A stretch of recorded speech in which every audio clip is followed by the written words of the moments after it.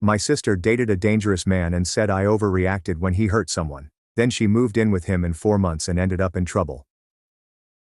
I, 24 female, have a sister, 27 female, who has a terrible track record with boyfriends. My family has seen her get hurt by one loser after another, and it's honestly exhausting. To give you an idea, her past 3 relationships were all pretty bad. One guy cheated on her and even stole money from her. The next one would constantly belittle her and mooch off her. The most recent ex actually got physical with her once during an argument, so, yeah, not a great history. We've tried to be supportive through all of this, but it's hard not to be protective at this point. Now, she has a new boyfriend. Let's call him Patrick, 30 male. They've been dating for a couple of months, and she introduced him to us recently. Right off the bat, I got a weird vibe from him. He's creepy in a way that's hard to pin down at first. Like, the very first time I met him, he leaned in way too close and sniffed my hair. He sniffed my freaking hair without permission. I kind of jumped back, confused, and gave him a what the hell look. He just grinned and said something like, "Oh, sorry. Your shampoo smelled good." It was awkward as hell. I told my sister later that it made me uncomfortable, and she brushed it off, saying that's just his sense of humor and that he's socially awkward but doesn't mean any harm. I wasn't convinced, but I decided to give him the benefit of the doubt for her sake. Fast forward to last weekend. We had a family dinner at our parents' house, and my sister brought Patrick along. For context, I currently have a broken index finger on my right hand that's in a splint. I fractured it a couple of weeks ago doing something clumsy. Tripped while jogging. Long story. It's pretty obvious I have an injury.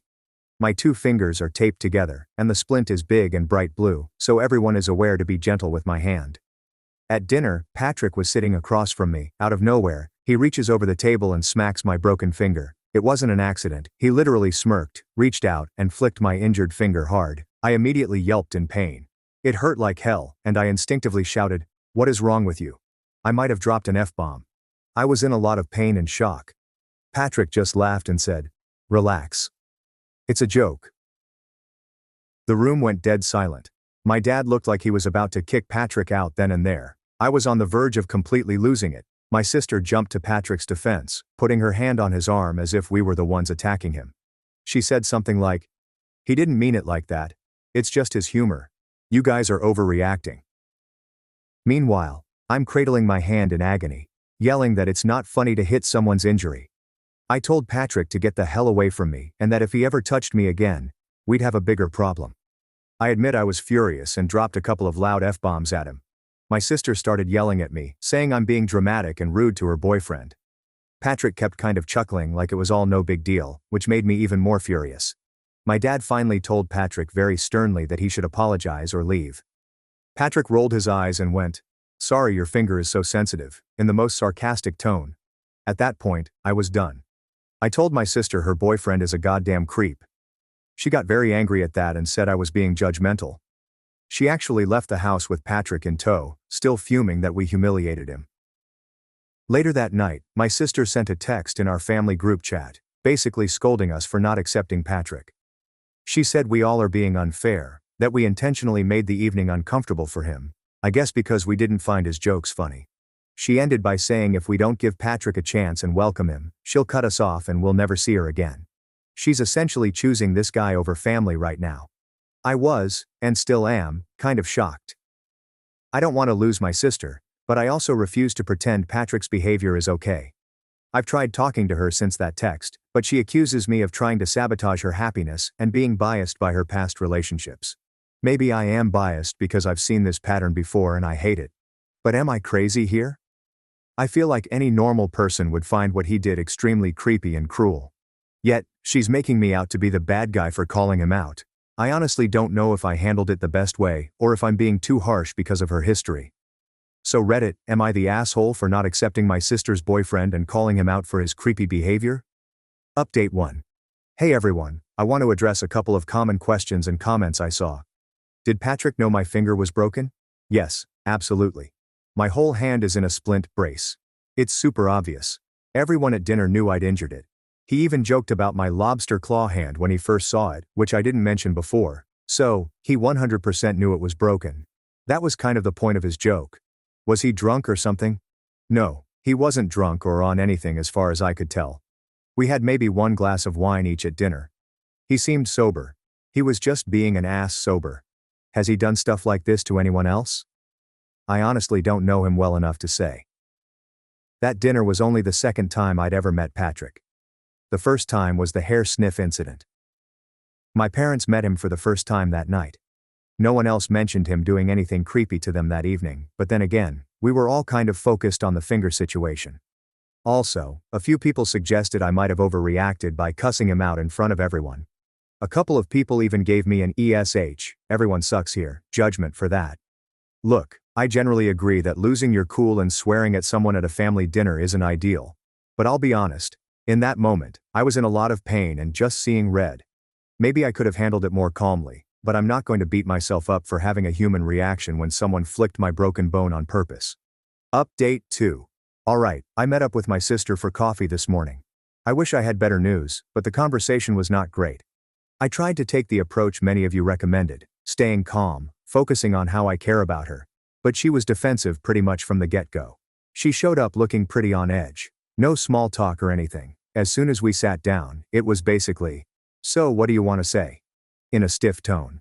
I gently told her I was worried about how things went down at dinner, and that I wanted to hear her side, and also explain mine without us yelling. I even said, "I know you really like Patrick, and I'm not trying to attack you or him, I just want us to understand each other." She immediately doubled down that I completely overreacted to Patrick's joke. According to her, I embarrassed him in front of everyone for no reason. I countered that he literally hurt me. She said he barely tapped my finger and that I screamed at him and cursed him out over nothing. She also said me calling him a creep and an brrrr was uncalled for, and that I owe him an apology for that outburst. I explained that from my perspective, what he did felt very intentional, and it really hurt. I described how it felt like he was mocking my injury on purpose. Her response? He just didn't realize it would hurt that much. He was trying to lighten the mood. She kept repeating that it was just his sense of humor, and that he has a different way of joking that takes time to get used to. I then brought up the hair sniffing incident. I said, "Look, even before the finger thing, you know I was uncomfortable when he sniffed my hair. That wasn't normal to me." She rolled her eyes and said I was making a big deal out of that too. She actually laughed and said, "Oh my God. He was obviously joking around. He even told you your shampoo smelled nice. Why are you so weird about it?" I replied that normal guys don't go around sniffing people's hair or touching broken fingers for laughs. I told her frankly it comes off as creepy whether he means it as a joke or not. At this point, her face shut down and she got more angry. She told me I'm just biased against Patrick because of her exes. She said, "You've never given any of my boyfriends a fair chance. The second something small happens, you all jump down their throats." That stung. I told her we only started jumping on our exes after they proved to be bad, cheating, abusing, etc. "It's not like we set out to vilify them for no reason," I said. "We're worried because we've seen some red flags with Patrick already, and you defending this stuff is scary to me." She then said, "The only reason things become red flags is because you guys never actually accept anyone. You're all just waiting for a guy to mess up so you can say, 'See, told you so.'" That frustrated me because it's not true. We want her to be happy. We just don't want her to get hurt. It sounds like Patrick has been feeding her his version of events. She claimed that Patrick felt ambushed at dinner. She said I was looking at him with a "we" face even before anything happened. I honestly wasn't. I was pretty neutral until he hurt me. She also said, "Patrick told me he could tell you all hated him from the start. He was nervous and trying to lighten the mood, but you were all so cold. So basically, he's making himself out to be the victim of our hostility." She even mentioned that Patrick wasn't thrilled about her meeting me today. She said he thinks all I'm going to do is trash him and try to turn her against him. I told her that's not my intention at all. I'm genuinely concerned and want her to be safe and happy. I said, "If a guy is a good guy, none of us would have any reason to turn you against him." We went in circles for almost an hour. I did apologize to her for the dinner drama, but I told her, I'm not sorry for how I reacted to him hurting me. He owes me an apology, not the other way around. She didn't take that well. She kept pushing that I should have just laughed it off since she has no problem with his sense of humor. She said, "If you want to stay in my life, you need to get along with Patrick. I really want you to like him." I said I tried to give him a chance, but he made it pretty damn hard. In the end, she basically gave me a repeat of the ultimatum. Accept Patrick and stop attacking him, or she's done with us. There was no hug, no nice goodbye. She just said, "I really hope you can come around on this," and left in a hurry. Update 3. It's been a few weeks since my last update, and unfortunately, things have only gotten more worrying. My sister has essentially gone full throttle with Patrick. About 2 weeks ago she informed us that she's moving in with him. Mind you, they've only been together for like 3 or 4 months. Even in her past relationships, I don't remember her moving this fast. She didn't really ask for anyone's input or help, she just announced it via text. Just wanted you all to know I'm moving in with Patrick. We're really happy and this just feels right. Hope you guys can be happy for me.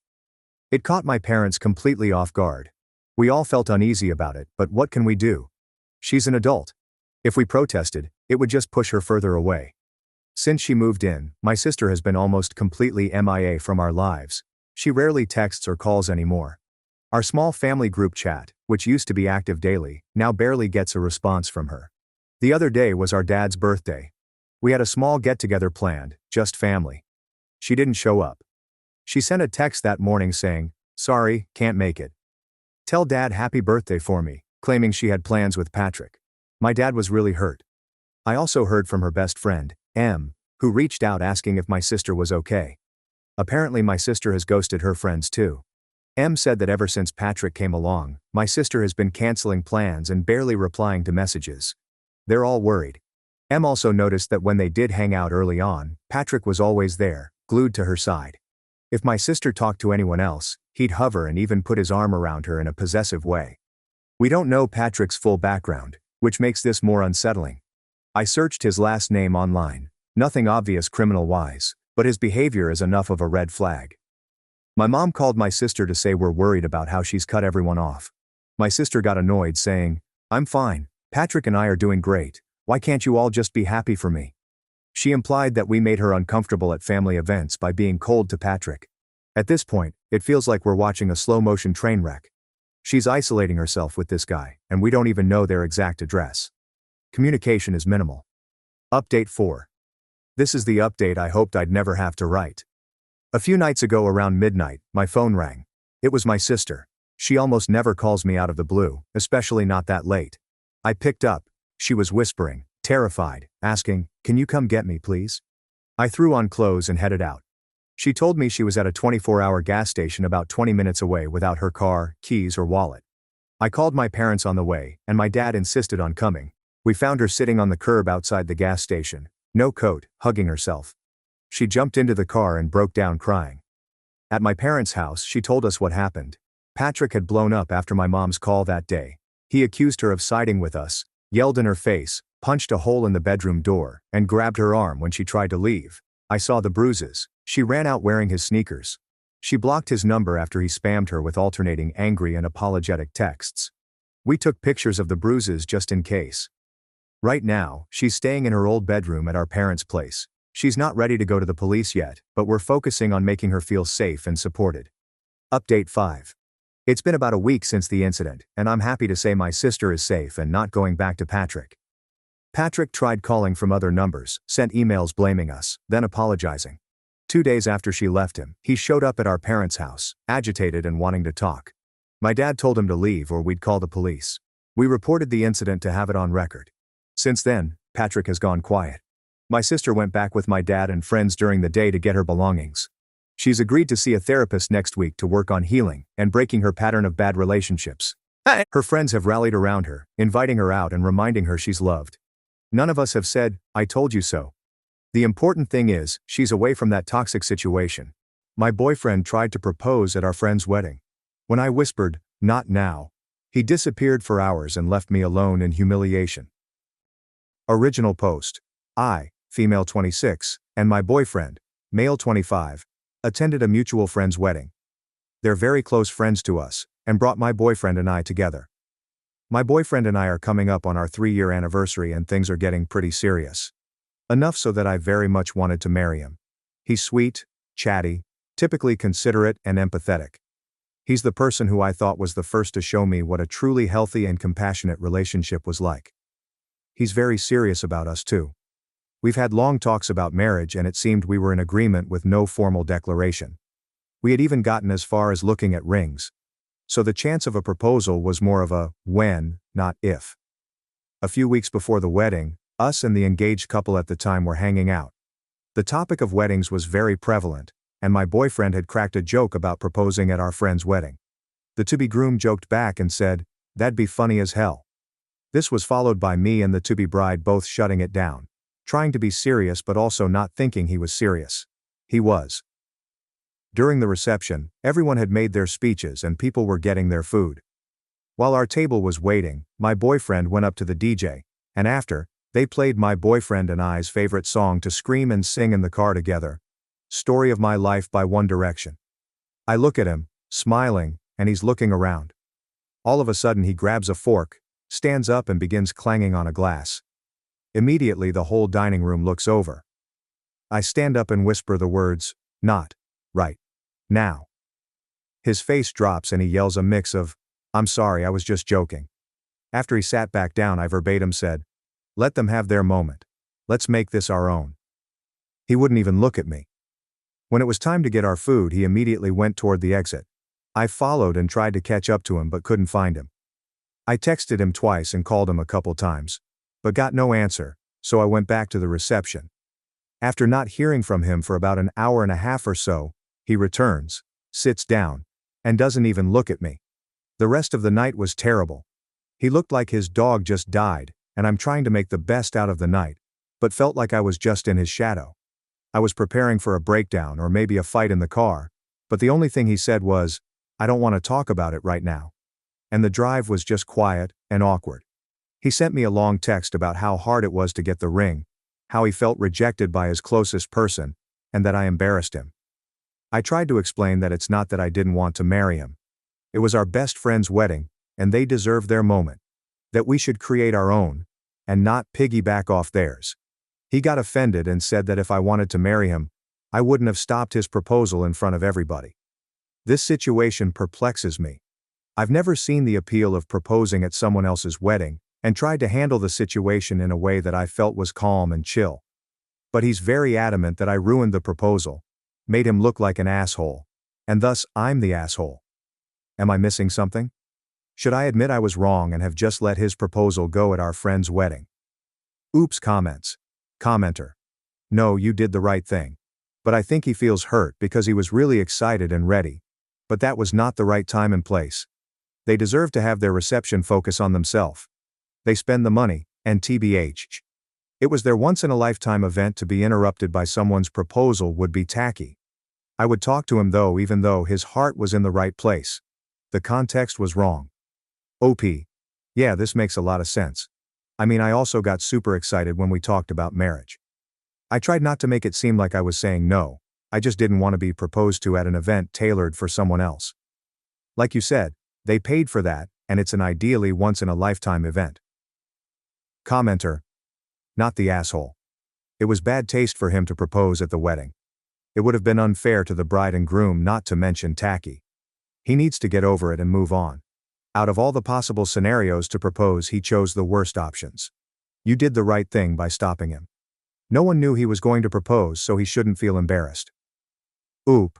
I did try to tell him that. Our friends, the literal hosts, weren't even that mad after I explained the situation. They just said thank you for stopping him and no one else really said anything about it. Commenter. I don't think you're an asshole.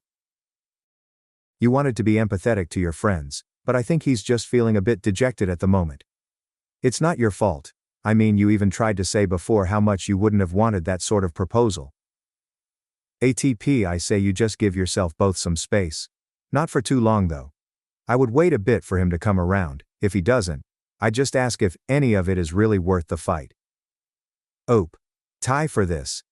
I'm itching to try and call again just to check on him, but you're right. Space here is probably needed. Commenter. Can you get the friend to talk to him and explain? Maybe if someone else says the same thing he might take to it more. Oop. They did offer to call and say something to him. I told them maybe, but they're also about to go on their honeymoon. I love that they care about him and us, but I don't want to drag them into our drama when they should be having the time of their lives. Commenter. Girl. I noticed you are ignoring the comments telling you that this is a bigger red flag than you think because you want to stay positive and think the best of him. But those people are not wrong. The wording in some of these replies can seem harsh, but that's not because they are all anti-relationships or anti-men. It's because, unfortunately, some of us have lived long enough to see how the story ends with guys like this, who in the dating phase ignore your discomfort. Do not respect your desires even after you flatly say no about something important. Act like big milestones like a proposal are only about them and what they want. Because everybody else they hurt by acting selfish should just get over it. Give you the silent treatment, stonewall you, or blame you when you stand up for what's right. This behavior will only get worse after marriage. I know you're young, so you think you know him better than some internet randos, but if you ignore this now, you will only end up paying a bigger price later. Oop. I haven't responded to them. Yes, however they aren't being taken lightly. I'm using this time to really evaluate what I want. Seeing if I notice any patterns or behaviors that align with what people are saying. His reaction here is really telling of how he may react in the future, and it's something that is really bothering me. Since we've been together, we've had really communicative fights, but nothing ever this big. I do want to give him time to process and see how this is approached, given some time to settle. If he doesn't reach out the next day, I'll reach out to him. Regardless of how he approaches, I do see that I'm not the asshole here. I do expect an apology, and I do expect that he addresses what happened, and not dodge. I was really hurt when he came back and ignored me for the rest of the time we were there. I wanted to dance. I wanted to have fun. He was caught up in his feelings over something no one seemed to care much over. Plus no, I'm not ignoring out of not seeing any bigger picture. I'm hurting and analyzing.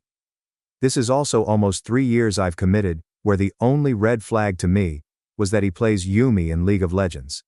I don't want to just toss our time and future in the trash over a very shitty timed mistake. Update 1. Hi all. This is an update from a post I made 2 days ago. You can see that post here. I responded to a few comments, but before proceeding with our convo, I read almost every comment hoping to gain new perspectives and see the situation I presented from a different light. After I got home from the wedding, my boyfriend and I texted back and forth. After he went to bed, I made my Reddit post because I absolutely felt like an asshole. I was second-guessing everything, and thought the night would have gone better if I had just let him do his thing. After seeing the responses to my post, I'm more solidified in that I made the right decision. Yes, the night was ruined, but I'd be more comfortable with my life moving forward. I gave my boyfriend and myself a day to think about this, and come back with clearer heads. That was yesterday. I took a lot of people's advice and tried to reflect on if this behavior was a grand showing of any smaller reaction. The stonewalling isn't super new. In fights at the start of our relationship, he would get quiet and make a small showing of secluding himself. I'd counter this by giving my boyfriend his space and telling him that moving forward, to just say he didn't have the words to talk about it, and we can reconvene when we're ready to talk. This worked for us. It gave him time to choose his words. We'd have a good discussion of what went wrong and how we could fix it moving forward. I didn't think that he was overtly trying to make me feel worse by the silent treatment back then. However, ignoring me for the rest of our time at the wedding hurt so much. Not even saying, "I just need space right now," and refusing to hold my hand by pulling away felt like he was pseudo-counter-rejecting me. This was my first. I felt like he was trying to make me feel worse through his lack of communication. That's all I noticed. I've had a partner be verbally abusive to me before, and another who wasn't willing to talk about things they did wrong, refusing to take any blame. My boyfriend hasn't done any of that. I'm not saying I recognize all patterns of abuse, but I'd say I'm versed in a few. There's also been no real history of me catering to him constantly as others were asking. If either person had strong feelings one way or another in different scenarios, we'd often be fine with that person getting their way. Otherwise, if we both didn't care all that much, he loves to use a wheel-spinning website to make decisions, and I think it's cute. We met earlier today. He came over and we sat in my living room. He broke down. He vehemently apologized and said he felt like an asshole.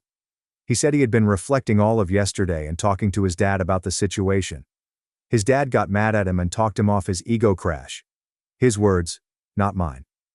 He had already sent a message to our friends, now flying to their honeymoon in West Europe, apologizing for making their most important day about him, and for not properly celebrating them. I asked why he neglected our conversation from months before. He said that the groom and their group of friends had egged him on in private since, not to propose at the wedding, but to do it soon. He didn't originally plan on doing it at the wedding. He's had the ring with him for about a month, never had any real plan, and wanted it to just be spontaneous. He told me he got caught up in the atmosphere of the wedding, saw his best friend with his girl, and couldn't stop picturing us in the same scenario. His urge overran his common sense, in his terms, and he made a choice he ultimately wishes he could take back. It very much spiraled from there. I noted that while his heart was in the right place, that doesn't excuse the shitstorm he put me through after. I expressed to him that ignoring me really hurt me. That him saying my rejection to his proposal was the reason for his embarrassment and shutdown was unfair, especially since we had already established for him not to do that. He accepted this, and continued to apologize, admitting it was very unfair of him, and that he should have handled his emotions and embarrassment better. Especially towards me. We had a lull in our conversation after he asked, "Where do we go from here?" At this point, I didn't want to just return back to normal. A day where I expressed to him that I felt the prettiest in a long time, expected us to have enormous fun and watch our best friends have their moment to shine, turned into a day where I was crying in my room reading Reddit comments about how I should break up with him. I genuinely thought I was the asshole who should have just bit the bullet and accepted a proposal in a way that I and others thought wasn't okay. I told him that if we were to move forward, he needed to seek a therapist to help him manage his emotions.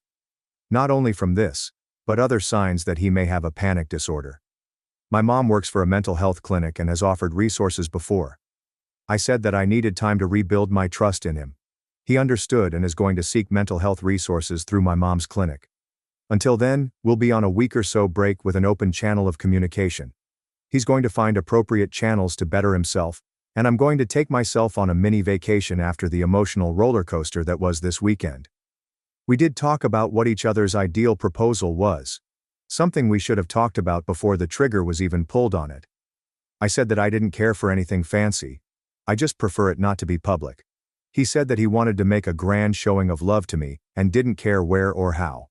He asked if it was okay to have friends and family present, or if that broke my public rule.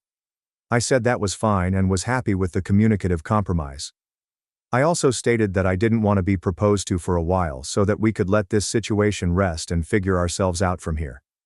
He accepted this. Something I thought was really sweet that I wanted to mention was that before he left, he said, "I do think I owe you some dancing." And so we slowly danced in my living room for about a half hour until he left. A small and romantic action, probed to earn brownie points, but the conversation did reassure me that he's willing to try and be better. He recognized he was in the wrong, and that a joyful day was robbed by pride and not rejection. This was about as ideal of an outcome as I'd hoped. Thank you all for taking time out of your days to reply and bring me back to earth. Thank you to those who messaged me in private to make sure I was okay or to give input. While the future is still obscure, it's a little clearer than it was a couple days ago. I have a clearer understanding now of what I want and what's healthy. Moving forward, I will do every ounce of weighing before I enter what should be the most important commitment you can make to a person you love, and I'll keep a more careful eye on his behaviors and how he may react to adverse situations. I hope the best for you all as many have for me. Thank you. Edit, wording. Top comments on post. Comment 1. Finally someone who actually talked it out as adults, rather than just jumping to immediately discussing ending the relationship. I'm glad you guys made up and made proactive steps to actually mend the relationship. Comment 2. Shout to the dad for giving the BF a reality check. Comment 3. I'm happy for you, that you stood up for yourself, communicated with him, and were able to reach an understanding. I don't tend to default to break up with him. Zrania, so I'm glad the relationship might weather this storm. Thanks for watching and diving into this wild family drama with me. If you love Reddit family drama, don't forget to subscribe and turn on notifications so you never miss the next one. Other men find me irresistible. My girlfriend smirked.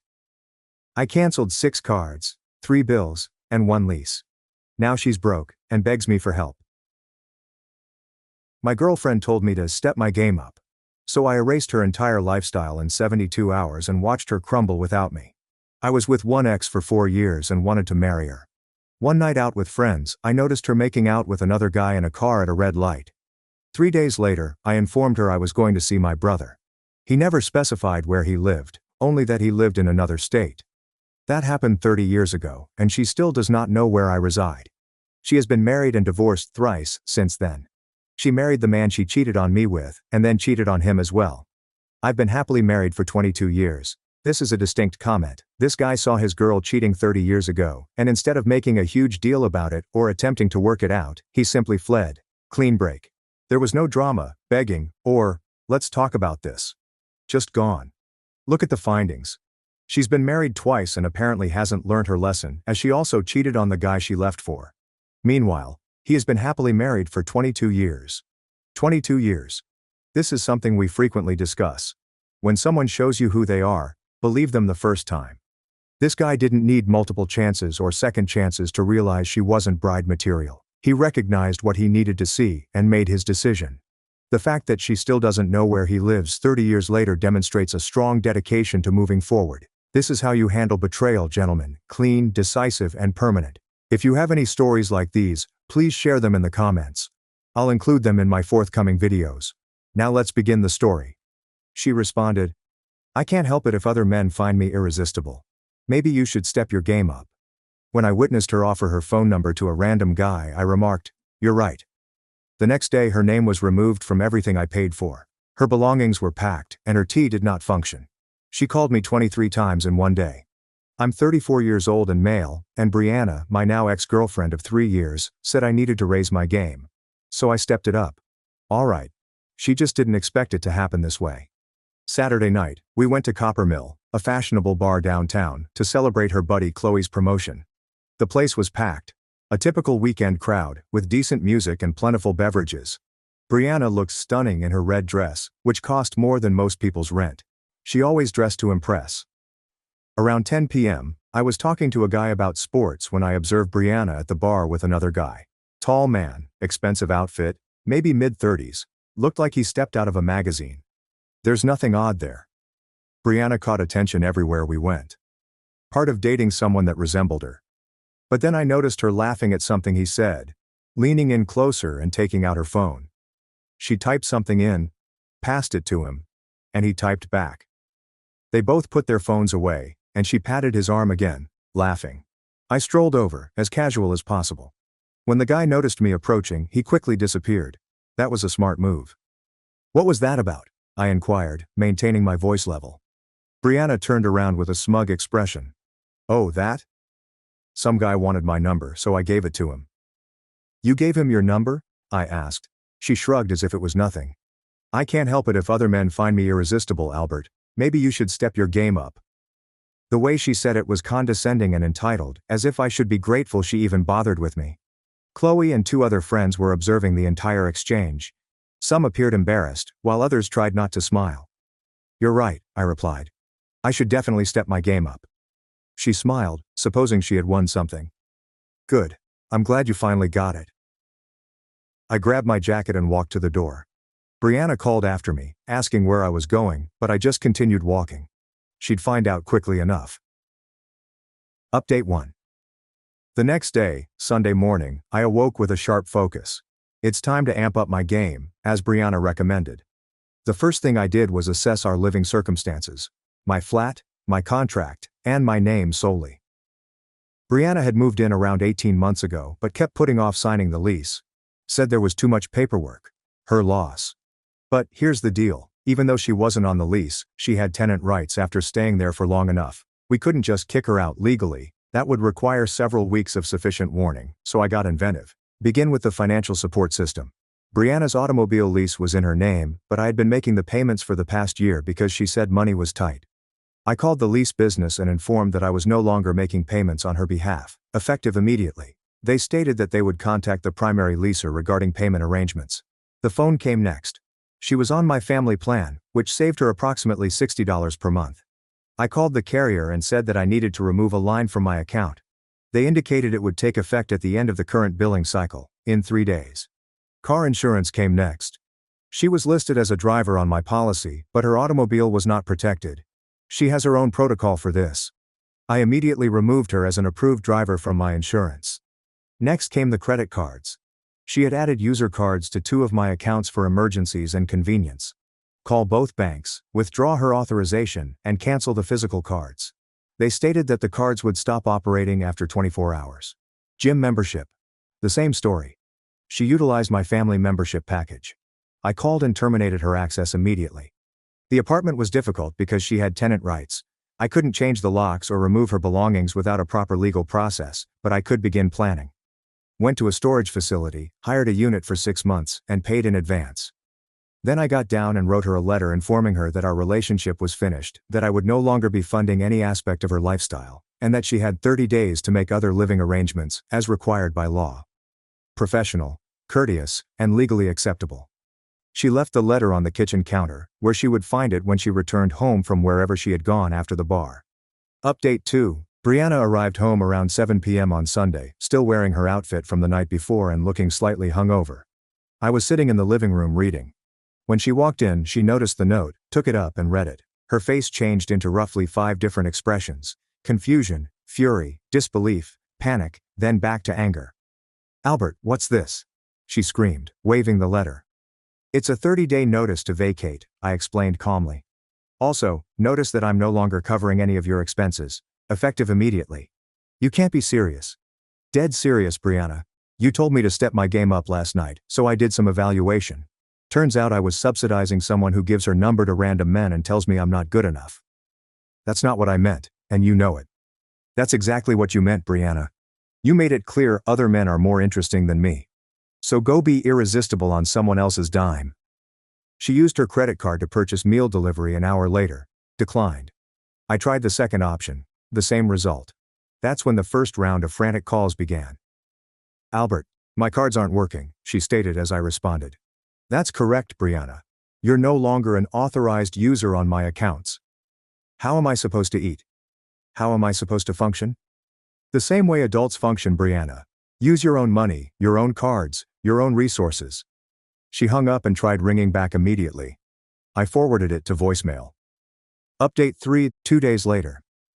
Monday morning was when reality set in. Brianna's automobile payment was due, and the leasing firm called her immediately to inquire about payment options. She approached me in a hurry. "Albert, they're saying if I don't make the payment by Wednesday, they'll start repossession proceedings." "Sounds like you should make the payment then, Brianna." "With what money? You know I don't have that kind of cash saved up." "That's a budgeting problem, Brianna, not a me problem. You've been paying it for a year. You can't just stop." "Actually I can, Brianna. Watch me." She spent Monday frantically calling people, attempting to borrow money. Chloe apparently provided her enough money to fulfill the car payment, but made it obvious that it was a one-time transaction. Tuesday, her phone service was suspended. She tried to call me from Chloe's phone. "Albert, my phone doesn't work," she stated. "That's because you're no longer on my plan, Brianna. You'll need to get your own service." "How am I supposed to get my own service without money?" "Figure it out, Brianna. You're irresistible, remember? Maybe one of your admirers can help." Wednesday, she took a different strategy. I arrived at my office during lunchtime. Security called and said there was a woman in the lobby seeking to see me. I went downstairs and saw Brianna looking worried and desperate. "Albert, please," she pleaded. "I can't afford all this stuff on my own. You know that." "Then you shouldn't have told me to step my game up, Brianna. This is what stepping my game up looks like." "I'm sorry about Saturday night. I was drunk. I was being stupid." "You were being honest, Brianna. For the first time in our relationship, you told me exactly what you thought of me." "That's not true. You told me other men find you irresistible, and I should step my game up." Mission accomplished. I walked back to my office, leaving her standing in the lobby. Update 4. A week after.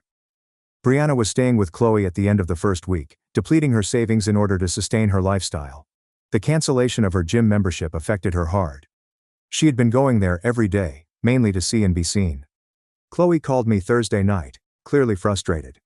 "Albert, this is getting ridiculous. Brianna is driving me crazy. She won't look for her own place, just keep talking about how to fix things with you." "There's nothing to fix, Chloe. She told me exactly what she thought of me Saturday night. She made one stupid comment. Albert, you're destroying her entire life over it." "I'm not destroying anything, Chloe. I'm just no longer subsidizing it. There's a difference. You're being vindictive. I'm being logical, Chloe. Why would I financially support someone who thinks other men are more irresistible than me?" Brianna attempted to enter the apartment building on Friday but was turned away by the front desk. They contacted and stated someone had requested admission, claiming to live there. She's not on the lease, I informed them. She's a guest who's been staying here but she's moving out.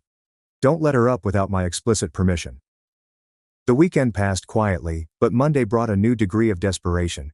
Brianna's mother, Diane, contacted me immediately. Albert, she added, this is getting out of hand. Brianna is falling apart. You need to work this out. Diane, with respect. Your daughter told me other men find her irresistible and I should step my game up. I stepped my game up by stepping away. She made a mistake, Albert. Everyone makes mistakes. Some mistakes have bigger consequences than others, Diane. This is one of them. You're being cruel. I'm being consistent, Diane. I don't subsidize people who give their numbers to random men. Update 5. 2 weeks later. Brianna's 30-day notice period was half done, and she had yet to make any significant progress toward finding her own house. She was bouncing between Chloe's couch and a few other friends, but she was overstaying her welcome everywhere. She tried one last desperate ruse. She arrived at the apartment complex with a locksmith, stating she had lost her key and needed to get in. Smart Building Management contacted me initially.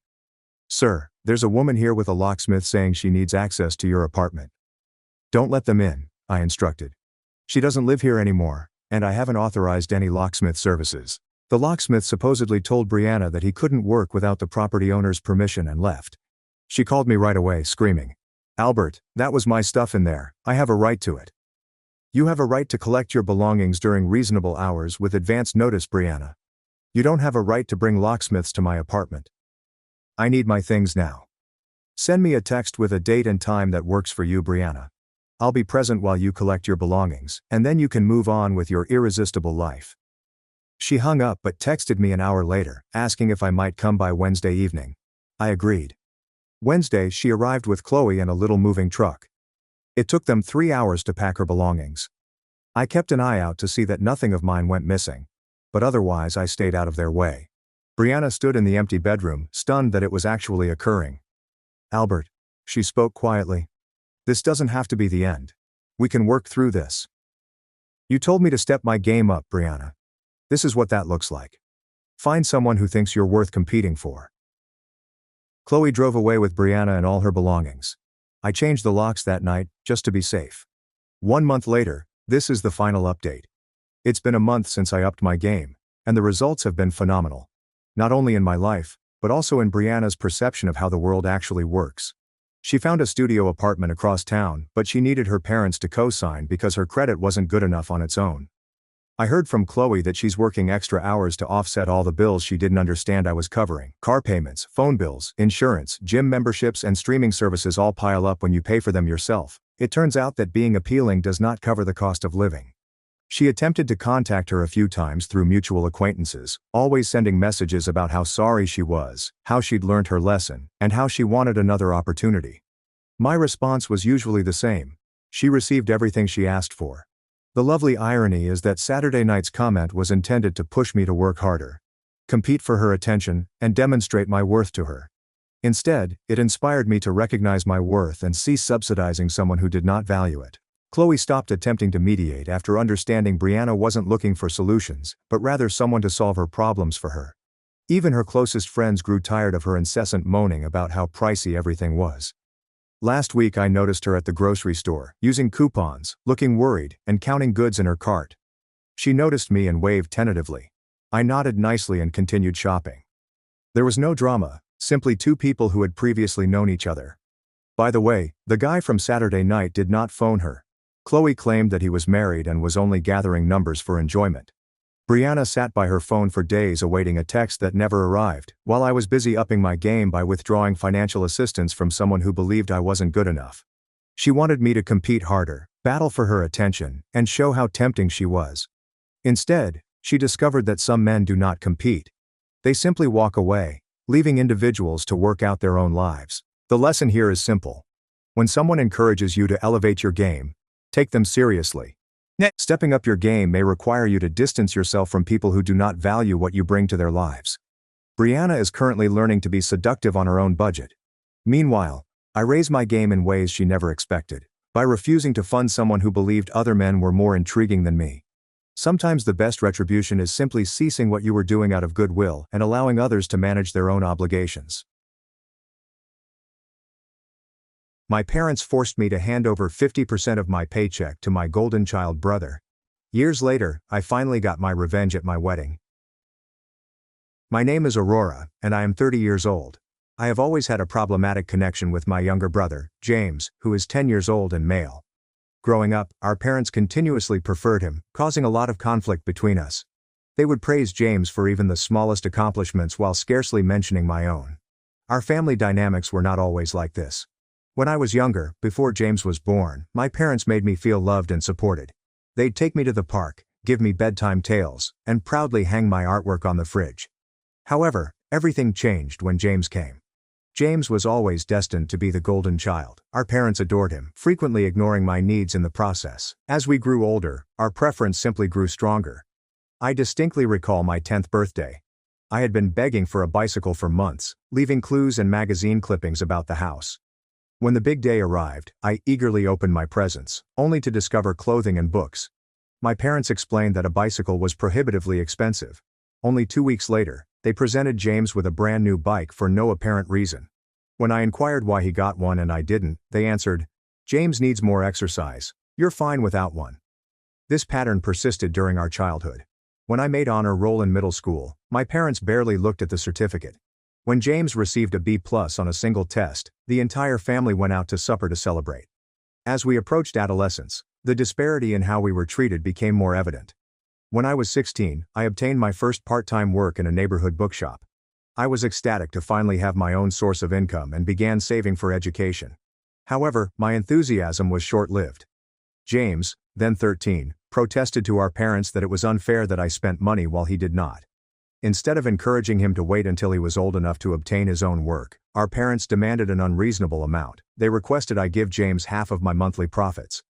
I was taken aback and attempted to protest, but they threatened to fire me if I refused. Reluctantly, I consented, watching my brother spend half of my hard-earned money on video games and junk food. This incident laid the stage for James to feel entitled to my belongings. Throughout high school, he would frequently borrow my possessions without my permission, clothes, devices, and even my automobile once I obtained my license. If I dared to protest, my parents would lecture me on the value of sharing with my brother.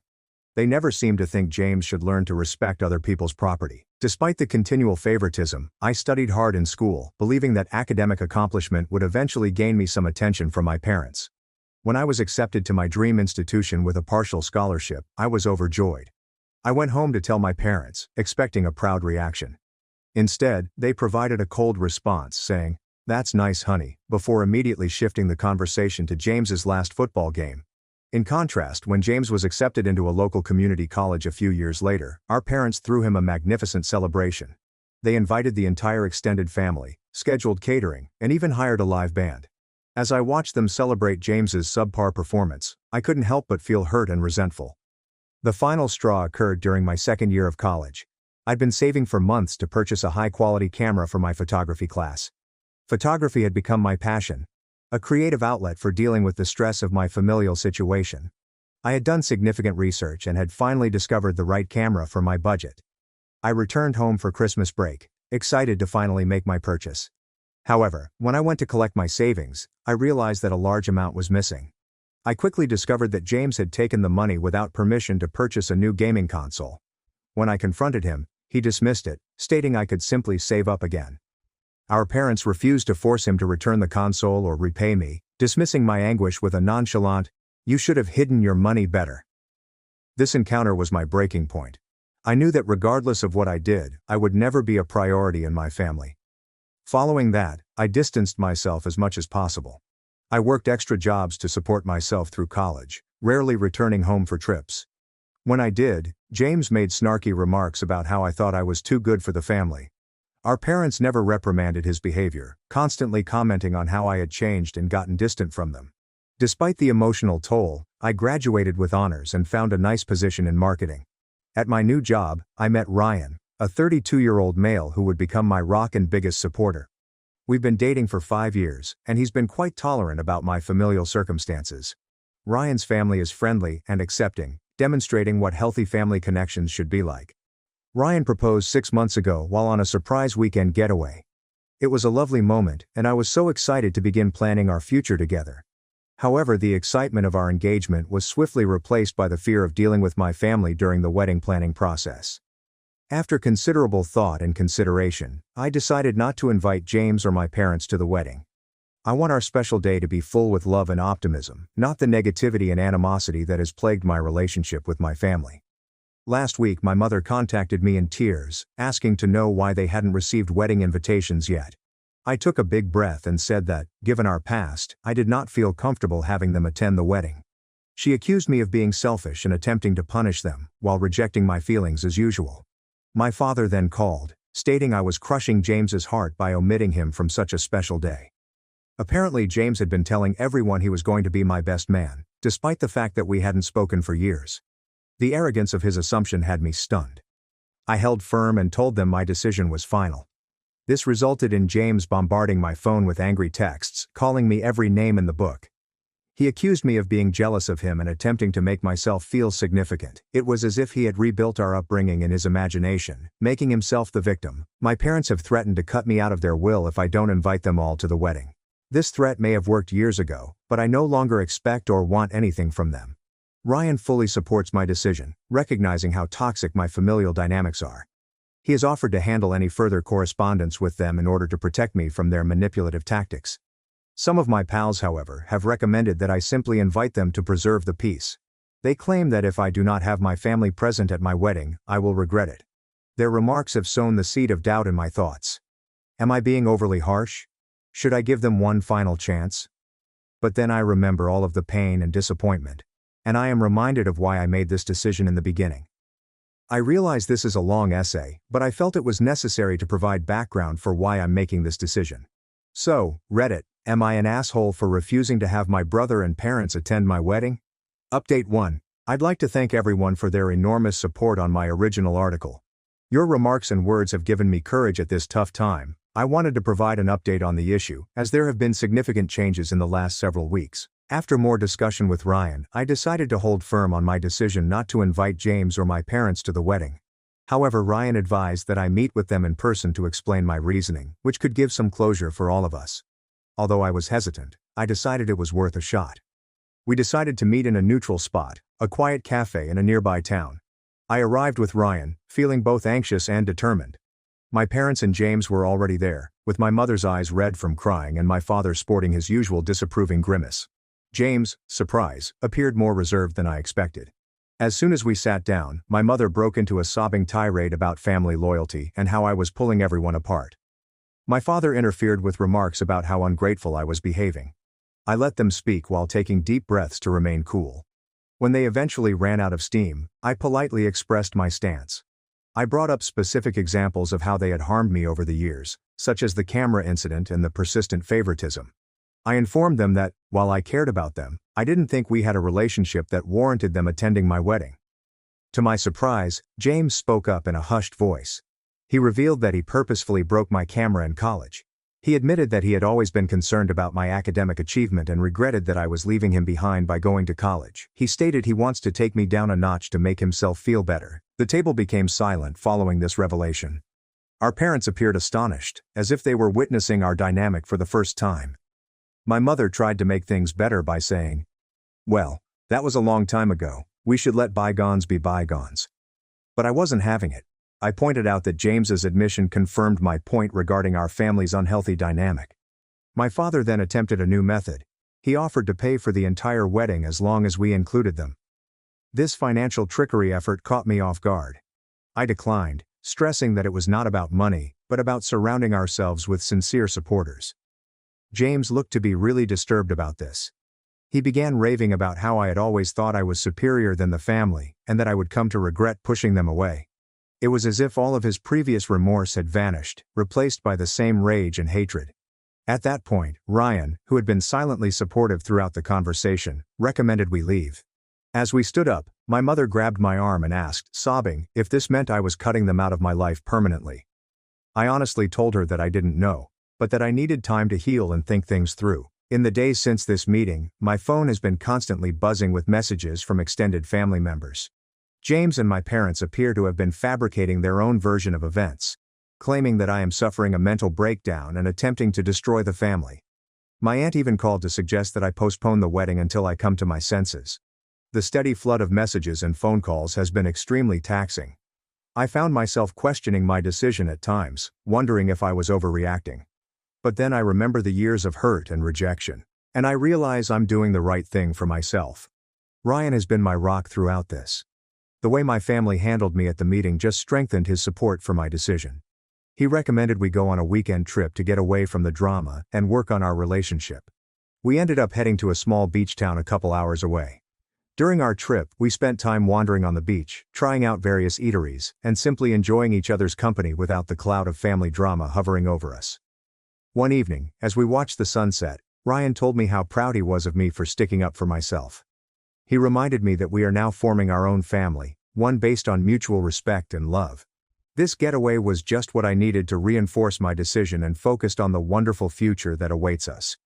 We even discussed moving to a new place after the wedding to get a fresh start away from the continual reminder of my family's destructive behavior. When we came home, I made the painful decision to block my family's phone number and social media profiles.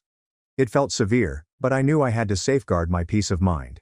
As the wedding date approached, we took some practical steps to ensure that everything went as planned. We have hired security for the venue in case any unauthorized guests show up. We've also password protected all of our vendor accounts, ensuring that no one can change our plans. It's unfortunate that we need to take these precautions, but I want to be prepared for everything. As the wedding date approaches, I'm trying to focus on the positives, marrying the love of my life surrounded by people who have become family. Yes, I'm still unhappy about the situation with my biological family, but I'm learning to realize that I can't change them or make them appreciate me. All I can do now is move forward and build the life and family I deserve. Thank you for your continued support. It means more than you realize to have people acknowledge my feelings after years of being gaslighted by my family. I'll post another update after the wedding to let everyone know how things go. Update 2. It's been almost a month since my previous update, and I wanted to share some progress with my family and our wedding arrangements. First, some good news. Ryan and I have finalized the majority of the plans for our wedding, and we are both getting excited. We've decided to host a smaller celebration than we originally anticipated, with only our closest friends and Ryan's family in attendance. This approach makes it feel far more intimate and important. We've selected a lovely garden setting for the ceremony and reception. The florist has created magnificent arrangements with my favorite flowers, and we've planned a menu to suit both of our interests. Ryan and I have been practicing our first dance, which has resulted in a lot of laughs and stepped on toes, but it's been a good way to unwind from all of the family turmoil. Now for some bad news. Despite my stated wishes, my family has continued to interfere with our wedding plans. Last week, my mother showed up unexpectedly at my employment. I was in a meeting when a colleague came to get me, claiming there was a distraught woman in the lobby who insisted on seeing me. When I got to the foyer, I discovered my mother in tears, raising a commotion. She was crying and begged me to reconsider, claiming she had already purchased a wedding gown and couldn't face the prospect of not watching her baby girl walk down the aisle. She had brought photo albums from my childhood, hoping that seeing photographs of happier times might change my viewpoint. I was humiliated and angered that she would ambush me at work in that manner. I told her to leave and that if she performed another stunt like that, I would have to call security. She departed in tears, and I felt uncomfortable and preoccupied for the rest of the day. My supervisor was understanding, but I couldn't get rid of the sensation of humiliation. A few days after this encounter, James sent me a lengthy email. Compared to his earlier angry messages, this one appeared more contemplative. He wrote about how he'd been thinking a lot since we met at the cafe. He admitted that he had been a lousy brother growing up and promised to make amends. James went into depth about how he had always been overshadowed by my accomplishments and had acted out due to his own anxieties. He even offered to pay for the camera he shattered all those years ago, claiming he had researched the model and determined its current value. While I admired the gesture and the obvious self-reflection, I couldn't help but think it was too little, too late. Years of hurt and animosity do not dissipate with a single email, no matter how well intended. I responded, thanking him for his apology but stating that I needed space and that my choice on the wedding was definite. Unfortunately, things took a turn when I discovered James had somehow obtained the contact information for our wedding venue. The venue coordinator called me, sounding confused. She explained that someone pretending to be Ryan had called and attempted to add 3 names to the guest list. Fortunately, the organizer was alert and consulted me before making any adjustments. I was astounded to find that James had gone to such extremes. It felt like a massive violation of my boundaries, and I wondered if his apology email was genuine, or simply another manipulation attempt. This incident confirmed my choice not to invite them. Ryan was enraged when I informed him of James's attempted lie. He advised we look for a restraining order because he was concerned that my relatives would try to disrupt the wedding. We're thinking about our alternatives, but I'm hesitant to take legal action unless absolutely necessary.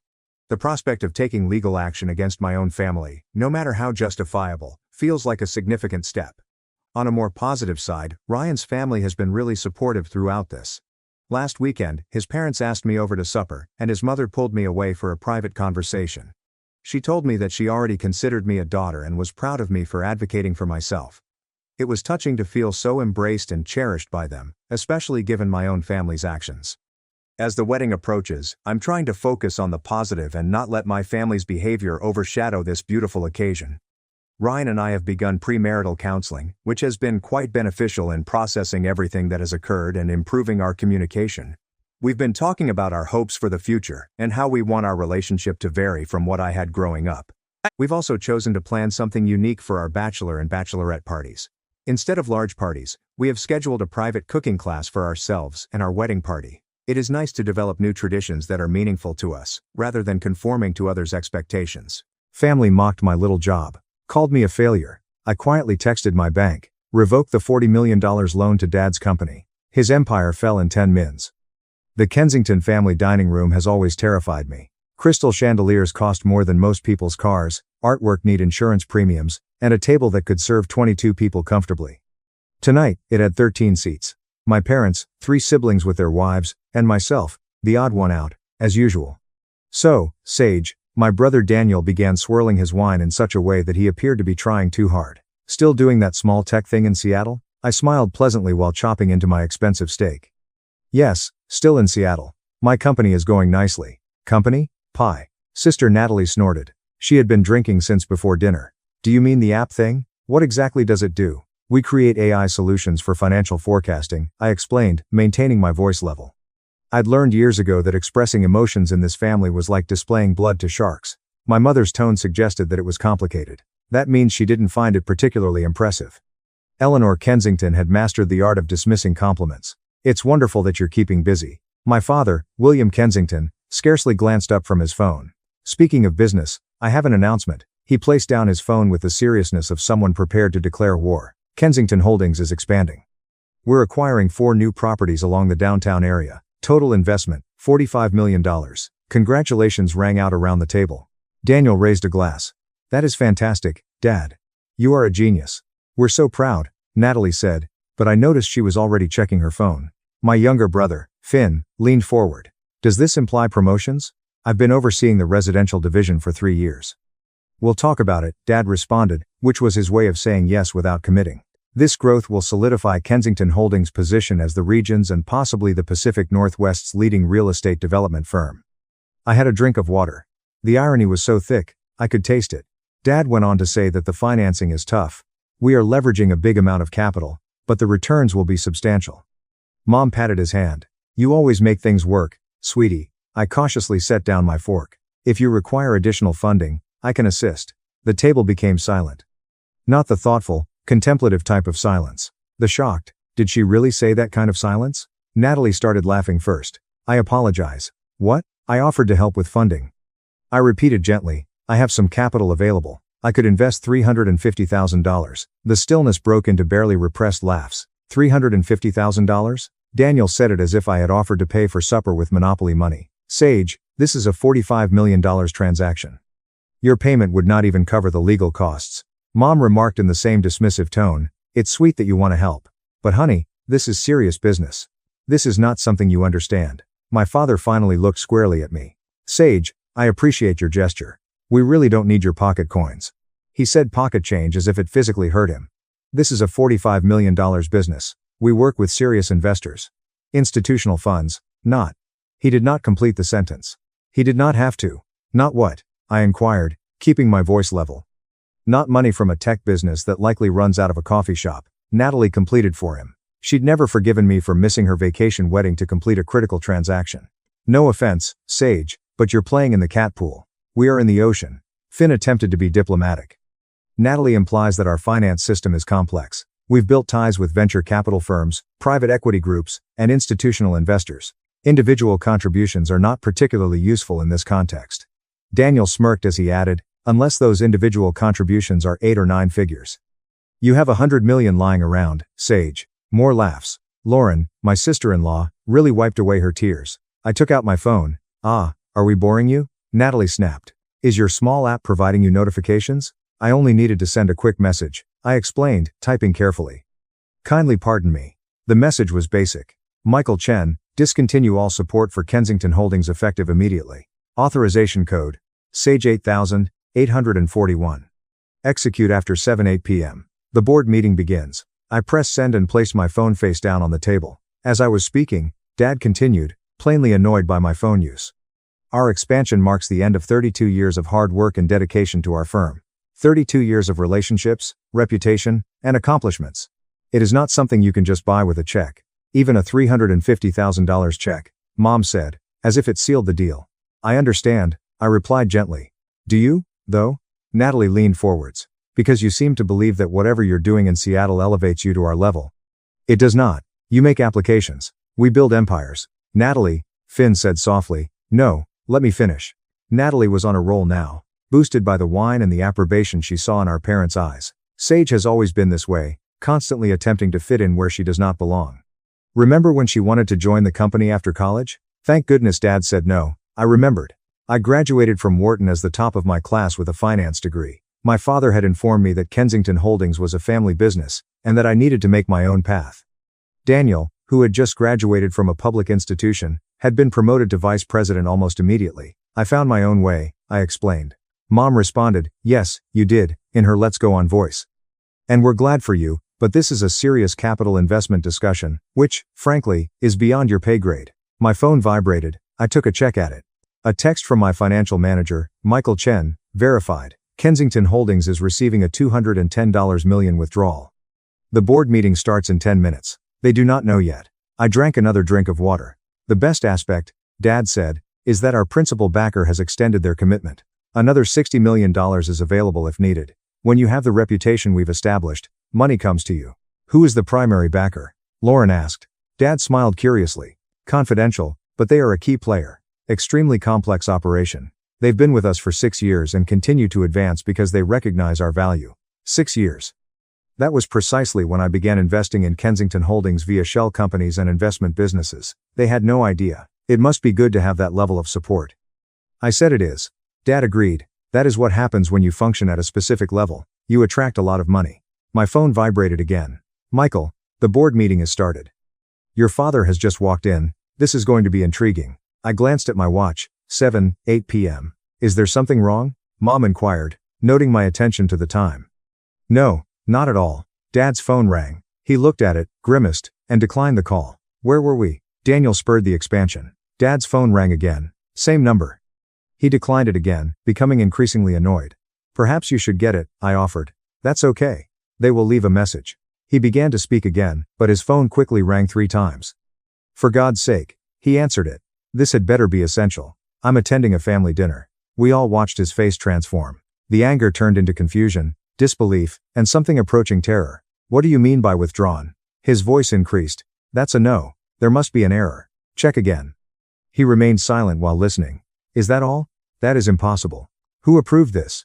More silence. His face was turning red. What do you mean by effective? Immediately. We have contracts and agreements. Daniel and Finn exchanged anxious looks. Natalie placed down her wineglass. Dad said, I need to call you back. His voice was tense. He hung up, and quickly began dialing another number. William. Mom's voice was sharp. What's happening? He raised a hand, phone to his ear. Robert, this is William Kensington. I just received a call. Yes, I'll hold. He placed his hand over the phone. There's an issue with our principal funding source. I'm sure it was merely a misunderstanding, but his expression indicated he wasn't sure at all. Another phone call, followed by another. With each one, Dad's expression darkened. Daniel's phone started ringing, followed by Finn's. The exquisite dinner party was descending into anarchy. I don't understand, Dad said to someone. We had a 6-year commitment. Yes, I understand the clauses, but who is responsible for a large capital restructuring? I ate the steak. It had gotten slightly colder, but it was still fine.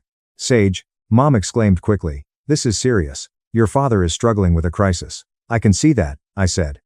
Dad hung up the phone, staring at it as if it had betrayed him. Our principal investor recently withdrew $210 million from our activities. The table gasped. Natalie actually grasped Daniel's arm. $210 million. Finn's voice crackled. That is everything. That includes the expansion, the existing properties, and the operational capital. I am aware, Dad snapped. The phone rang again. It is the board. I need to take this. He stood up and headed into his study, his confident stride replaced by something uneasy. Daniel followed him. Then Finn and Mom sat frozen, her immaculate demeanor shattering. This cannot be happening. Who would do this? Lauren asked. Who could accomplish this? I ate another bite of meat. Are you not concerned? Natalie demanded. This is a family company. Is it? I inquired softly. I was told unequivocally tonight that it is not my business. That I do not understand. That I am playing in the kitten pool. Natalie began. This isn't the time for petty things, but Mom interrupted her. Sage. Mom's voice was different now. Do you know anything about this? I mopped my mouth with a napkin. What would I know? I only develop apps, remember? I operate from a coffee shop. Voices arose from the study. We could hear Dad shouting, but couldn't understand what he was saying. My phone vibrated. Michael, Kensington Holdings is currently in full crisis mode. They're looking for alternate funding, but everyone is phoning and asking what I know. The word is spreading quickly. The stock price is going to plummet when this is public tomorrow. I said, let me know if they figure it out. Michael, they will not. I concealed the ownership structure beneath 19 layers of sham corporations and investment entities. Pacific Northwest Ventures LLC is the sole name associated, and even their forensic accountants will need weeks to trace it. Dad came out of his study, followed by Daniel and Finn. All three appeared to have aged a decade. We need to find out who Pacific Northwest Ventures is, Dad stated without hesitation. They're the ones who withdrew the funding. Does anyone recognize that name? The table trembled. Daniel, get our lawyers on this. Finn, call every investor contact we have. Someone must know who's behind this. Dad ran his hand through his hair, which I'd never seen him do before. He was usually very controlled. Lauren, you have previous experience working in venture capital. Do you recognize this firm? Pacific Northwest Ventures? Lauren got out her phone and started typing swiftly. I couldn't find anything. There is no website, public filings, or listing of portfolio companies anywhere. It is a ghost. Natalie snapped. Ghosts do not have $210 million. I cleared my throat. Actually, Pacific Northwest Ventures has much more than that. Everyone turned to stare at me. What have you said? Dad's voice was really quiet. Pacific Northwest Ventures. It is one of the major private investment firms in the area. They specialize in real estate technology and strategic acquisitions. Total assets under management are around $920 million. I paused, give or take. How do you know that? Daniel demanded. I read. I replied simply, it's a well-known firm in the investment community. I'd never heard of it, Dad said. That's because they're private and picky about their public image. I had a drink of water. They prefer to engage via middlemen and subsidiary companies. Extremely complex operation.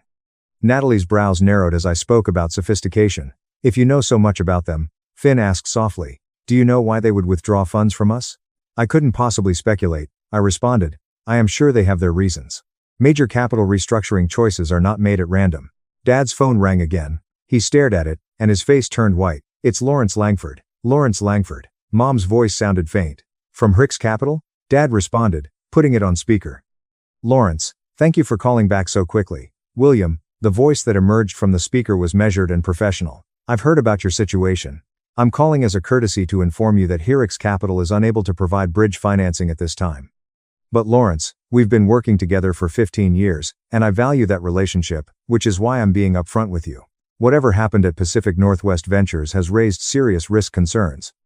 No serious investment firm will consider Kensington Holdings until your relationship with them is resolved. Our relationship with them is limited to standard investment terms. This is clearly a hostile action, is it? Lawrence's voice was sharp. William, Pacific Northwest Ventures does not engage in hostile activities. They are one of the most reputable private investment firms in 3 states. If they cut funding, there was a reason, and until I know what the reason is, I must protect my investors. There was silence around the table. You could hear the chandelier crystals tinkling in the ventilation draft. You're saying Pacific Northwest Ventures has that much clout? Dad's voice sounded strained. They could buy out Hendricks Capital tomorrow, if they wanted. They have relationships with every major bank, venture capital firm, and private equity group on the West Coast. Crossing them is considered career suicide. Pause. What have you done? I did not do anything. Then you'd better figure out what happened, because your company is currently untouchable. The line went dead. Dad stood there, holding his phone like it was a live grenade. This is insane, Natalie exclaimed. One firm cannot wield so much power. Daniel's phone vibrated. Then Finn's. Both of them turned pale as they looked at their screens. What? Mom demanded. It's spreading, Daniel said softly. I just received 3 emails from investor contacts. They're all wondering what happened with Pacific Northwest Ventures. They're all saying they need to reconsider their relationship with us. Finn added, same here. One of them said, and I quote, I had no idea you had PNV backing. Why would you jeopardize the relationship? I checked my phone. Michael Chen had messaged me with a simple emoji of a smiling face wearing sunglasses. Dad slowly sat down. Someone should research Pacific Northwest Ventures thoroughly. Everything. Who runs it? What are they investing in? What other companies are in their portfolio? There must be a way to fix this. I said I could help with that. Everyone looked at me again. You can. Dad's voice contained something I had never heard before. Hope, perhaps, or desperation. I confirmed that I am quite familiar with Pacific Northwest Ventures. I've been following their operations for years. We investigated their investment patterns, decision-making processes, and portfolio management strategies. Why would you study them? Natalie asked suspiciously. Because they're brilliant, I simply stated. They began 6 years ago with a seed capital of approximately $60 million. They've grown their assets to more than $920 million through strategic investments and careful portfolio management.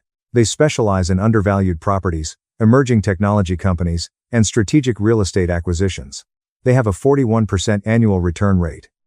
I had everyone's full attention now. They've invested in 31 different businesses and properties in Washington, Oregon, and Northern California, I explained.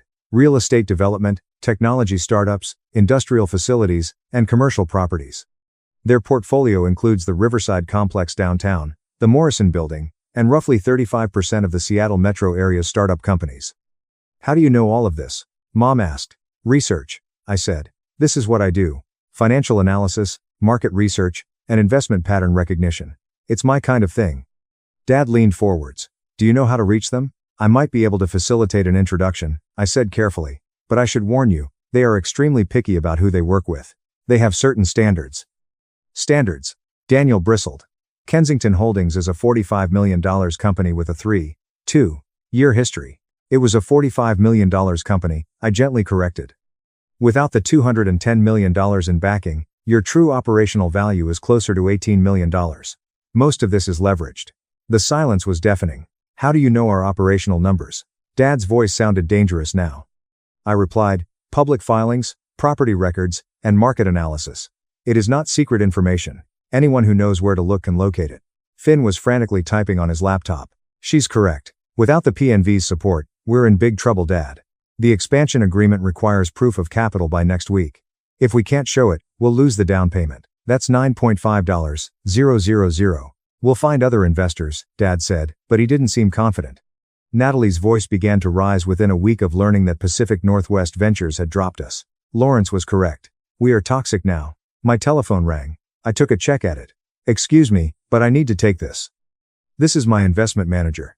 I stood and walked to the window, turning my back on the table but speaking loudly enough for them to hear. Hello, Michael. Yes, I watched the news. No, I don't believe they have figured it out yet. What? Another withdrawal? Which property? Oh, the Morrison Building. Yes, it makes sense. Isn't that entirely controlled by PNV? They're attempting to trace the ownership. Tell legal to make things as complicated as possible. Of course, yes, I will be back in Seattle tomorrow. We can meet then. I hung up and returned to the table. Everyone stared at me. Sorry about that, I said as I returned to my seat. Where were we? Who was that? Dad asked. My investment manager is Michael Chen. He handles my portfolio. Your portfolio? Daniel repeated slowly. Yes, I have investments. You know, just because I own a tech company does not mean I don't diversify. I smiled. This is investment 101. Never put all of your eggs in one basket. Dad's phone vibrated. He looked at it, and his expression changed again. This is a text message from Robert at the bank. He elaborates, someone from Pacific Northwest Ventures' legal team just contacted him asking about our account status and creditworthiness. That's unusual, I commented. Following a withdrawal, investment firms rarely contact banks directly, unless, what? Mom demanded. Unless they are considering further action. Maybe they aren't just withdrawing funds. Perhaps they are positioning for something else. Like, what? Finn inquired. I shrugged. Takeover. A buyout. It's hard to say without knowing their strategy. Natalie's gaze was focused on me now. Too sharp. You know a lot about how they work. I told you I had studied them. Nobody investigates an investment firm this thoroughly unless they have a reason. Natalie pressed. Sage, what's your reason? I returned her gaze calmly. Professional curiosity. They are good at what they do. I enjoy learning from the best. Dad's phone rang again. He answered without first checking to see who was calling. Yes. What? You cannot be serious. No, I do understand. But it's fine. Thank you for informing me. He hung up and looked at Mom. The Morrison Building. How about it? They are exercising their majority control. Effective immediately. Kensington Holdings no longer manages the property. Pacific Northwest Ventures is assuming direct control. They can't do it. Daniel said they could, so I asked if they had majority ownership, which they do, 52%, I believe. Every head turned toward me. How could you know that? Dad's voice barely rose above a whisper. It's in the property records, which are public information. I paused. Actually, Pacific Northwest Ventures owns the majority or a significant minority of your major properties. The Morrison Building, Riverside Complex, downtown parking structures, and Harborview Apartments. They're strategically placed in your portfolio. That is impossible, Mom said. We'd know if one company had that much power, wouldn't you? I asked. Do you personally review all investment documents, shareholder agreements, and ownership structures? Finn was typing again, his expression becoming increasingly concerned. Sage is correct. I'm now looking through the ownership records. PNV appears in nearly every major property we manage. How didn't we notice this? Because they entered through different subsidiary companies at different times, I explained. That is their strategy. They make no effort to introduce themselves. They quietly consolidate strategic positions. Then, once they have gained sufficient control, they act. This is insane, Natalie exclaimed. It's as if they planned this. They probably did. I agreed. Pacific Northwest Ventures does not do anything by accident. Every investment is strategic. Each acquisition is calculated. They are playing chess, while everyone else is playing checkers. Dad was looking at me with an expression I couldn't read. Sage, how do you know all this? I told you no. His voice was firm. Nobody knows this much about a private investment firm without direct access. Ownership percentages, portfolio strategy, and legal maneuvering. You aren't guessing, you know. The table remained silent. Outside, I could hear a car passing. Inside, the chandelier crystals tinkled. I took a breath. Do you want to know more about Pacific Northwest Ventures? Yes. All right. I took out my phone and checked my email. I forwarded the message to Dad's email address. Check your phone. He did. His expression ranged from confusion to shock to something I had never seen before. Understanding, perhaps, or horror? What is it? Mom grabbed his phone. She looked at the screen. Her hand moved to her mouth. Daniel leaned over to look. His eyes widened. No way. The email was simple. It came from Michael Chen, my investment manager. The subject line read, Pacific Northwest Ventures LLC ownership structure and portfolio summary. The body of the email listed everything, every property, investment, strategic acquisition, the Morrison Building, the Riverside Complex, the Harborview Apartments, and 18 other properties owned by 9 tech companies. At the bottom, bold. Sage Kensington is the primary shareholder and co-owner. Total assets under management, $934 million. You, Dad, whispered, you are Pacific Northwest Ventures. I'm Pacific Northwest Ventures, I confirmed. Natalie's wine glass slipped from her grasp and shattered on the table. Nobody attempted to clean it up. That's impossible, Daniel stated. You make applications. I do create apps, I agreed. Kensington Tech Solutions generates approximately $34 million in annual revenue. However, that is not the primary source of my income. Then where? Finn's voice sounded faint. Investments. I invested the initial success from my first app. Smart investments. Strategic investing. I began in real estate because I learned from the best. I nodded to Dad. You taught me everything you knew, even if you didn't intend to. I was watching. I learned. I did what you did, but better. Mom said, $920 million, numbly. You own $920 million. $934 million. But who's counting? I drank another drink of water. And yes, $210 million of that was invested in Kensington Holdings. I've been your primary backer for 6 years. Dad's face was ashen. Why? Because I believed in the company, because, despite everything, it's good at what it does, and because I thought maybe eventually you'd see me as something other than the family disappointment who makes apps.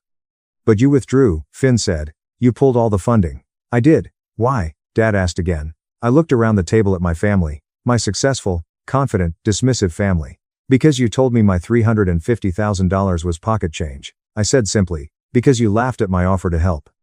Because after 6 years of secretly funding your entire operation, of making sure you had the capital to expand and thrive, you told me I was playing in the kiddie pool while you were in the ocean. The silence stretched. So, I decided to show you what the ocean actually looks like, I continued. Without my backing, Kensington Holdings is a $55 million company with $9 million in debt and no way to complete your expansion. The Morrison Building I own 52%. Always have the Riverside Complex 65%. Harborview 49%. Every major property you manage, I have controlling or significant interest. Why did you hide it? Mom asked. Because I wanted to see if you'd ever treat me like I belonged, if you'd ever see me as capable, as intelligent, as worthy of respect. I smiled sadly. You didn't. Even tonight, when I offered to help, you mocked me. So now you know. Daniel found his voice. What will happen now? That depends, I said. On you? On us? Natalie's voice was sharp, but there was fear in it now. On whether you want me to stay invested or not. I looked at Dad. You said Kensington Holdings is a family business. You were right. And I'm family, whether you like it or not. So here's my offer. I'll restore the funding, all $210 million. I'll even increase my investment to $230 million to help with the expansion. Hope flickered across Dad's face. But I continued, things change. I'm not a silent partner anymore.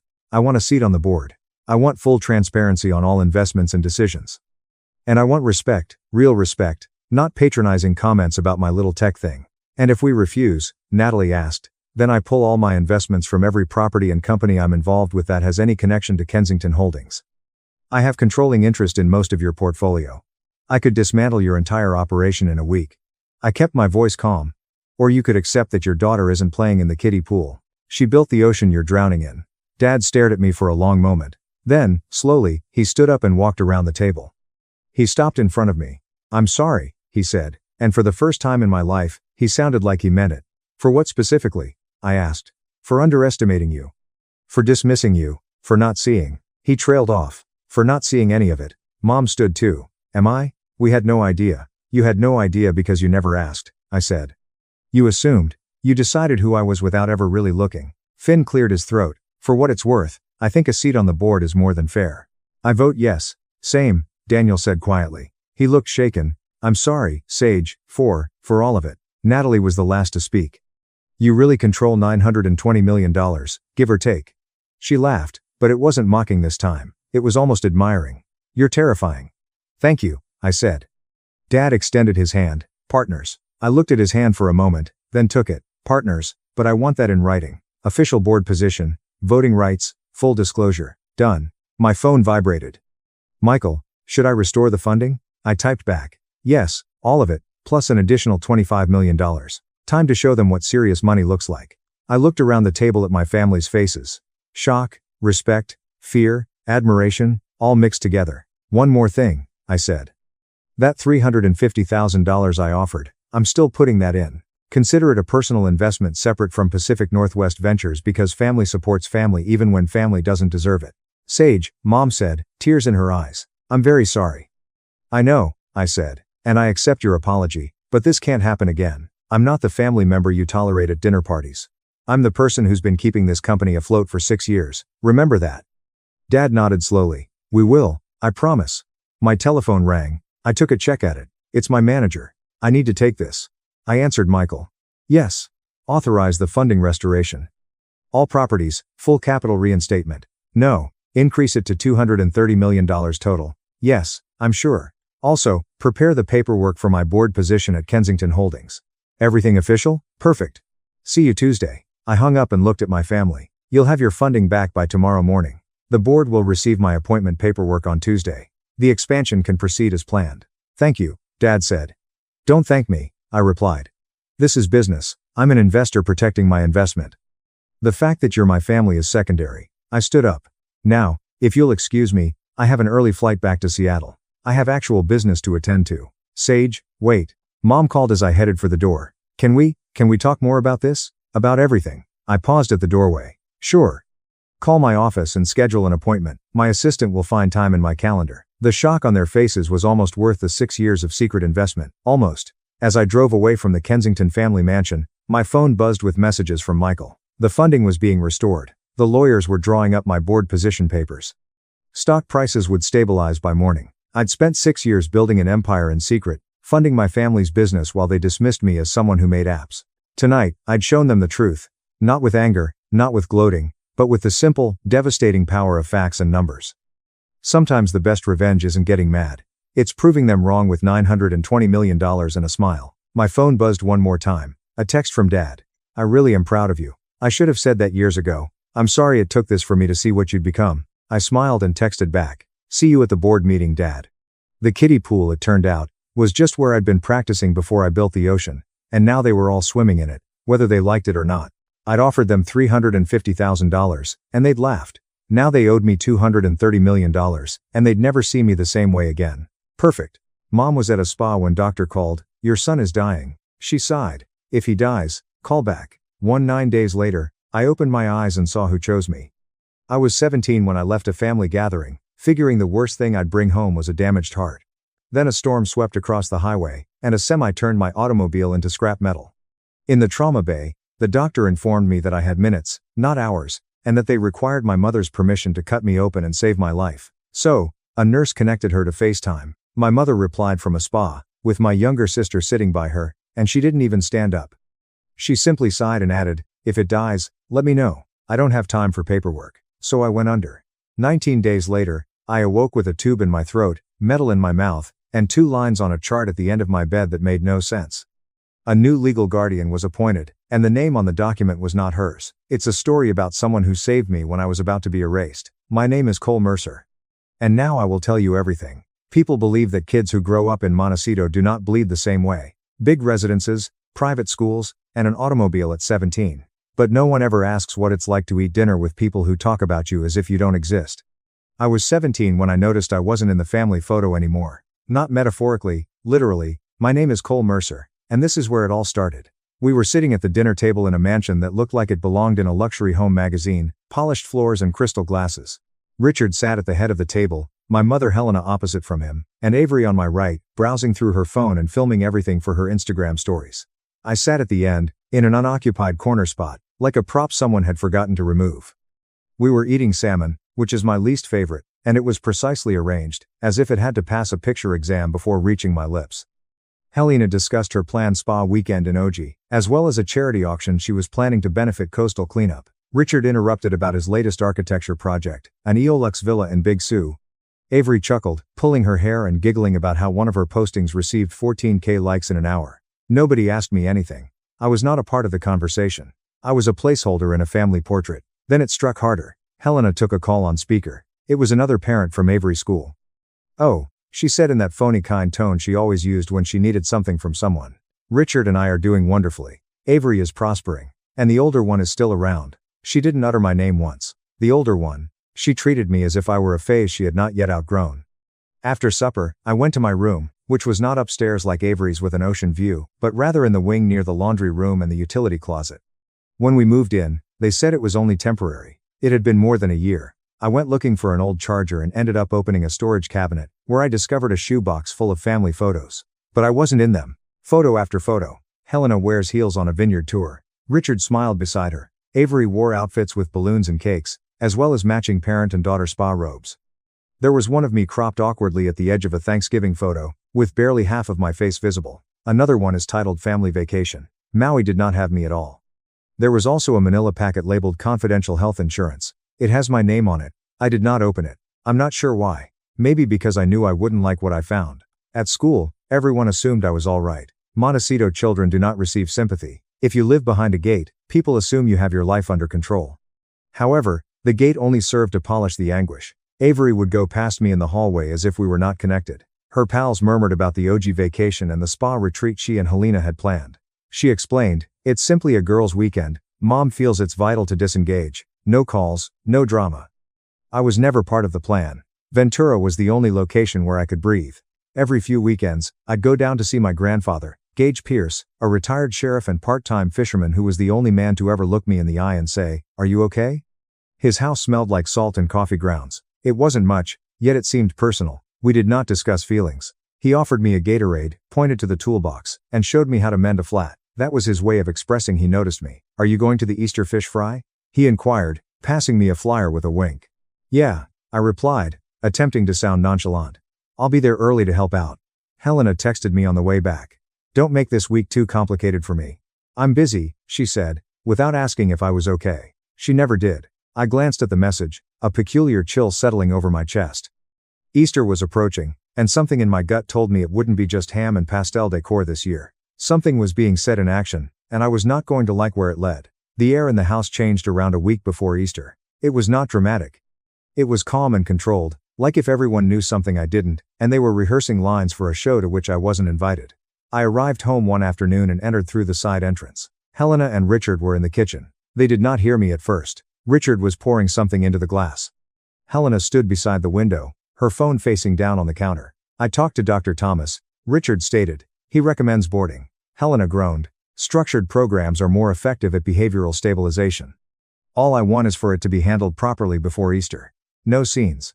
There is still paperwork. We will get it done. I've already spoken with Ridgeview." I froze. My rucksack swung loosely over one shoulder, my heart skipping like a skipped beat. Boarding. Behavioral paperwork. Before Easter. They intended to send me away. And soon. That night, I waited until everyone went upstairs. I crept inside Richard's office, pretending to fetch my charger, but really went directly to the cabinet containing crucial files. It was cracked open and messy. There was a folder labeled Household Assets plus Insurance. I flipped through it too quickly, my fingers shaking. Helena, Richard, and Avery. Their names appeared on all primary beneficiary lines. My name was not missing, yet it was not among theirs. It was placed in the back, labeled Prior Dependent, with the comment Transition Plan Pending. I took a picture of the page with my phone and closed the folder before my stomach turned even more. The next morning, Helena drove me to school. It was just me and her in the car. The silence was audible. "Easter's important this year," she added abruptly. "A large number of people will be there. I need things to go smoothly." I didn't say anything. "There is a fresh opportunity for you." "I know. After Easter, a change in environment, structure, and support." "Do you mean you are going to ship me off?" I said, watching her expression. Her smile wavered for a fleeting second. "You're always assuming the worst. I'm trying to help." "No, you're trying to make me disappear." She didn't respond. She simply cranked up the music and like the conversation had not occurred. That weekend, I drove to Ventura. I wanted to tell Gage everything, but the words stuck. I didn't want to sound crazy. I did not want him to worry. "Are you okay?" he inquired, bringing me a bottle of water as usual. I paused. "Just school stuff." He didn't press, but nodded and added, "If you ever need real help, call this guy." He then handed me a card. Daniel Pierce, a juvenile law specialist. I pocketed it and told a joke, but it didn't feel humorous. Back in Montecito, I strolled by Helena's living room and noticed her iPad vibrating with notifications. One of them attracted my attention. OG Valley Inn Spa confirmed. Full day mother-daughter reset. Non-refundable. It should be noted that no calls will be made during the session. It was slated on Easter Sunday. My heart thumped. That cannot be a coincidence. If something happened and I needed aid, there would be no one to turn to. They'd planned it. The night before Easter, I was preparing a bag for my stay at Gage's when Avery knocked. She didn't enter, simply leaned against the door frame with her arms folded. "Just so you know," she stated, "after tomorrow, everything gets easier for all of us." "What the hell does that mean?" She smirked. "It indicates you are no longer a part of this family. And, frankly, you never were." Then she walked away as if she hadn't just lighted a match and dumped it everywhere. I stood there, staring at the photograph in the corridor. Helena, Richard, and Avery smile in front of a Christmas tree. My frame was shattered and missing from the shelf below. Tomorrow was Easter, and I had no idea that the crash was already happening. I arrived in Ventura just before noon, which was earlier than necessary. The backyard still smelled of sea salt and old charcoal from last summer, and Gage was already out there, dragging folding chairs from the shed. I helped him set up the huge table and string the lights, pretending it was just another picnic or Easter. "Here," he continued, handing me a perfectly folded light blue shirt. "Wear it today. Looks great on you." It wasn't new. Not precisely. It was one of my real dad's old shirts, which Gage had washed, pressed, and stored. I ran my fingertips across the collar, unsure what to say. "Thanks," I said quietly, and he simply nodded, as he often did when he provided something that meant more than he let on. By 2:30, the backyard was crowded. Cousins, uncles, and aunts I didn't know well, but who nonetheless hugged me and asked too many questions. There were deviled eggs and corn on the cob. Someone brought tri-tip from that location off the 34. It felt quite safe. For once, I wasn't just background noise. Then came a perfect storm. Helena arrived as if she were being photographed. The white dress is flawless, with not a single wrinkle. Richard parked his Tesla right by the curb as if he owned the block. Avery was the last to leave, recording on her phone while spinning in the sunlight. They did not bring a dish or drinks. Instead, they brought presents. That was sufficient for them. Helena air-kissed an aunt she hadn't seen since Christmas, and gave a loud remark on the centerpieces. Richard began talking business with one of my cousins as if he had practiced the presentation. Avery just continued filming. I approached Helena to say hello, and she turned to a family friend. "This is Cole," she announced. "Not my son, just the name." She grinned and turned away before I could answer. I backed away, got a bottle of water, and moved to the side of the house. I needed a minute. That was when I heard her. Helena's voice was gentle but clear. "Yes, just confirming tomorrow's full day. Yes, only the two of us. No interruptions, no phone calls, and no paperwork. Today is our detox day." She chuckled with a smooth, delighted sound. "It has been a long time coming. Only mother and daughter. Really quiet." I froze. Avery's voice rang out from behind her. "Finally. No boys, no drama, just us." My stomach sank. It was not the words, it was how casually they uttered them. How quickly I had been eliminated from their definition of family. I'm not sure how long I stood there before walking back out into the yard. Gage caught me midway across the grass. "You okay?" I nodded too quickly. "Just a headache." He didn't believe me, but he didn't insist. I fell back into my chair and attempted to eat something, but everything tasted like cardboard. Later, one of my mother's cousins drew me aside near the grill. She was sipping iced tea and making small chat when she stated this. "So, I heard you're doing something new after this. Your mother mentioned that there is a planned program." I stared at her. "What type of program?" She shrugged. "Something structured. Good for concentration and discipline." She made it sound like an excellent opportunity. I walked away before saying anything I'd regret. By sundown, I'd had enough. The warmth was gone. The Ventura air did not feel safe anymore. It simply felt like the final item I was permitted to have. I told Gage I was leaving early. "Are you sure?" he asked. "Yeah, just tired." He handed me the keys to the ancient Civic that I had saved up for. "Drive safely. If the rain moves in, the roads will get slick. Text me when you get home." I nodded. "I will." Avery passed me near the gate.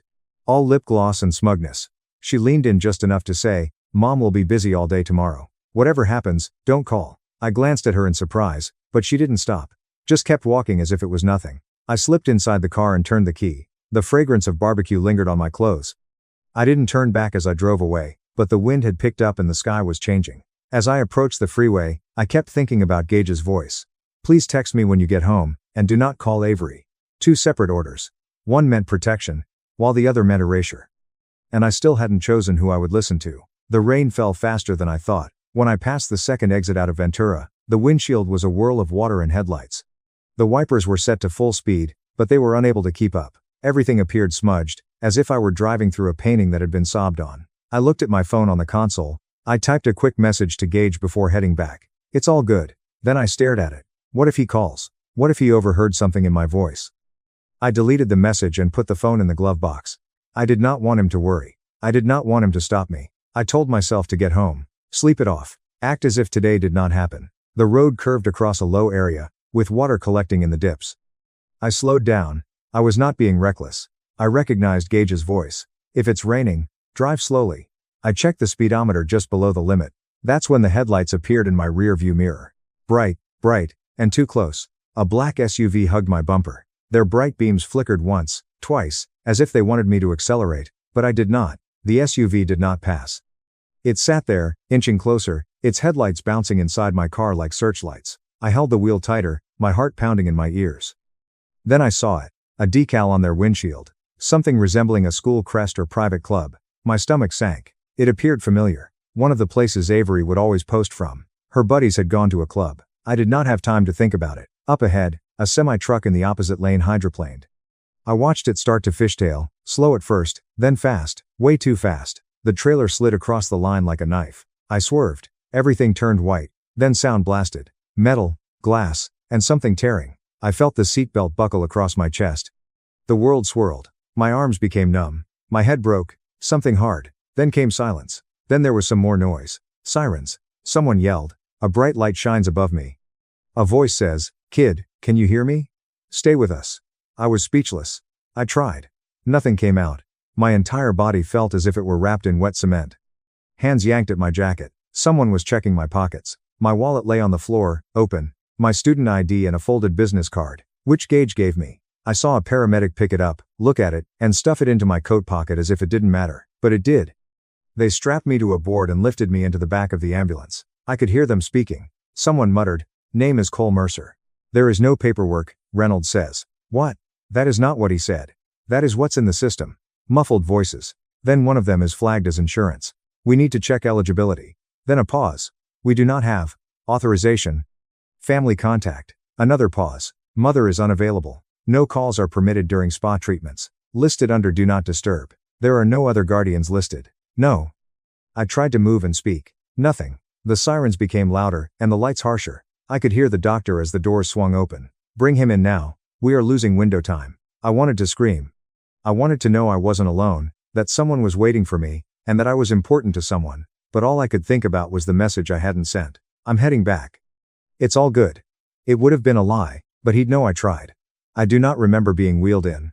I can't remember the white light, or the metallic clatter of gurney wheels on tile. What I remember is pain blooming inside me like a living thing, clawing its way up from my gut to my ribs before fading away.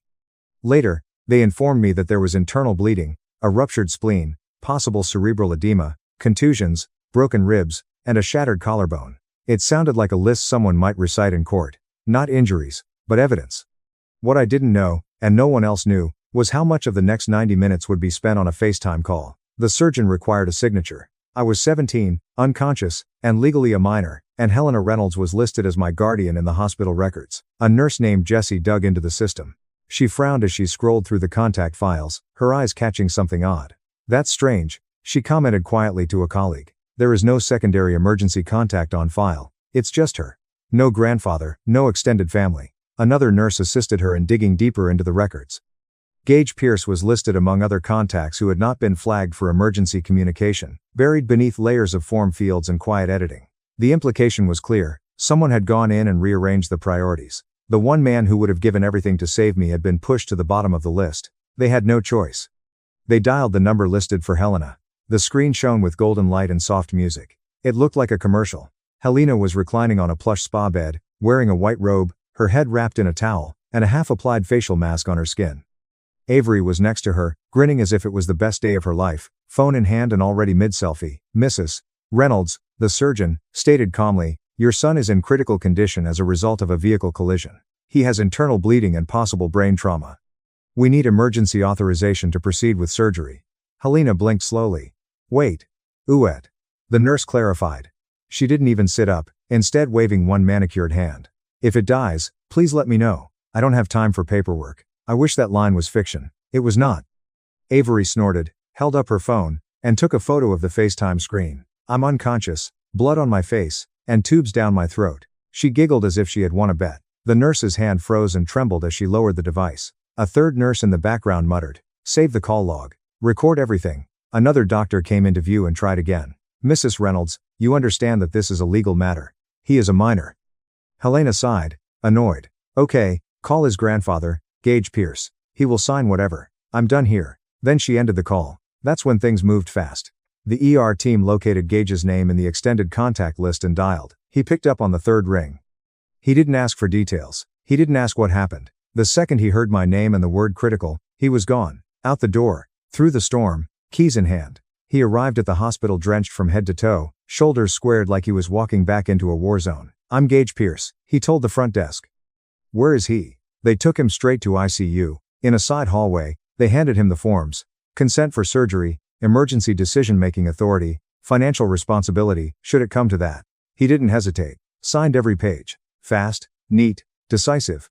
When he entered the prep room, I was already halfway sedated. Still, they gave him 45 seconds. He stepped to the edge of the bed, took my hand, and whispered, "I'm here, kid, I've got you. You're not alone." Then the doors closed behind him, and I disappeared into the bright silence of the O.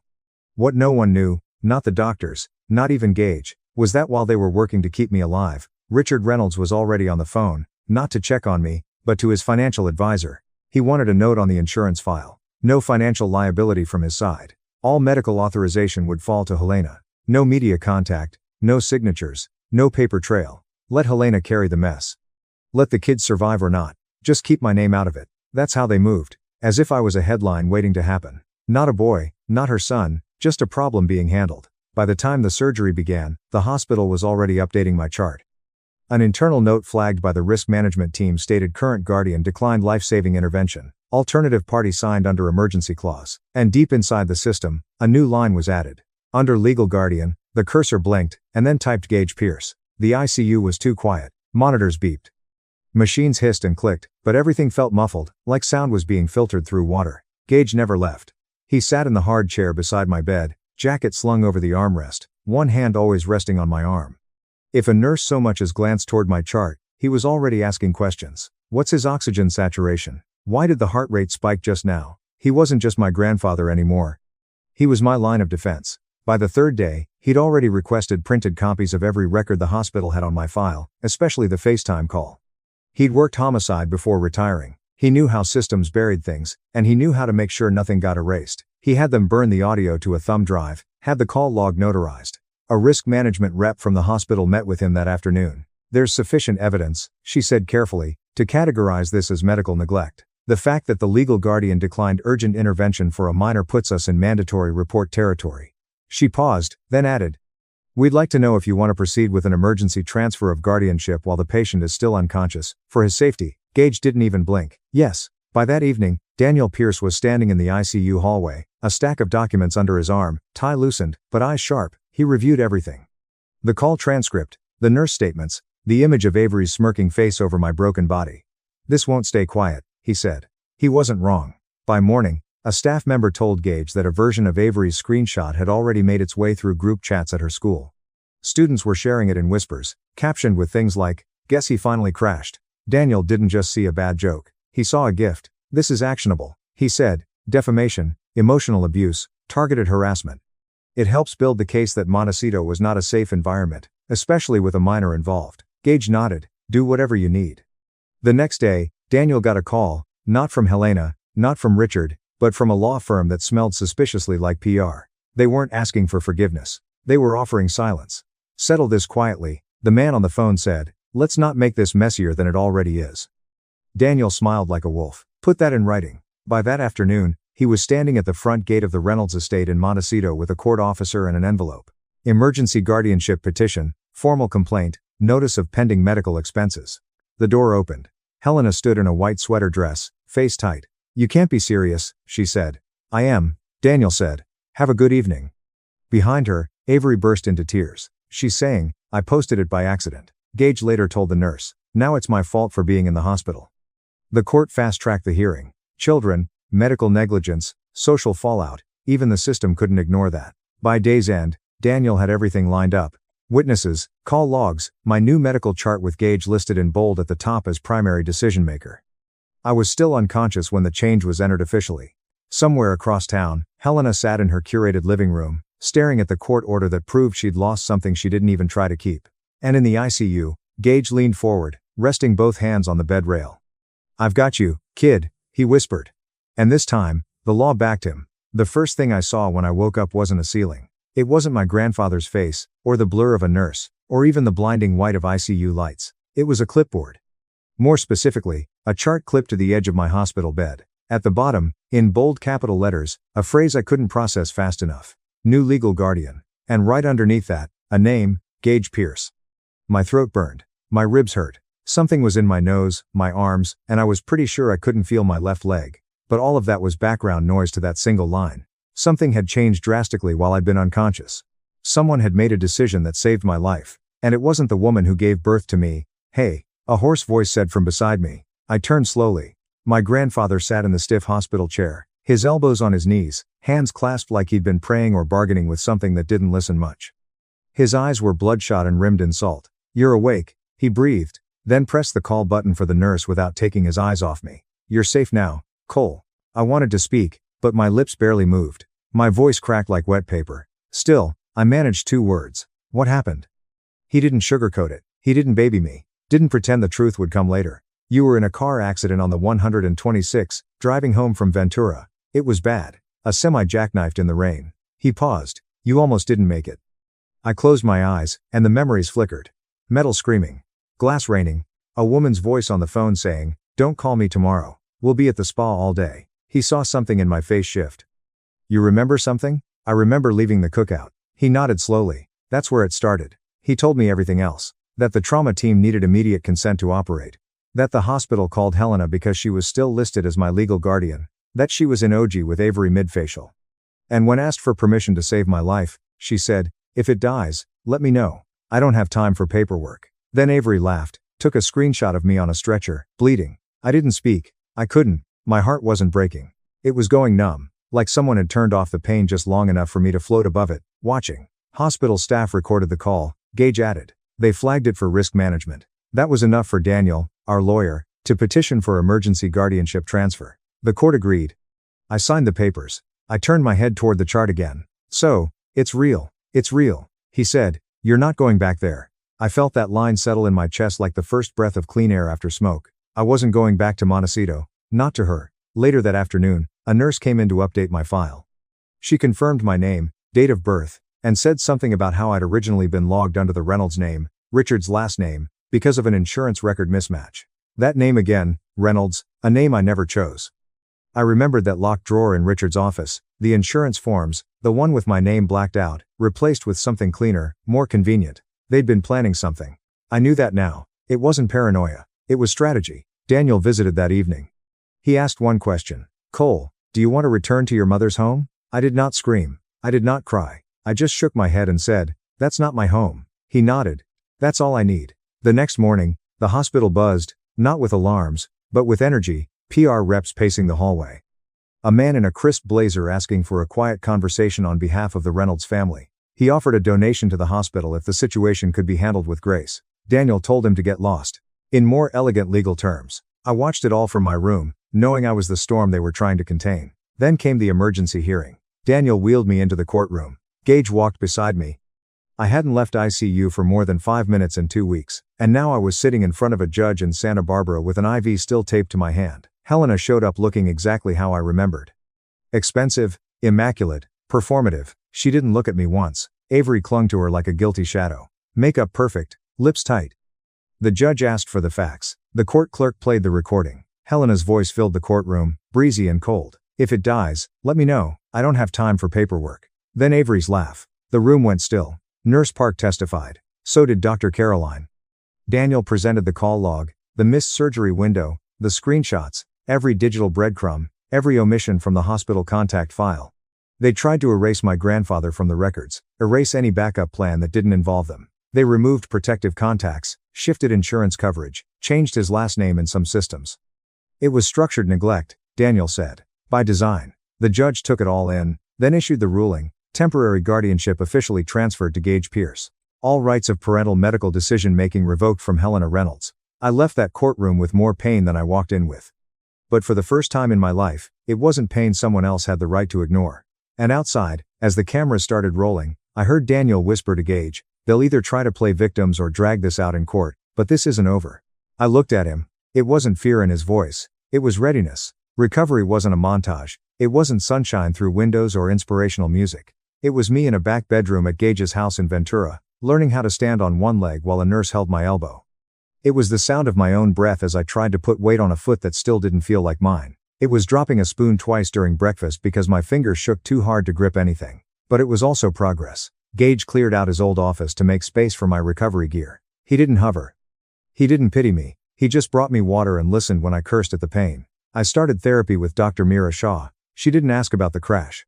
Not at first. She asked me what it felt like to sit in silence in a house where people only looked at you when they needed something. I told her it felt like being erased. We worked from there. Then the text started. Helena sent one first. "I know you're hurting, so am I. I wish you could see the full picture. Then I've lost everything, Cole. Don't take away what little I have left." I did not respond. I showed Daniel instead. He told me to keep every message. They aren't apologies. They're optics. A week later, news broke that Richard had filed for divorce. Irreconcilable differences, public reputation, financial preservation.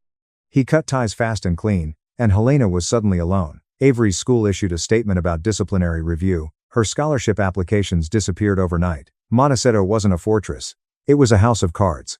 The final custody hearing came 7 weeks later. I walked into that courtroom on crutches, not because I wanted pity, but because I refused to be wheeled anywhere again. I testified last. I told the judge the truth. That night, I said, when the doctor said I needed surgery and my mom declined, something in me died before my body ever could. I wasn't her son. I was a file, a liability, something to manage. I looked at Helena then. She was crying, or trying to.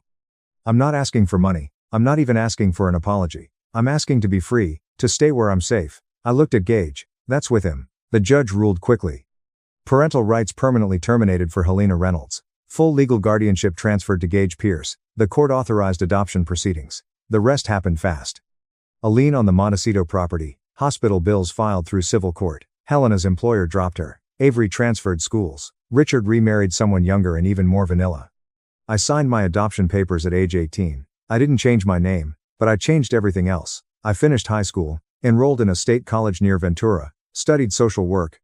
Today I work with kids like me. Not all of them survive. Not all of them make it out with someone like Gage in their corner. But when they look up at me and ask, "How did you get out?" I tell them the truth. Someone stayed. That's all it takes sometimes. One person who refuses to leave when it's inconvenient. 2 signatures on a hospital form that says you're worth it. The last thing I read in that hospital was new legal guardian. Now I know what that really meant. It meant family isn't who raised you. It's who refuses to let you run. My wife said at Grandma's 88th birthday. We called 911. Cops found Uncle sedating her to steal the estate. He was arrested on the spot. On my grandmother's 88th birthday, my wife said, "Grab your bag. We're leaving." Minutes later, in the car, she closed the doors and shivered.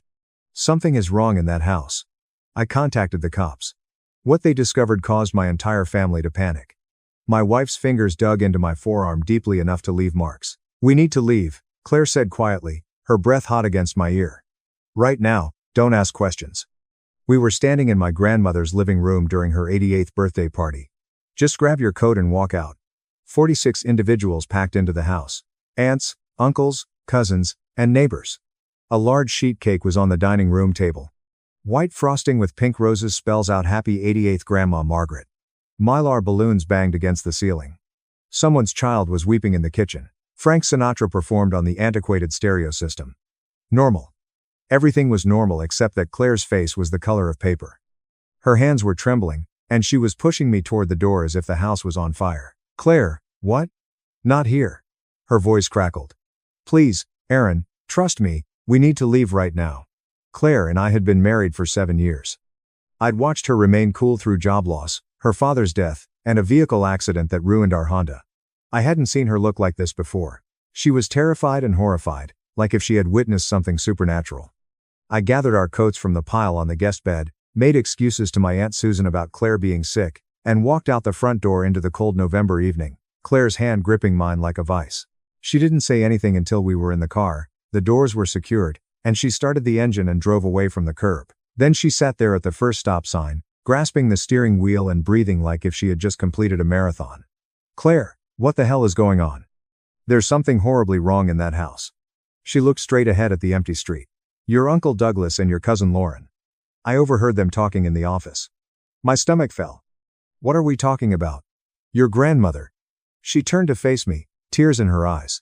"Aaron, they are drugging her. They're snatching everything there." Her voice cracked. "They're destroying her."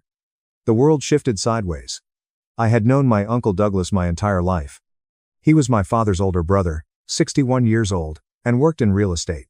He resided in a large mansion in Riverside. He'd been helping to care for Grandma Margaret for the past 4 years, ever after Grandpa died, and she'd begun to struggle on her own. Lauren, Douglas's 32-year-old daughter, worked as a paralegal, lived with Douglas, and assisted him with his grandmother's affairs. They were family. They were the nice people. They showed up. They ensured that Grandma attended her doctor's appointments, paid her bills on time, and did not fall behind on her medicine. "That's insane, Claire." "Douglas has been." I heard them.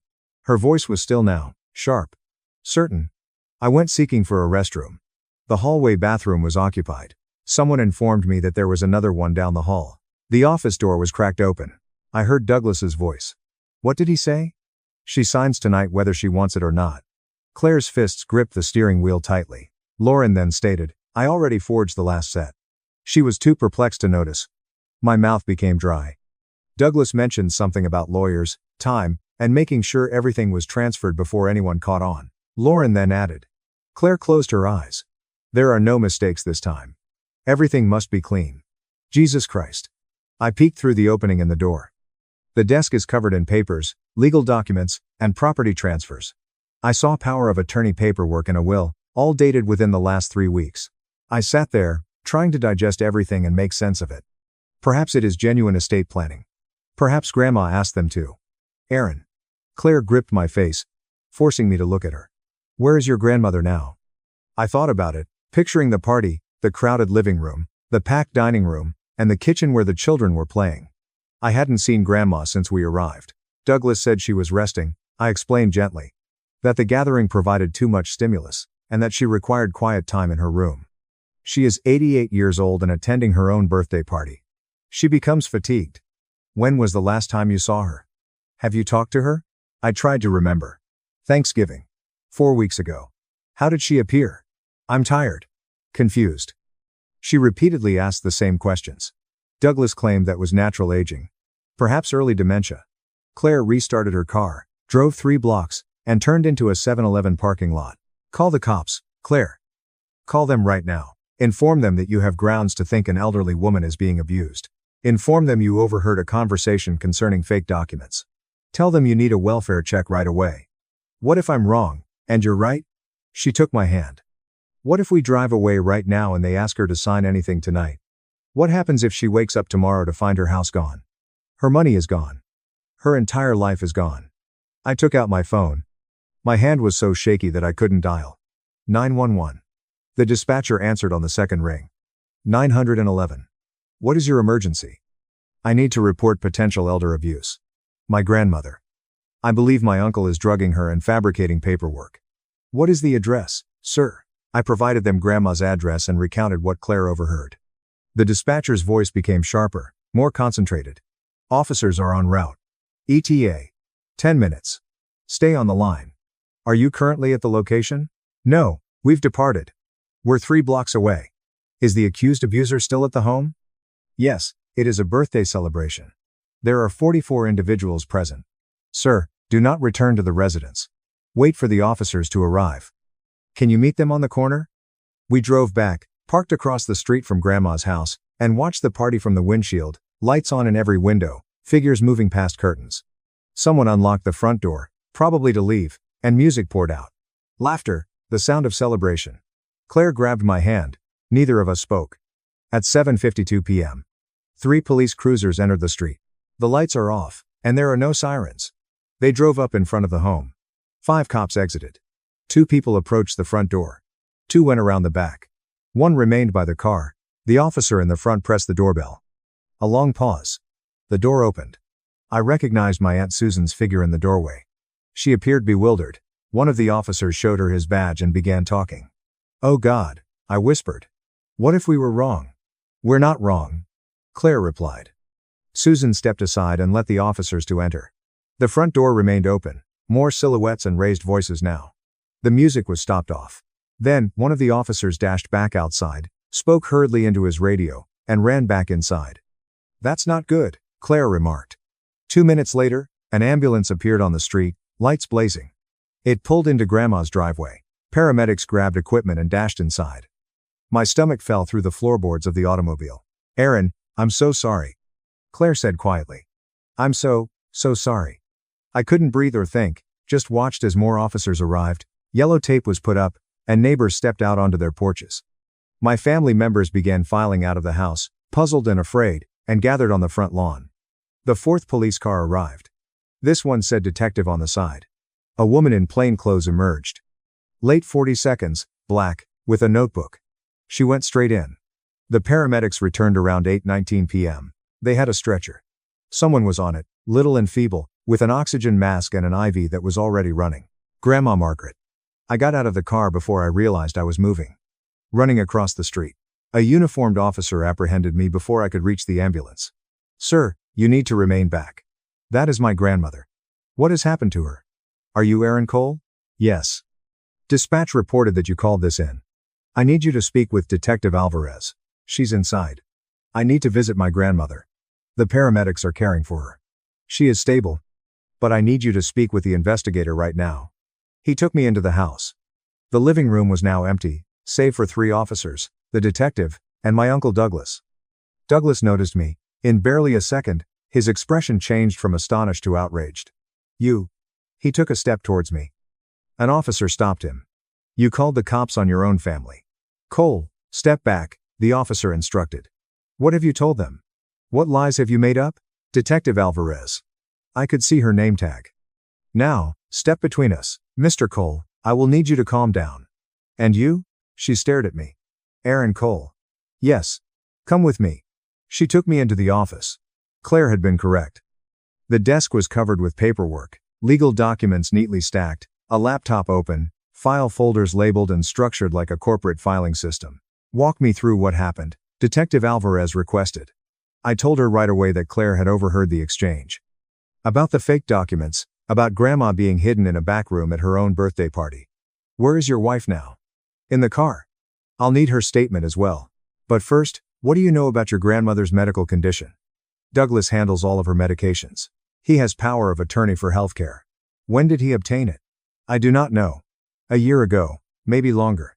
She agreed and took notes. Your grandmother was found in the rear bedroom. She was deeply sedated and scarcely responsive. The paramedics discovered an empty prescription bottle on the bedside. Margaret Cole was prescribed zolpidem, which is the generic version of Ambien. According to the label, it was filled 6 days prior, 28 pills. The bottle is empty. My legs became weak. I sat down firmly in the office chair. 28 tablets in 6 days. I stated that the typical dose is 1 pill at bedtime. Someone has been giving her 5 medications every day to keep her obedient. That's what it looks like. We're doing blood testing right now, but based on her presentation, slurred speech, bewilderment, and difficulty to stay awake, I'd say she's been oversedated for days, if not weeks. I took a close look at the documents on the desk. The property transfer deed was dated November 18th, 6 days ago. Quitclaim deed transferring grandmother's home from Margaret Cole to Douglas Cole. Notarized, and signed with Grandma's signature. Except I had seen Grandma's autograph my entire life. Christmas cards and birthday checks. This one was unsteady. Wrong. The letters are too huge. The angle is completely off. That's not her signature. I said. Detective Alvarez grabbed the document with gloved hands. Place it in an evidence bag. We'll need a handwriting expert to corroborate that. But between you and me, I've seen enough forgeries to identify one. 12. She pointed to additional documents. The power of attorney was signed 3 weeks ago. A new will was signed 10 days earlier. Douglas and Lauren Cole will inherit everything from the estate. Bank account authorizations. Investment account transfers. Someone has been systematically transferring every asset that your grandmother owns. How much are we talking about? Based on what I see here, the house is valued approximately $725,000. According to bank statements, savings accounts have total balances of approximately $360,000. Investment accounts for an additional $210,000. She owns a rental property in Anaheim worth around $540,000. We're looking at more than $1.83 million in assets. I felt nauseous. Douglas has stolen from her. Douglas has been liquidating her entire life, and according to the timeline, tonight was meant to be the last step. What do you mean? She pointed to the calendar on the desk. Tonight was November 24th, and it had been circled in red. Marginal notes, final signatures, escrow transfer, and account closure on Monday. Banks open on Monday. If everything had been signed tonight, Douglas could have walked into the bank with power of attorney on Monday morning and drained all of the accounts. The house sale was scheduled to close on Tuesday. By Wednesday, your grandma would have had nothing. Oh my God, Mr. Cole, I have a question. Did any other members of your family know about this? I do not know. My Aunt Susan saw the papers weeks ago. Douglas informed her that it was estate planning. Is anyone else suspicious? Can you help Douglas? Are you covering for him? His daughter, Lauren. My wife overheard them both talking. Detective Alvarez nodded. Lauren Cole. She's being questioned by another cop right now. There was shouting from the outside. Douglas was ranting at officers on the front yard, and I saw him through the glass. My family members stood in bunches on the pavement, watching, puzzled, terrified, angry. What happens now? I asked. Now we're arresting Douglas and Lauren Cole for elder abuse, fraud, forgery, and theft. We seize all documents for proof. We transport your grandma to the hospital for a thorough examination, and we begin undoing any damage they've caused. Can you fix it if they've already transferred things? The majority of it. Banks are fairly competent at reversing fraudulent transfers once we demonstrate incompetence and forgery. The house sale might be stopped. It has not closed yet. We'll get the majority of it back, but it will take time. I heard Claire's voice outside, making her testimony to an officer. I could see her through the window, arms wrapped around herself, still shaking. Your wife saved her life, Detective Alvarez explained calmly. If she hadn't heard that conversation, and you hadn't called when you did, this would have been done by midnight. Clean transfer, legal papers. By the time anyone figured it out, the money would be vanished. Douglas would have dumped her in a nursing facility, most likely without any assets to pay for it. Medicaid facility. She would have perished in a nursing home, believing her family had abandoned her. I buried my face in my hands. He's my uncle. I have known him my entire life. That's normally how things go. Almost typically, elder abuse comes from within the family. The people with access, the people who can be trusted. She closed her notebook. Come on, let us get you outside. We strolled out onto the front lawn. You're going to want to be there when they take your uncle into custody. The entire family was present now. My father, Douglas's younger brother, stood near the street, face white with astonishment. My Aunt Susan was crying. Cousins murmured to one another. The neighbors watched from their porches. Douglas stood in the center of it all, disputing with two officers. This is ridiculous. I am her son. I am taking care of her. These are all valid estate planning agreements. Sir, your mother was discovered highly sedated. The prescription bottle shows that she should have had 22 tablets left. It's empty. She must have taken more. She's been confused recently. That's why we need the power of attorney. Sir, we found forged signatures on multiple documents. I was helping her sign documents. She has arthritis. Lauren emerged, led out by another cop, and she begged me to guide her hand. Her hands were handcuffed behind her back. She was crying, mascara dripping down her face. Dad, tell them, she yelled. Douglas twisted his face. Tell them we were just helping Grandma. Shut up, Lauren. You claimed she wouldn't remember. You mentioned it was easy money. I said shut up. The entire family remained silent. 46 individuals are standing on that lawn. Everyone who hears Lauren blames her father. Everyone understood what had happened. My Aunt Susan broke first. I started sobbing. Loud, horrible, heartbreaking sobs. I saw the newspapers. I saw them few weeks ago. Douglas described it as estate planning. I believed him. Oh, God. I believed him. My father approached Douglas, his older brother. His face was stone. How could you do this to Mom? I was not doing anything to her. I was assisting her with her financial affairs. She can't handle it alone longer. You were drugging her. You forged her signature. You were stealing all she owned. It would have been mine anyhow. When she died, I was merely speeding up the process. The words hung there. Accelerating the procedure. Like Granny was an inconvenient intermediary between Douglas and money. Like her life was something to be rushed through. Detective Alvarez came forward. Douglas Cole, you've been arrested for elder abuse, fraud, forgery, and grand theft. You have the right to remain silent. She proceeded to read him his rights as another officer handcuffed him. Douglas's face changed from red to purple to white, and his mouth opened and closed like a fish. This was a mistake. This is a tremendous error. I am her son. I have rights. They escorted him to a police car and seated him in the rear seat. His gaze met mine through the glass as they drove past. Pure wrath, disbelief, and rage. He never imagined he'd get caught, had undoubtedly been planning this for years, gathering documentation, developing a narrative of Grandma's deterioration, establishing himself as the responsible son, and caring for his aged mother. He never expected his nephew's wife to bring him down. Lauren got in a different car, still crying and yelling. I did not want to do it. He made me. He claimed Granny would die soon anyway. He said it wasn't really stealing. The automobiles drove away. The yellow tape remained up. The birthday celebration, cake, balloons, and presents stood abandoned inside a house that had become a crime scene. Claire appeared at my side and wrapped her arm around my waist. How are you doing? I do not know. I suppose I am numb. I apologize. I'm sorry for dragging you into this. You saved her life. I almost didn't say anything. When I heard them chatting, I almost convinced myself that I had misunderstood, that I was overreacting, and that it was none of my concern. But you said something. She nodded and placed her head against my shoulder. My father approached Aaron. Claire, thank you. If you hadn't, he couldn't finish. Just drew us both into an embrace. The family around us was splitting. Some others were crying, angry, and protecting Douglas. He could not have known. Maybe there was a misunderstanding. The police are overreacting. My Aunt Susan was not among them. She was speaking with Detective Alvarez, giving a statement about the papers she'd seen, the discussions Douglas had with her, and the times he'd kept people away from Grandma, claiming she was having a terrible day or was too confused to receive visits. I took out my phone and contacted the hospital. It took 15 minutes after being transferred to reach someone who would speak with me.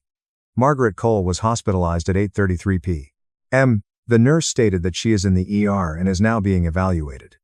Are you a family? Her grandchild. Hold on. Muffled talk, followed by a new speaker. Male, authoritative?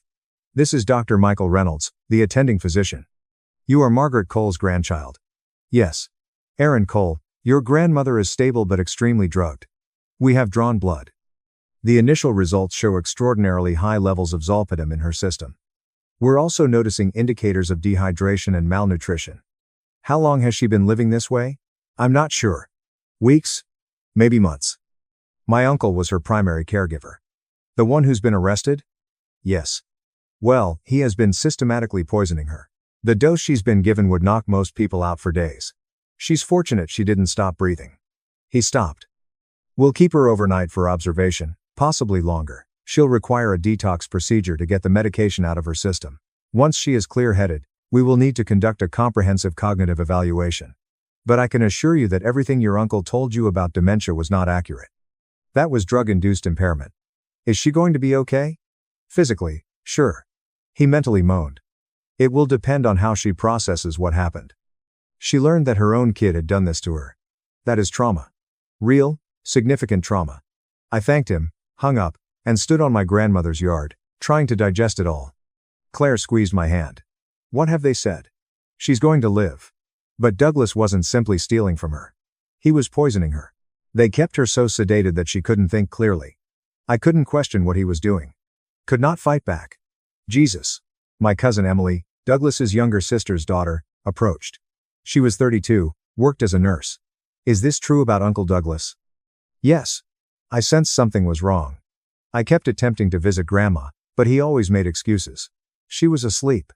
She wasn't having a good day. The doctor said no visitors.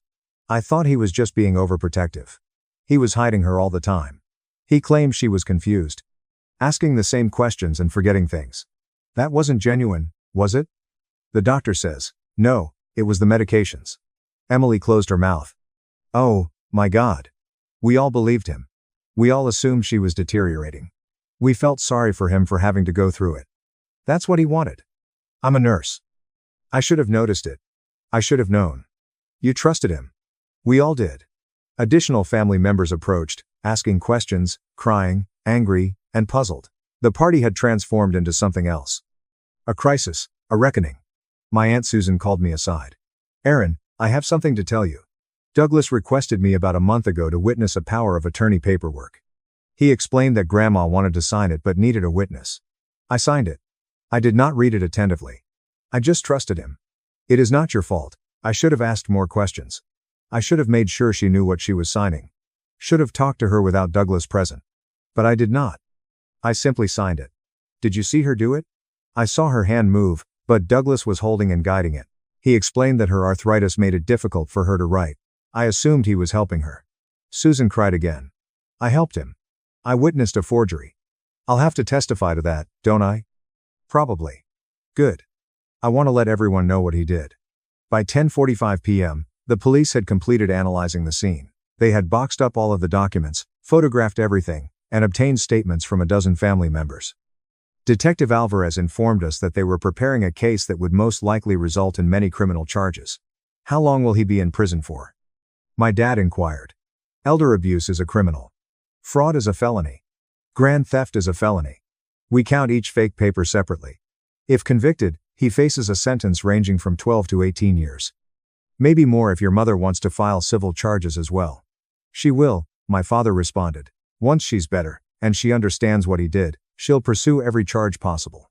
Claire and I departed about 11:20 p.m. Driving home in silence. Both too exhausted to speak. I keep thinking about the party, Claire said as we drove into our home. All those people, the cake, the presents, and the entire time she was in that back room, drugged, imprisoned, and most likely afraid. She had no idea it was her birthday. Do you believe she knew what was going on? What was Douglas doing? I do not know. I hope not. I hope she was too bewildered to comprehend. But I had a feeling she was aware, on some level, that her son was harming her, taking things from her. forcing her to sign paperwork she didn't understand, and she was powerless to stop it. The following 4 months were a legal nightmare. Douglas and Lauren were charged with 14 offenses total. Douglas posted bail, using his own house as collateral, and had a GPS monitor. Lauren remained in jail. She couldn't afford her $120,000 bond. The forensic accountant's report was terrible. Douglas stole $912,000 over 22 months.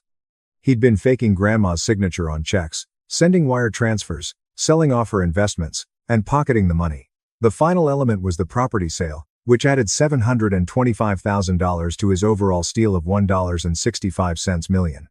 He had spent the majority of it on new automobiles, a boat, gambling debts, and a property in Mexico. By the time authorities apprehended him, he had approximately $185,000 left. Grandmother spent 17 days in the hospital. The detoxification was difficult. She experienced withdrawal symptoms from the medication, including bewilderment, anxiety, and night terrors. Dr. Michael Reynolds compared it like coming off a month-long bender. When she finally cleared, and her mind was sharp again, the cognitive evaluation revealed that she was fine. There was no dementia or cognitive impairment, simply an 88-year-old mother who had been drugged on a systematic basis by her son. I paid her a visit on day 18. She was sitting up in bed, looking more like herself, thinner than I remembered, frailer, but with clear eyes. "Aaron," she began as I entered, "they told me what you and Claire did. Claire figured it out. I've just made the call. You saved my life." Her voice broke. "My own son was killing me, and you saved me, Grandma." Douglas came to see me 2 days before the party, she added softly. I was not as high that day. I was able to think clearly for several hours. He brought me paperwork to sign. I asked what they were. He mentioned estate preparation, which would make things easier after my death. But I did look at one of them. It was an act. I'm transferring my house to him. I refused to sign. I informed him that I wanted my own lawyer to review everything. He became angry. He was so angry that he accused me of being difficult, confused, and unable to understand what I was reading. She looked at me. That night, he handed me some more tablets. I can't recall much after that. It's just fog. Days of fog. I woke up in the hospital. He was planning to grab everything. I am aware. The cops showed me all of the fake documents. My handwriting, but not my own. He practiced it. I mastered the art of replicating my own signature. It's over now. He can't hurt you anymore. My own son. She began to cry. Quiet tears. I gave birth to him, raised him, loved him his entire life, and he looked at me and saw nothing but money. She was holding my hand. I didn't know what to say because she was correct. Douglas had viewed his mother as an impediment, a nuisance, a barrier to be broken. "The lawyer says I can get most of the money back," Grandma said. "Banks are reversing transfers. Insurance may pay some of the remainder, but Aaron, money isn't important. What matters is that I am alone now. I have 2 sons. Your father is fantastic, but Douglas," she shook her head, "is dead to me. I'll never speak to him again, and that means I've lost a son. You didn't lose him. He lost you by choice, through his own actions." I keep thinking about Lauren. She helped him. My granddaughter. I used to babysit her. I taught her how to ride a bike, and she faked my signature. She assisted her father in drugging me.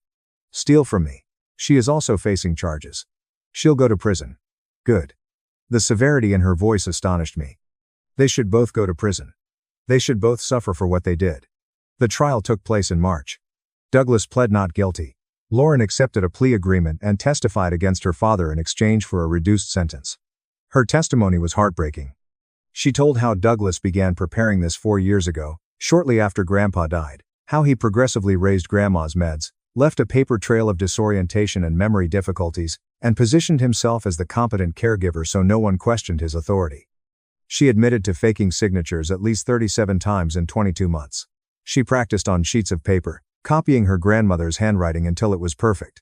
Douglas is peeking over her shoulder, coaching. "Shakier, she's older. Make it look shakier." She explained the parties. How Douglas would drug Grandma more on days when family was visiting, put her in the back bedroom, and tell everyone she was having a difficult day. All to give the impression that she was declining, and she revealed the plan for that last night. The birthday celebration was covered. Everyone gathered, preoccupied, as Douglas had Granny sign the final forms in the rear bedroom. If Claire hadn't heard them, and we hadn't called the cops, it would have worked. The jury deliberated for 5 hours before finding Douglas guilty on all counts. Elder abuse, fraud, forgery, grand theft, and financial exploitation of the elderly. Sentencing occurred 10 weeks later. The judge, a lady in her 60 seconds, had definitely seen enough of this type of case. Mr. Cole, she replied, glancing at Douglas through her spectacles. You repeatedly mistreated, drugged, and robbed your mother. You did this over the course of 22 months. You requested your daughter's assistance. You manipulated the entire family. You made intricate lies to conceal your crimes. You displayed no regret, empathy, or awareness that your mother is a human being worthy of decency and respect. Douglas stood there in his orange jumpsuit, GPS monitor on his ankle, appearing smaller than I'd ever seen him. The state recommends 13 years. The defense seeks probation and reparations. I am sentencing you to 15 years in state prison. There is no possibility of parole before serving at least 11 years. In addition, you shall pay your mother full restitution for all stolen funds, which is estimated to be $912,000, plus legal fees and damages totaling $1.35 million.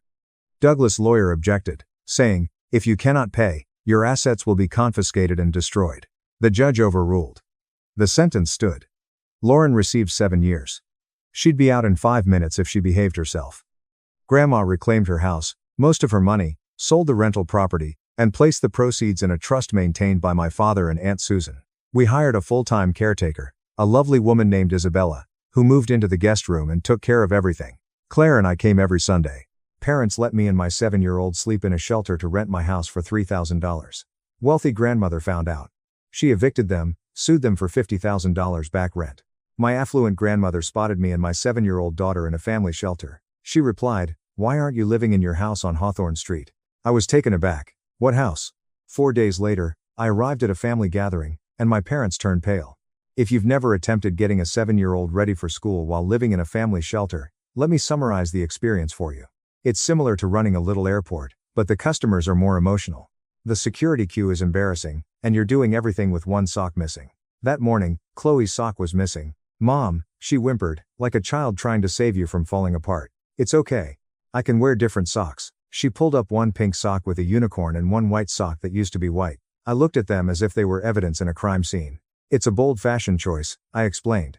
Very, I do what I want. Chloe smiled.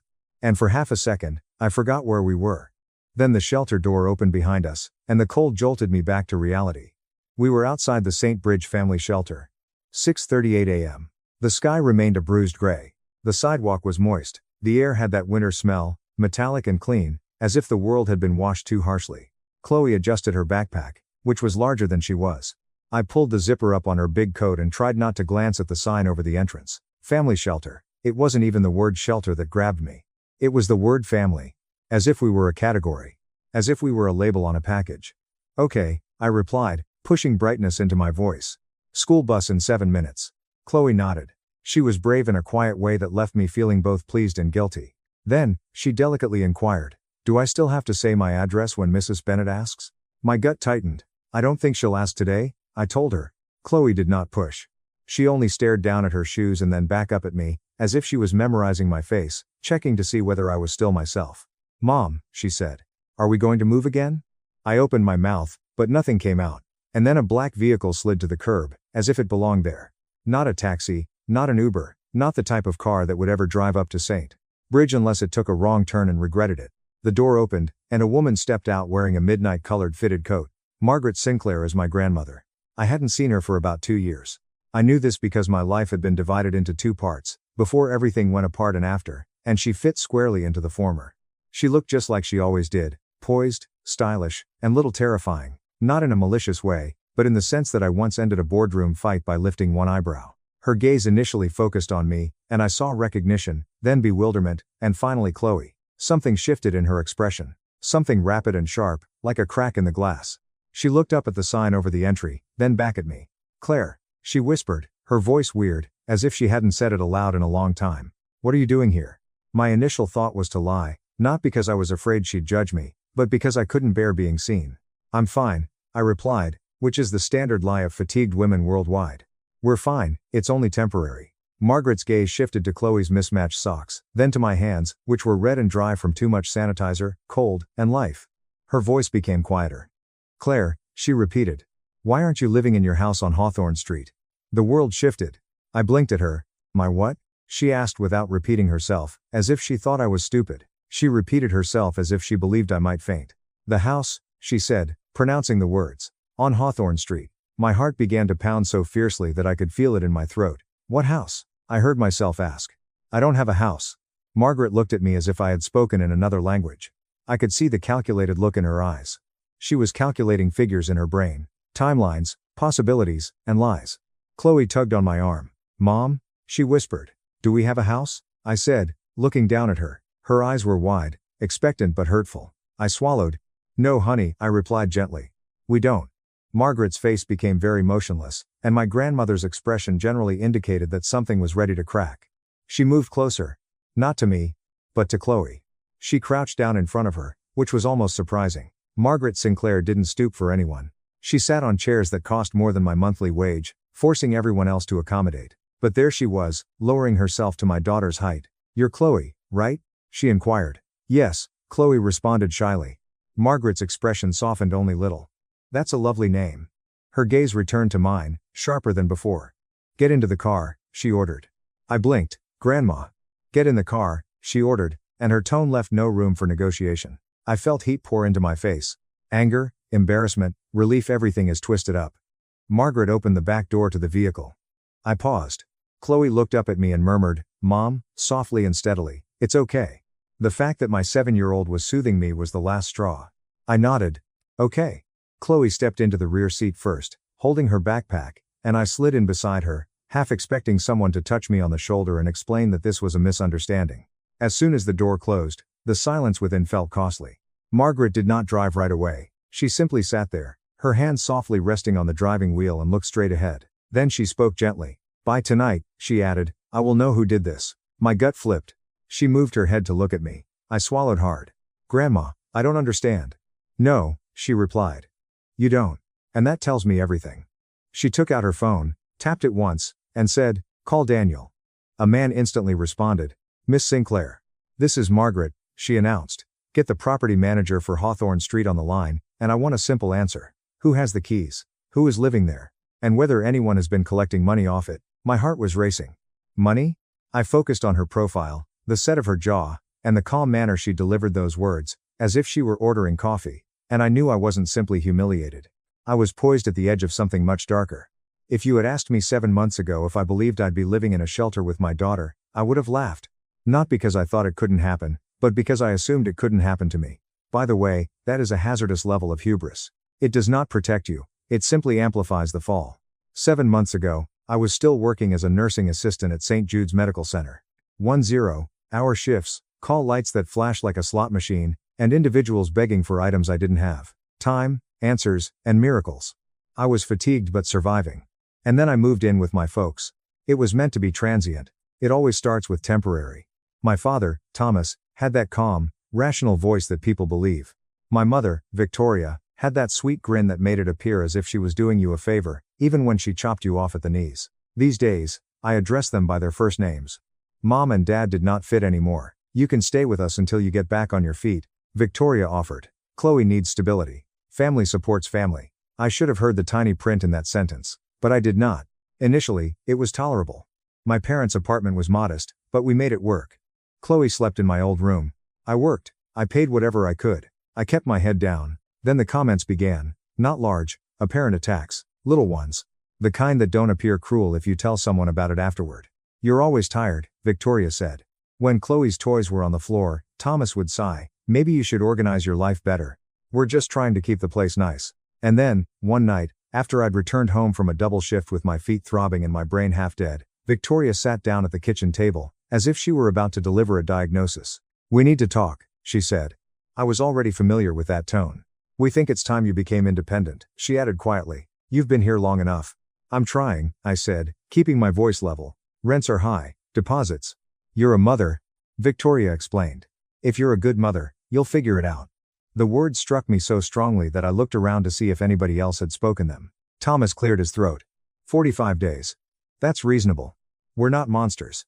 I wanted to scream, but yelling never worked in that apartment. It only provided them something to point to later. I nodded. Okay. I tried. During my breaks at the hospital, I searched through listings. My thumb scrolled as I drank cafeteria coffee. I called locations. I was told the same thing over and over. First and last month. Deposit, proof of income, and credit check. We're sorry, but we preferred another applicant. Every day, it seemed like I was sprinting uphill with Chloe on my back.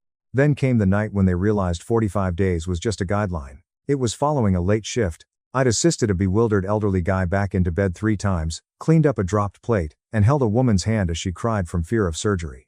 I arrived home after midnight. The hallway light outside my parents' apartment was turned on. My gut constricted instantly. 2 cardboard cartons were outside the door. My boxes. I stared at them for a long moment, as if my brain couldn't absorb the shape of what I was witnessing. Then I tested the doorknob. Locked. I knocked. Silence. I knocked again and harder. Eventually, the door cracked open. Victoria's expression appeared serene, as if it were a usual Tuesday. "You need to keep your voice down," she said harshly. "Neighbors, why are my belongings outside?" I demanded. Thomas spoke from behind her, bored. "We told you, Claire. Independence." "It hasn't been 45 days, I explained, my voice cracking. Victoria's expression stiffened slightly. "Plans change." I looked beyond her shoulder and toward the foyer. Chloe was curled up on the floor exactly next to the shoe rack, her small jacket folded under her head like a pillow, half sleeping, shoes still on, as if they'd placed her there hours before so I could scoop her up and leave without awakening the entire apartment. "Where are we supposed to go?" I growled. Victoria's smile returned, faint and content. "You'll figure it out, you always do." And then, as if doing me a favor, she said, "Don't make a scene." I stood in the hallway with my boxes, the air humming in my ears. I stepped inside briefly enough to squat and slide my arms under Chloe. She made a little sleepy sigh and wrapped herself about my neck. Victoria's hand was already on the door when I backed out into the hall. The door closed. Chloe stirred. "Mom," she muttered. "It's okay," I lied unconsciously. We're having a sleepover." I pushed the boxes into my car and drove away. I don't recall much of that night. I recall streetlights. I recall how my hands shook on the steering wheel. I recall sitting in the car with Chloe asleep in the back seat, her petite body curled like a question mark. I recall thinking over and over, how did this happen? The following day, I attempted to repair it because that is what I do. I mend stuff. I clean up messes. I lift individuals who cannot lift themselves. I called Victoria. She didn't respond. I called Thomas. He responded once. "We're doing this because we love you," he continued, as if reading from a script. Tough love. Then he hung up. I went to work nonetheless because my unpaid rent was not going to pay itself. By day 4, my cheeks were hollow from worry, and my stomach ached from cheap gas station meals. I tried a motel. After 1 or 2 nights, the money ran out. A school counselor noted Chloe's quietness and inquired about her well-being. I lied. The counselor asked again gently, and I noticed Chloe watching me with those wide eyes, learning how to lie to survive.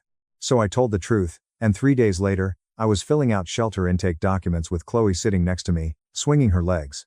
The intake worker was kind but exhausted, as if she had seen too much. "We need your information," she stated. "We need to know where you stayed last night." "In my car," I replied. She nodded as though she were checking a box. Chloe leaned in and whispered loudly, "Is this our house now?" The woman startled. I smiled too hard. "No," I replied quickly. "No, sweetheart. I wanted to say, this is only temporary, but the word tasted like a joke." That night, Chloe fell asleep on a tiny bed alongside me in a room reeking of chlorine and overdone food. I lay awake listening to other families coughing, babies wailing, and someone muttering, "It's okay," as if in prayer. My phone rested in my hand. I considered calling my grandmother. Margaret Sinclair was not the type of woman you would expect to cry. She was the type of woman you would contact when you wanted an issue solved. But my mother had spent years teaching me not to worry her. "Your granny loathes drama. Victoria has always maintained she dislikes weakness. Do not embarrass yourself." And when I texted Victoria after the lockout to see whether Margaret knew what was going on, she responded immediately. "Grandma is currently overseas. She's busy. Do not pull her into this." It was amazing how quickly my mother could respond to a text when she wanted something. So I did not call. I told myself I could handle it. I told myself I did not want to appear pathetic. I told myself several things. Then, on a frigid winter morning, my grandma came out of a black vehicle outside a shelter and inquired why I wasn't living at my Hawthorne Street home. And I understood I had more than simply a housing problem. I had a family issue, and someone had been lying for a long time. Margaret's phone call had already begun when she returned to the sedan. I didn't hear the other voice, just Margaret's side, which was harsh enough to break glass. "Who signed for the keys?" A beat. "And the house is occupied?" Me stomach sank. Margaret didn't seem surprised. She reacted as if someone was confirming what she already suspected. "Send the file to Daniel," she requested. "Everything." She hung up the phone and finally looked at me, not with pity but with confidence. I sent one SMS to Chloe's school as my thumbs shook nonstop. This is a family emergency. Chloe will not be in today. No explanation, no essay. Just the truth in the tiniest, least humiliating package I could devise. Margaret drove to a diner 12 minutes away. The kind of restaurant with warm windows, a doorbell, and menus that smelled like syrup. Inside, the heater pounded my face so fiercely that I nearly screamed from the sensation of being warm. We slid into the booth. Chloe quickly discovered the kids' menu and began drawing a cartoon pancake as if it had personally insulted her. Margaret purchased hot chocolate for Chloe without asking.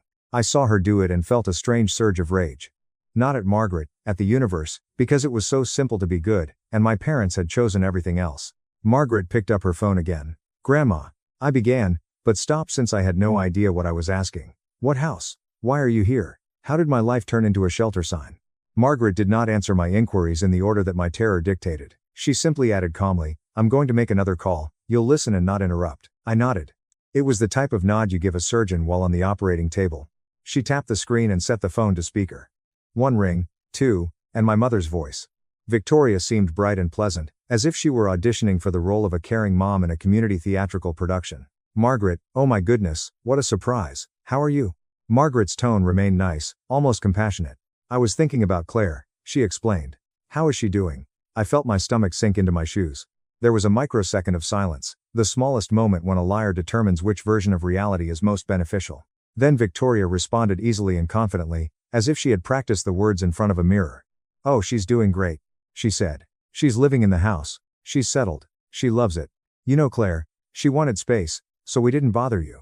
I stared at the sticky table, as if it would open up and devour me whole. Chloe was coloring calmly across from me, humming to herself. She could not comprehend the words, but she recognized the tone.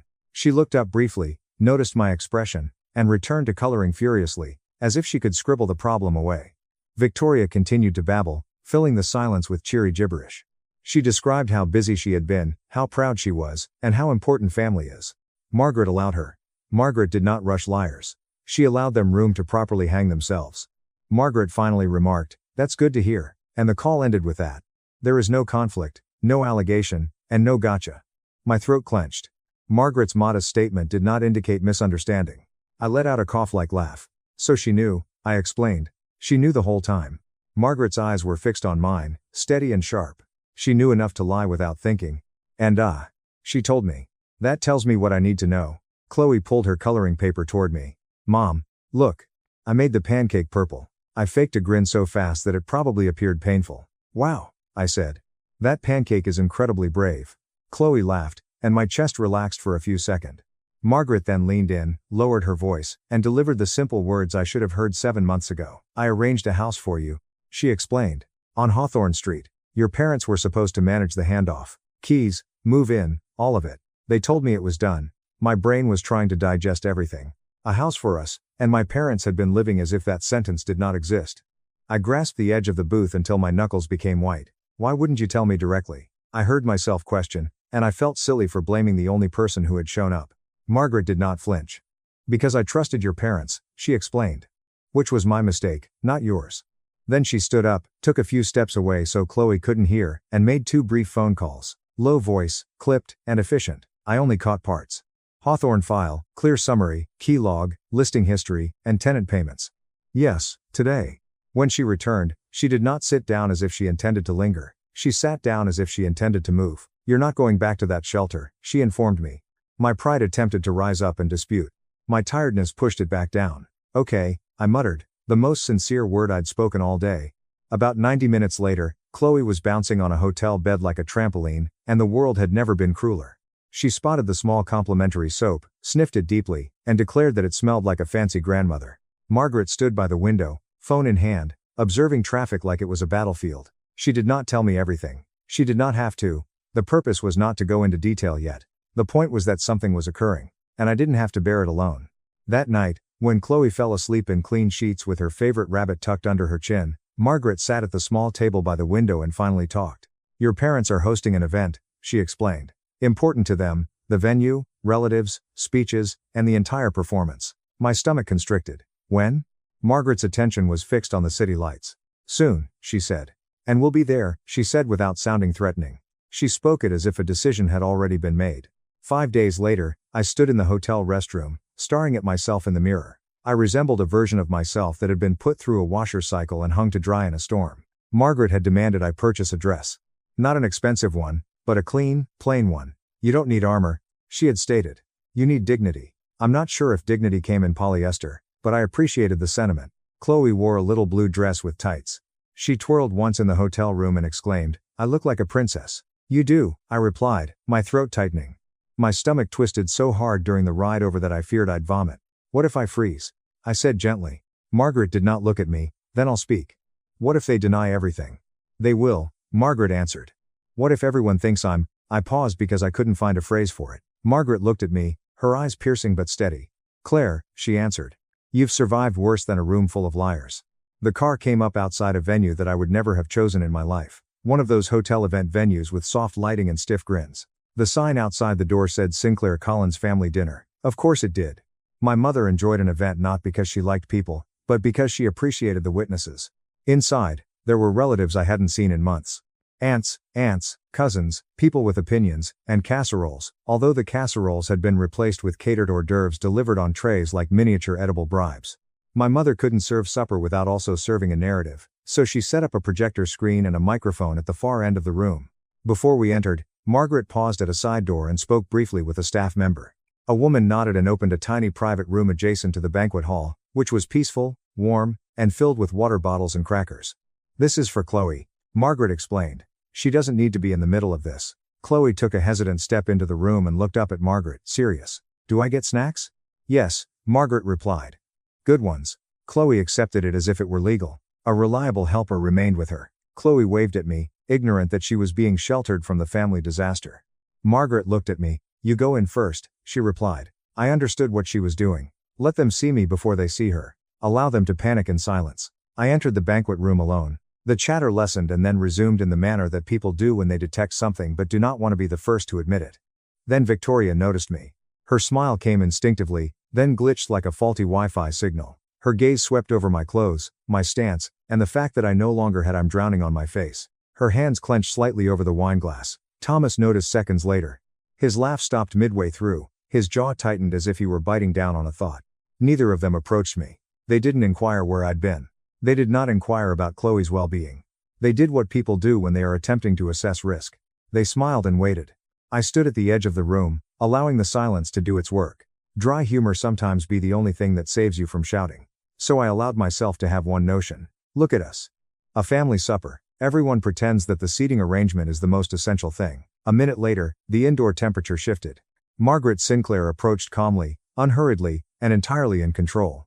Beside her stood a man with a compact briefcase and a laptop bag, the type of person who appeared to have never raised his voice because he didn't need to.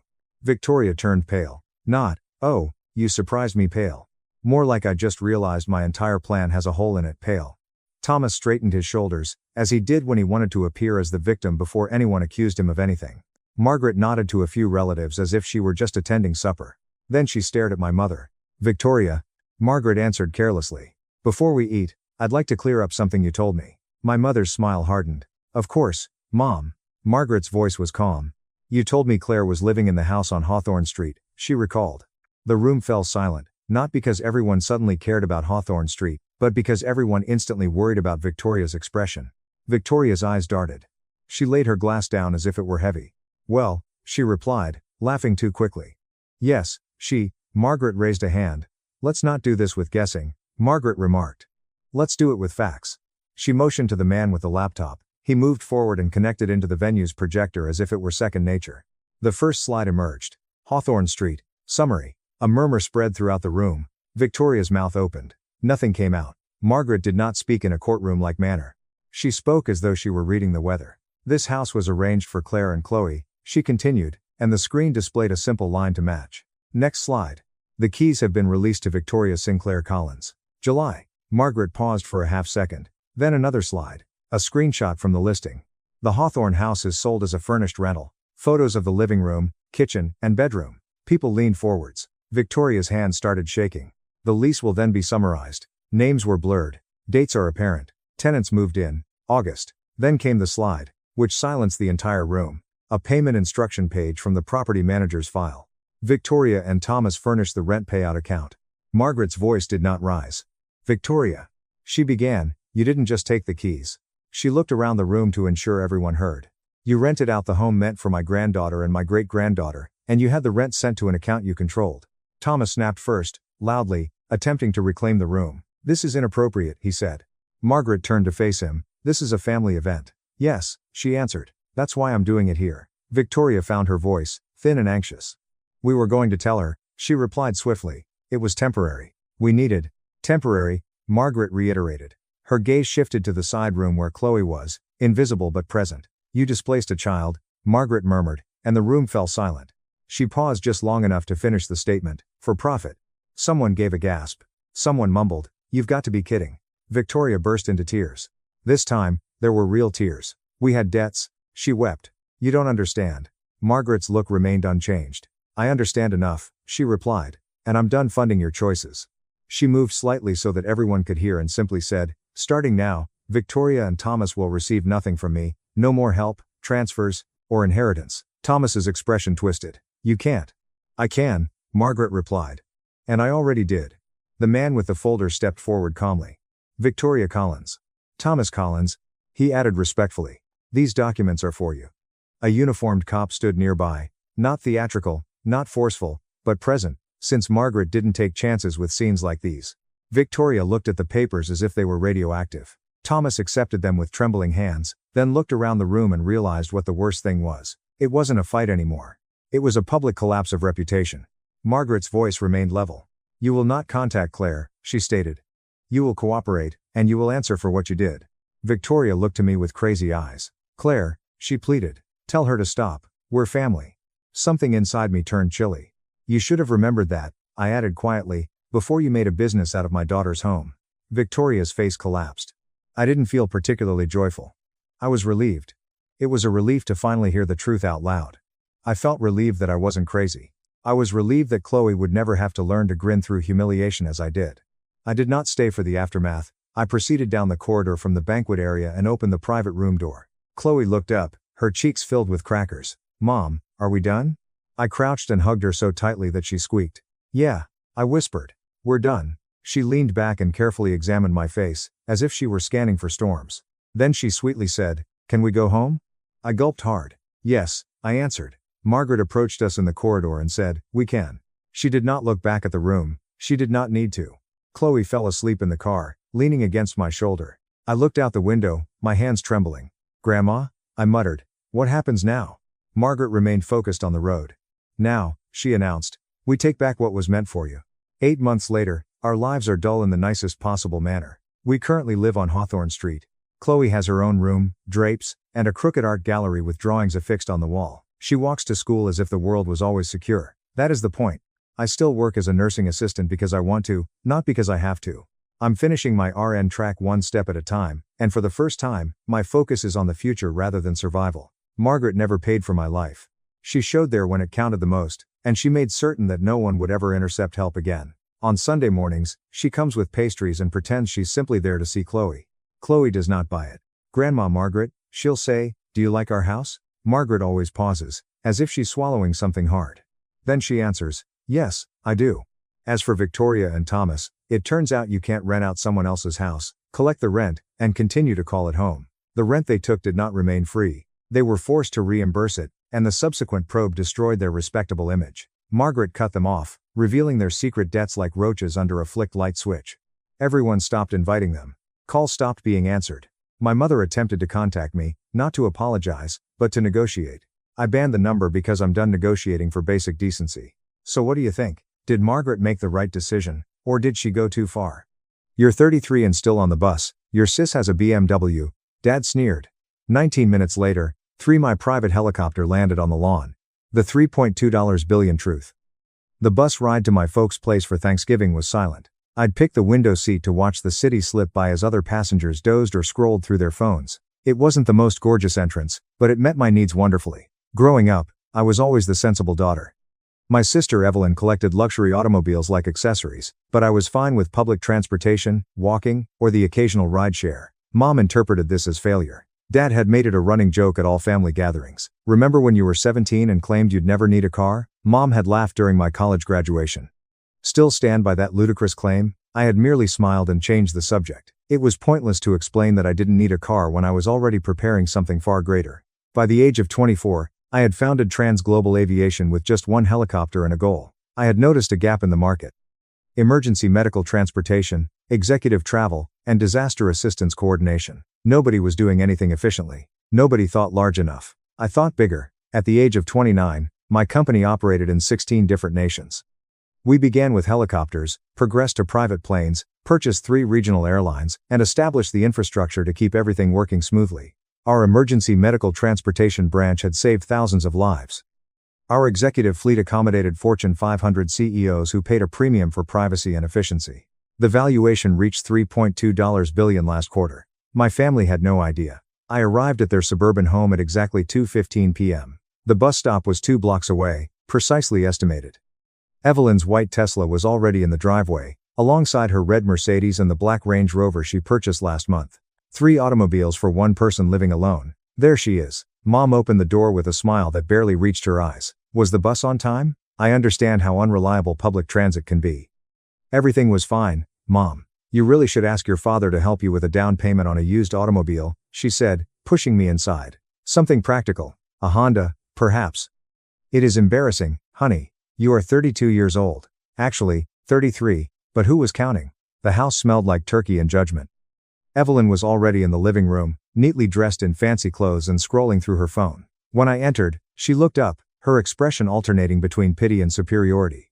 Ah, you made it. Did you need to take 2 buses? I understand that the routes can be confusing. In fact, there was only one. Dad emerged from his study with a drink in hand. The transit rider returns. Evelyn, have you shown your sister your new Range Rover? Top of the line. This is what success looks like. I cautiously set down my bag. It's really great. Nice. Dad laughed. It is a $135,000 automobile. Meanwhile, what are you spending? $3.25 each bus ride. Really putting that college education to use. My phone vibrated in my pocket. I ignored it. I'm worried about you, Mom replied, real concern in her voice. What happens if you need to travel somewhere important? Job interviews and business meetings. You cannot show up on a bus. I manage just fine. Evelyn stage whispered to Dad. She is probably too proud to admit she can't afford anything better. Remember when she stated she was launching a business? What was it? Some app ideas. I discreetly rectified the aviation logistics. Right. How's it going? Still constructing. I checked my watch. 2:32 p.m. It is going great, actually. Are you able to afford a car yet? Dad pressed. Because I am serious about the Honda offer, nothing extravagant, but it would be preferable than public transit at your age. The customary Thanksgiving interrogation had started earlier this year. Usually, they waited until after the appetizers. Uncle Landon and Aunt Lauren arrived next, then my cousins Andrew and Delilah. More vehicles packed the driveway, a parade of auto status icons. Andrew drove a new Audi. Delilah had recently leased a Lexus. Aunt Lauren also made a point of mentioning her improved BMW. How did you get here, sweetie? Aunt Lauren inquired, kissing my cheek. Bus? Evelyn replied for me, her voice oozing with fake sorrow. She doesn't drive. Oh, Aunt Lauren's face contorted into fake concern. Well, there's no shame in that. Some people are just late bloomers. I grinned as I welcomed the hug. Dinner preparation became a display for everything I allegedly lacked. Evelyn discussed her car collection, casually remarking insurance prices that exceeded most people's monthly rent. Andrew talked about his new Audi's performance characteristics. Delilah criticized the Lexus dealership's customer service. And every few minutes, someone would remember to inquire about my commute. Do you need to stand on the bus? Cousin Delilah inquired around rush hour. This must be exhausting. I generally have a seat. What about when it rains? Andrew added. Or it snows. Bus stops do not provide much shelter. I dress correctly for the weather. Still, Mom interjected. It is not safe. A woman your age alone at a bus station, anything can happen. Dad nodded gravely. This is what I keep telling her. Automobile represents safety, independence, and adulthood. I'm perfectly safe, Dad. Are you, though? Evelyn leaned against the kitchen counter, her perfectly manicured nails tapping the wine glass, because last week there was a report of a woman being assaulted at a downtown bus station. It's perilous out there for those without resources. The inference lingered in the air. Without money, without resources, and without the capacity to defend myself with the armor of a personal car. My phone vibrated again. I had a cursory look at it, a communication from my VP of operations. I typed a brief response and pocketed it. Aunt Lauren noticed that he was constantly on the phone, an important business call. Just coordinating some logistics for your What was it? Aviation project. Uncle Landon had joined us, a beer in hand. How's it working out? Evelyn remarked that you've been doing it for years. It's actually been 9 years. 9 years. He whistled lowly. And still taking the bus. Perhaps it is time to realize that the business model is not working. I mixed the cranberry sauce that I had been allotted. The model works great. Then why? Dad nodded blankly at me, as if my entire existence were proof of failure. Why do you still live like a college student? No car. No house. Evelyn suggested you get a studio apartment. I rent an apartment. Evelyn stressed that it was a studio in a bad neighborhood. Meanwhile, I recently closed on a condominium in the new waterfront development. 3 bedrooms, 2 bathrooms and parking for all my vehicles. That is amazing, Evelyn. You might be pleased for your sister without being so protective, Mom remarked. We are just concerned about you. Your father and I are lying awake, worrying if you will be okay. I turned to face her completely. I'm going to be all right, Mother. How do you say that? You are 32 years old. Sorry. And you've got nothing to show for it. No car, no home, no husband, no stability. Just a fantasy about an aviation firm that plainly isn't making money. The kitchen fell silent, but for the boiling of pots on the stove. I have stability. I remarked gently. Where? Dad stretched his hands. Show me some stability. Show me one tangible example of how you aren't wasting your life on a pipe dream. Evelyn grinned into her wine glass. My phone buzzed insistently. I checked again. Another message from operations. This one was flagged as urgent. I typed back. Continue as scheduled. ETA, 50 minutes. More logistics, Andrew air quotes with his fingers. What type of logistics necessitates so much phone attention on Thanksgiving? The kind that keeps everything operating smoothly. Delilah continued, you're always vague about what you actually do. I coordinate transportation services such as Uber. Aunt Lauren's eyes brightened up. Are you an Uber driver? That is nothing to be ashamed about. Honey, gig economy labor is completely respectable. I do not drive for Uber. Then what? Can we just focus on dinner? I interrupted to check the turkey's temperature. This requires another 20 minutes. However, they couldn't let it go. They never could. Uncle Landon offered sagely. I enjoyed basketball as a child. That does not imply I should have pursued a career in the NBA. Andrew laughed. Perhaps if her aircraft business was legitimate, she'd have a company car by now. Do you actually have business cards? Delilah asked. A webpage. I tried to Google you once. Nothing came up. I smiled. We keep a modest profile. Low profile? Evelyn scoffed. That is code for does not exist. Face it, you've spent nearly a decade on a delusion. Meanwhile, real life passes you by. My phone rang this time. I glanced at the screen. Captain Alvarez, Fleet Command. Excuse me, I murmured, walking into the corridor. Really? Evelyn called after me. You're taking a call on Thanksgiving. I answered the third ring. Go ahead, Captain. Ma'am, we are 45 minutes from the coordinates you supplied. The weather is clear. Should we stick with our existing method or go in a circle? Maintain the approach. Standard formation. Landing zone is the spacious backyard at the address I provided. Confirm the GPS coordinates. Confirmed. 3 helicopters in formation. The ETA to your location is 42 minutes. Perfect. See you soon, Captain. I ended the conversation and went back to the living room. Everybody was staring. I explained the work call plainly. Work, Dad said bluntly. Right. Your imagined aircraft business. What possible reason could there be for a phone call on Thanksgiving? Mom demanded. Cannot your logistics wait a day? Unfortunately, the answer is no. Evelyn rose up with a proud grin. This is ridiculous. You are delusional. You're pretending to be someone you're not, and it's really sad. We are your family. You can discontinue the act. I am not acting. Then prove it. She crossed her arms. Demonstrate that you own this large and vital aircraft firm. Show us a crumb of evidence. The room became silent. Everyone was watching me now, waiting for me to fall and accept what they had already determined was true. I checked my watch. 3:58 p.m. 36 minutes. You will see soon enough. What do you see? Dad stood up, his face flushed from booze and frustration. What will we see? Another bus? Did you print a bogus business card at FedEx? Thomas. Mom touched his arm. Perhaps we're being too harsh. Is it too hard? We have been too gentle. We've allowed her to live in this fantasy world for 9 years. 9 years of pretending to own a business. While riding the bus to Thanksgiving dinner. He turned to face me. It is time to grow up. Accept reality. You are not a success. You are not a business owner. You are a 33-year-old lady with no car, no assets, and no future. Andrew had his phone out. I'm looking up her company name right now. Transglobal Aviation. What's your bet that nothing comes up? He typed, waited, and grimaced. There is a corporation with that name, but it is a large operation. International. They have contracts with both governments and Fortune 500 firms. That cannot be yours. I said, Nothing, right? He looked up. That's not your company. That's just coincidence. Same name.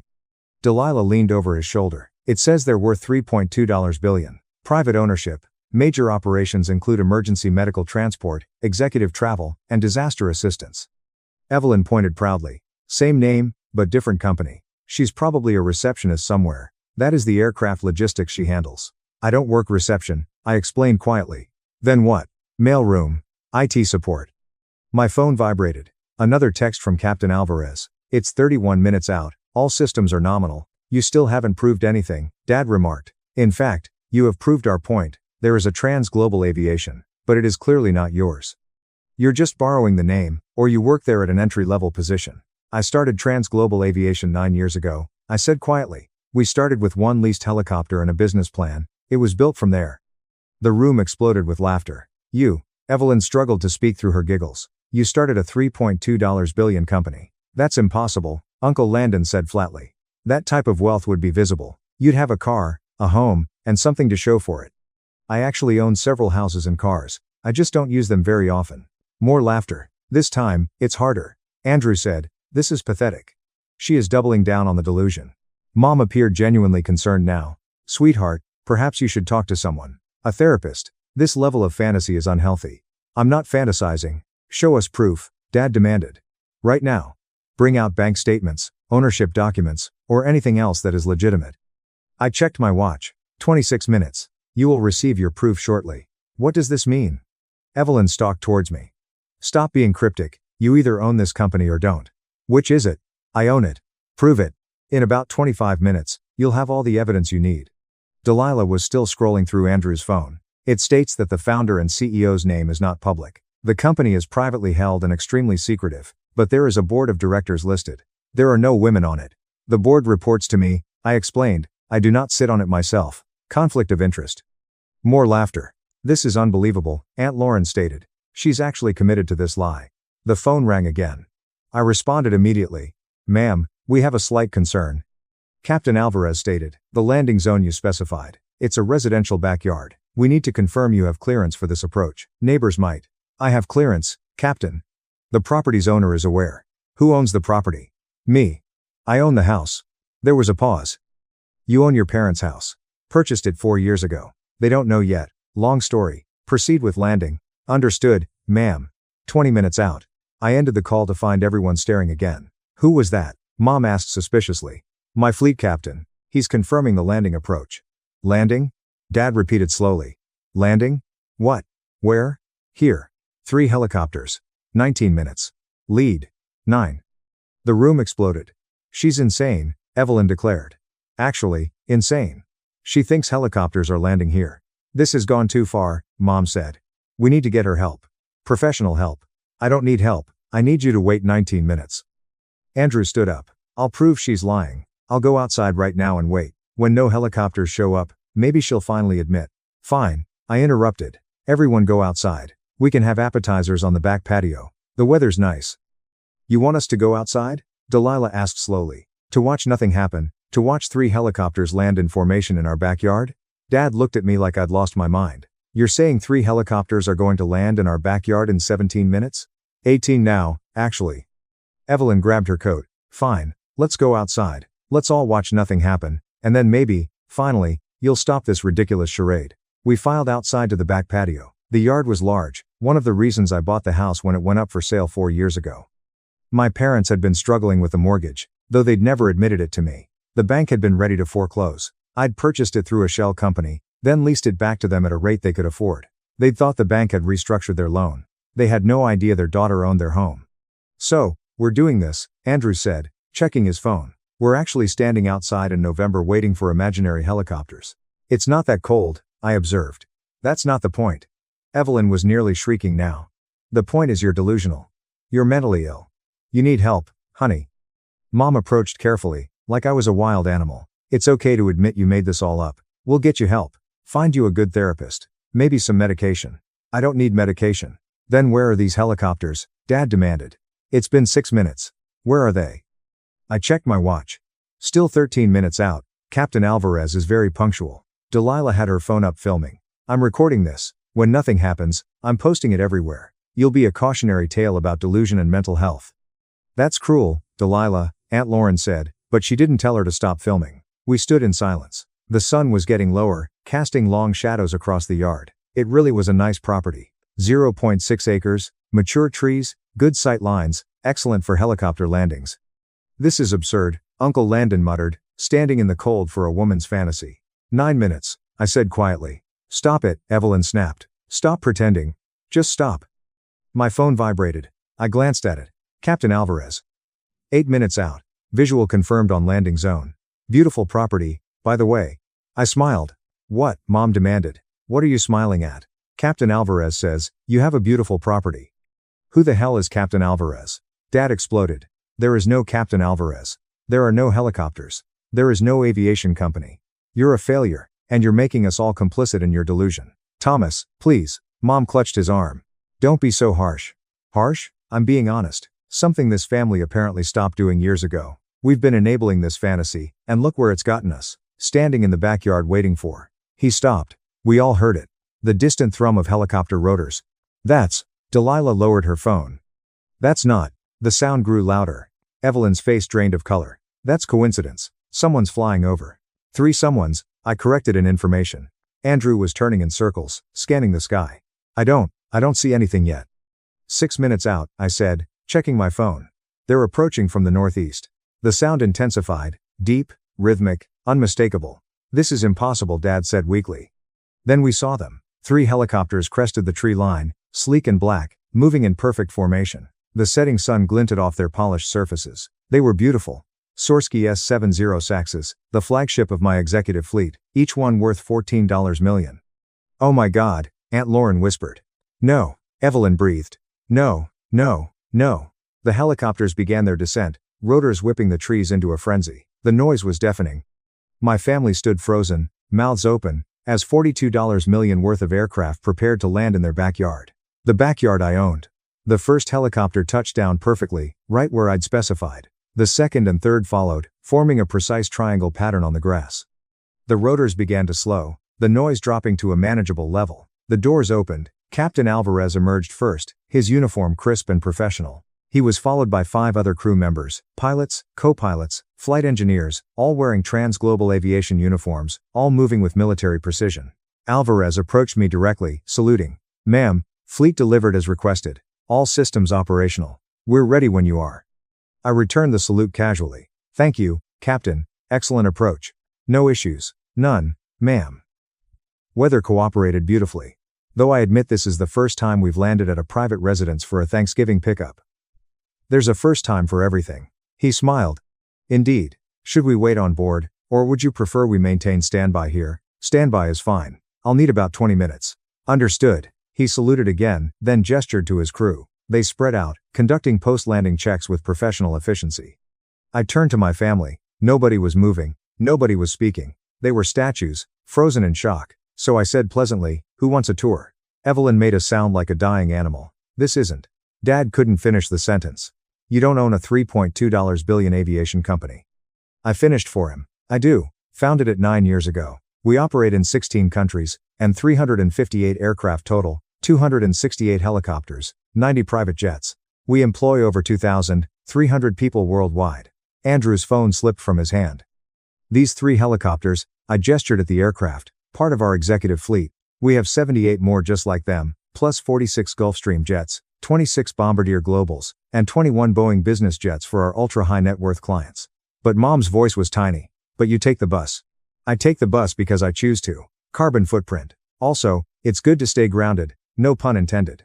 Captain Alvarez approached again. Ma'am, operations is on the line. They need guidance on the Singapore contract. I nodded. Tell them to proceed with the terms we discussed. $110 million over 3 years. With the option to extend. Understood. He stepped away, speaking into his radio. $110 million, Aunt Lauren repeated faintly. The Singapore government wants exclusive access to 15 helicopters for their emergency medical services. I explained it's good business. We already have similar contracts with Japan, Australia, and the UAE. Delilah was still filming, but her hands were shaking so badly the footage would be unwatchable. You really? Evelyn couldn't seem to form complete thoughts. You actually own this company? Yes. Founded it with my own capital from a small inheritance from Grandma Eleanor. She left me $250,000 when I was 24. Everyone told me to buy a house. I leased a helicopter instead. That's insane, Uncle Landon whispered. It was calculated risk. I saw the market gap. I had the knowledge. Remember all those hours at the airport you mocked me for? I was learning, studying, planning. By year 2, I had 3 helicopters in my first government contract. By year 5, I'd expanded internationally. Last quarter, we grossed $910 million in revenue. The silence was broken only by helicopter rotors winding down and the sound of Andrew throwing up in the bushes. Why? Mom's question came out as a sob. Why haven't you told us? I met her eyes. Because every time I tried, you dismissed me. Still building that business. When are you getting a real job? Stop living in fantasy land. So I stopped trying. I built my empire in silence while you counted Evelyn's cars. That's not fair, Evelyn said weakly. We didn't know. You didn't want to know. There's a difference. I turned to Captain Alvarez. I'll need manifest updates for all 3 aircraft. Thanksgiving dinner to go, I think. Ma'am, the turkey's ready. I'm taking it with me. Probably the sweet potato casserole, too. My crew deserves a proper Thanksgiving meal. You're leaving? Dad found his voice. You just got here. I've been here for 2.5 hours. 2.5 hours of being mocked for not owning a car while literally owning 358 aircraft. I think I'm done. Wait. Delilah lowered her phone. You said you own this property?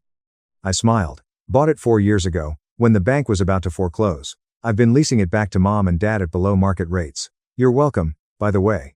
Dad's face went from pale to crimson. We've been paying rent to you? Technically to Trans Global Properties, my real estate subsidiary. But yes, I own your house. Also own 3 resorts in Hawaii, a hotel chain in Thailand, and an apartment complex in Manhattan. Diversification is important. Mom sat down hard on the patio chair. This is too much. This is all too much. It is a lot, I agreed. Which is why I don't usually bring it up at family dinners. But you insisted on proof. So, proof. I gestured at the helicopters. Satisfied? Evelyn was crying now, mascara running down her cheeks. I don't understand. How is this possible? You're younger than me. You've always been the failure, the disappointment. I was never the failure. You just decided I was because I didn't perform success the way you expected. 3 cars, Evelyn. You own 3 cars and live in a studio condo. I own a transportation empire and choose to take the bus. We're not the same. Captain Alvarez returned. Ma'am. Singapore confirmed. Also, we have 3 requests for emergency medical transport. 1 in Colorado, 1 in British Columbia, 1 in Scotland. Should I reroute available units? Colorado and British Columbia. Yes. Scotland can wait 2 hours. Check with Edinburgh base first. They might have availability already on it. He paused. Also, your board wants to schedule a call for tomorrow. The Amazon acquisition. Tomorrow's Friday. Tell them Monday. I'm taking the weekend off. Understood. He walked away. I turned back to my family. Amazon acquisition? Uncle Landon asked weakly. Their aviation division. We're in talks to purchase their cargo air fleet. 46 aircraft, solid infrastructure, good synergy with our existing operations. Should close by March if the numbers work out. Andrew had returned from the bushes, wiping his mouth. I'm going to wake up, right? This is a nightmare. It's Thanksgiving, I said cheerfully. A day for gratitude. I'm grateful for the family that taught me I'd never amount to anything. Really motivated me to prove you wrong. That's cruel, Mom said. Is it? Let's review. In the last 2.5 hours, you've called me pathetic, delusional, mentally ill, a failure, an embarrassment, and a waste of potential. You've laughed at my life choices, mocked my career, and suggested I needed medication for my fantasies. I've been nothing but honest, and you've been nothing but dismissive. I walked toward the first helicopter. Captain Alvarez opened the door for me. Now, if you'll excuse me, I have a $3.2 billion company to run. Captain, let's pack up that turkey. The crew's been flying for 6 hours. They deserve a proper meal. Wait. Dad lurched forward. You can't just leave. We need to talk about this. About everything. I paused in the helicopter doorway. What's to talk about? You wanted proof. You got it. You wanted me to show you one concrete thing. I showed you 3 helicopters and a transportation empire. We're done here. But the house. Mom stood up. You own our house. We've been paying rent to our own daughter.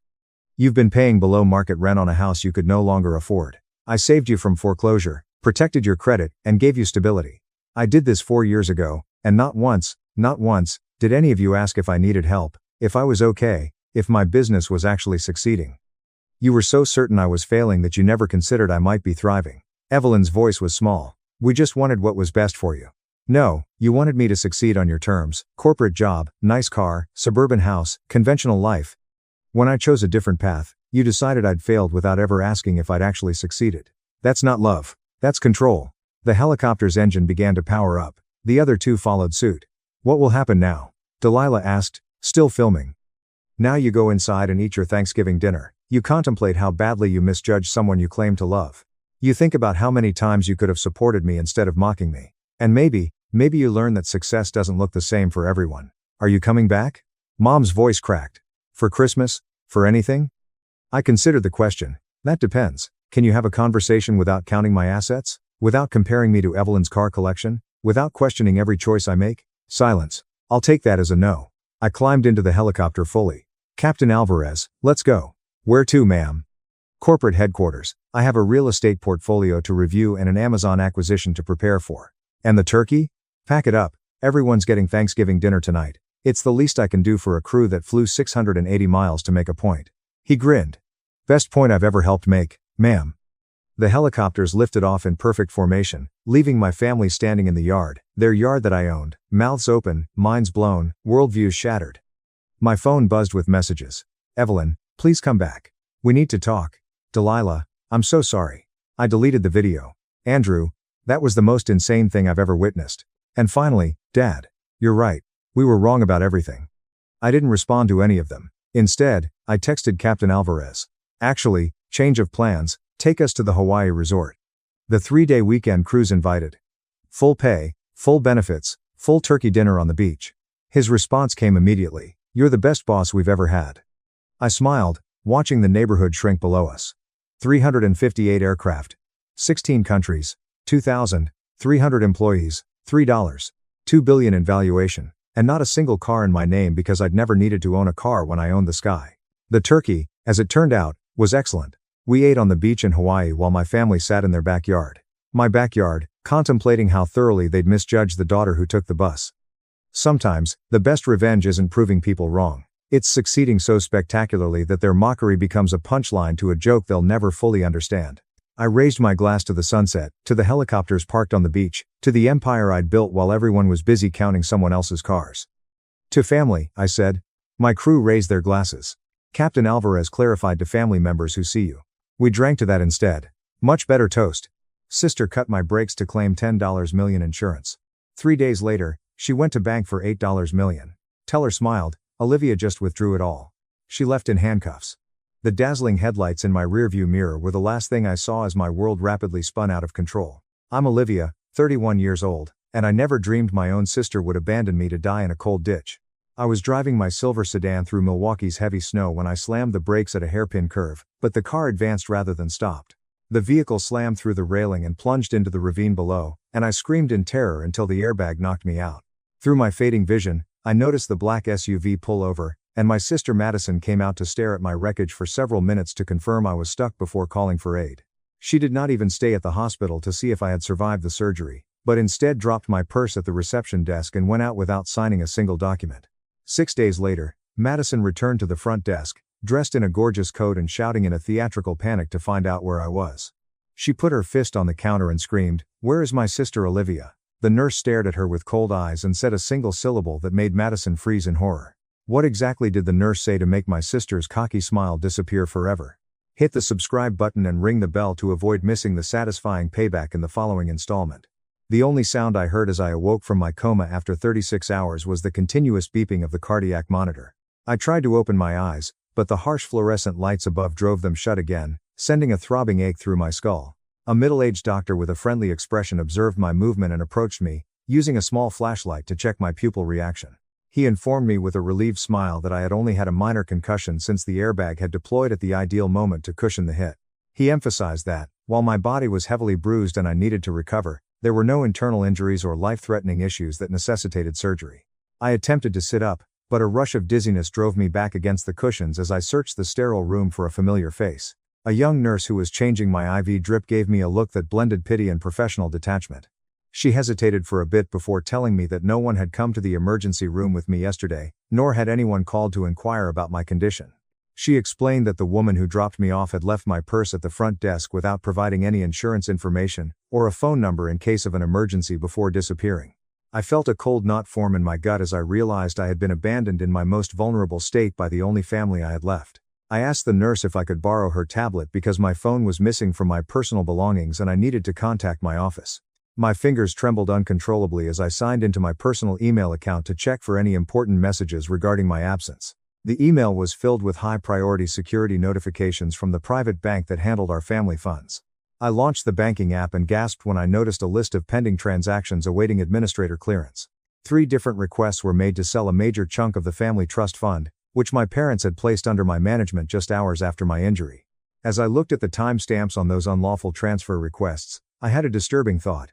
My thoughts returned to a difficult argument I had with Madison just last week in our shared kitchen. She had been exceptionally insistent that my automobile receive a complete brake service before the major winter snowstorms reached Milwaukee. I remembered how she insisted on taking my vehicle to a specific garage on the outskirts of town rather than our usual licensed mechanic because they were providing a special price.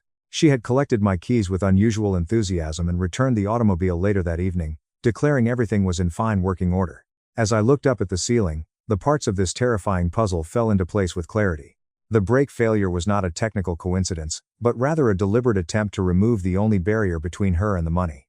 Madison was drowning in gambling debts, and she realized that the only way to have access to the trust fund was to permanently remove me as trustee. She did not simply leave me here to teach me a lesson in control. She abandoned me here, thinking that I would be crippled long enough for her to steal everything we possessed. My sickness was caused by the treachery of my own flesh and blood rather than my injury. I knew I couldn't stay in this hospital bed for another hour since this place was no longer safe for me. I used the nurse's iPad to look up the private phone number for my lawyer, Mr. Harrison. I dialed his number and hoped he would answer, despite the fact that it was just dawn. When his gruff voice answered the phone, I immediately stated the matter, not giving him time to ask superfluous questions. I informed him that my life was in jeopardy and that I wanted him to come to the hospital right away to facilitate a discreet discharge before anyone realized I was awake. Mr. Harrison recognized the urgency in my voice, and offered to be within 25 minutes to complete the papers and transport me to a secure location. I returned the tablet to the nurse and reclined against the pillows to await my rescue while devising a strategy. Madison believed she had broken me by leaving me for dead in that freezing ditch. However, she had simply reawakened a resolve that would be her undoing. I would not call the cops right away because I needed her to feel her strategy was succeeding until I had enough evidence to bury her. The sister she knew died in the crash, and the woman who awoke was prepared to fight. 4 days later, I sat safely in the living room of my best friend, Chloe, staring at the tablet screen. The comforting scent of chamomile tea and old books permeated her cozy apartment, in stark contrast to the cold and sterile hospital room from which I had just escaped. The high-definition surveillance footage from my family's home showed the entrance hallway vacant and silent until the big oak door was violently forced open. Madison came into the foyer with a look of fear on her face, distorting her normally composed features into something unidentifiable and nasty. She was gasping heavily as she closed the door behind her and leaned against it for a while, as if her legs could no longer bear the weight of her deception. It was obvious that the dreadful news she had received from the nurse at the hospital had thrown her into a condition of complete paranoia. She was no longer the mourning sister putting on a show for the world, but rather a desperate criminal who realized the walls were closing in on her. She pushed herself out the door and marched straight to the home office, her sole objective confirming every dark assumption I'd had since waking up from my coma.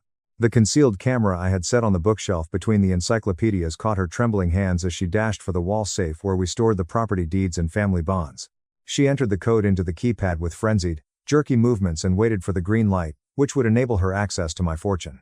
When the red light flashed repeatedly, denying her access to the documents she so desperately desired, I couldn't help but smile grimly. She had no idea I had manually reset the digital code the night before our vacation because my instincts told me something was amiss with her behavior. Madison screamed in rage and kicked the heavy metal door of the safe before grabbing her phone from her pocket and making a call. The high-definition audio picked up her heavy breathing as she waited for the person on the other end to answer the phone. Her voice was a combination of dread and aggression as she yelled into the receiver, "Give me 3 more days. My sister isn't dead yet, but I'll find a way to get her signature. Don't touch me." My heart froze in my chest as those words verified that my death was part of the deal she made with her creditors. I pressed the save button on the screen to transfer the footage to a cloud server that only Mr. Harrison and I could access. This was incontrovertible evidence of her financial motivation, linking the altered breakage to her desperate need for money to pay off her gambling debts. She continued to pace about the office while arguing with the person on the phone, eventually tossing a porcelain vase against the wall in a fit of wrath. As Chloe sat alongside me on the soft velvet sofa, she carefully placed a porcelain cup on the coffee table. She furrowed her brow as she moved her gaze from the angry woman wrecking my office on the TV to my impassive demeanor. She took a deep breath before voicing the question that had been bothering her since I arrived on her doorway. How long will you let her run wild? Why not contact the cops and arrest her straight away? I turned off the tablet screen to stop watching my sister's sad existence collapse, because I had seen enough to know she was surrounded. I stared my friend in the eyes and shook my head, displaying a hard resolve that I had never had before the accident. I said firmly, not yet. I want her to lose everything from her reputation to her freedom, not just an administrative fine. The police could arrest her for attempted fraud based on this video, but she could potentially bail herself out or claim emotional distress to reduce the sentence. I needed her to dig a hole so deep that not even Milwaukee's best lawyers could get her out. She had attempted to kill me for money, therefore I would make sure she lost every dime she ever wanted to get before sending her to prison. The game had changed, and the predator who had cut my brakes was going to find she was now the prey. The next morning, the insistent ringing at the doorbell disrupted the peaceful atmosphere of Chloe's suburban apartment. I was sitting at the kitchen island, sipping a cup of herbal tea and trying to ignore the constant throbbing in my temples, when the noise made me startle. My best friend Chloe gave me a troubled look, before heading over to the foyer to examine the peephole in the hefty wooden door. Before she could even unlock the deadbolt, a fist banged against the wood again, rattling the picture frames on the neighboring wall. Chloe barely got the door open before my sister Madison forced her way inside with the arrogant arrogance of someone who thought she owned the world. I watched her dash into the living room with shock and dread, realizing my safe sanctuary had been jeopardized so swiftly.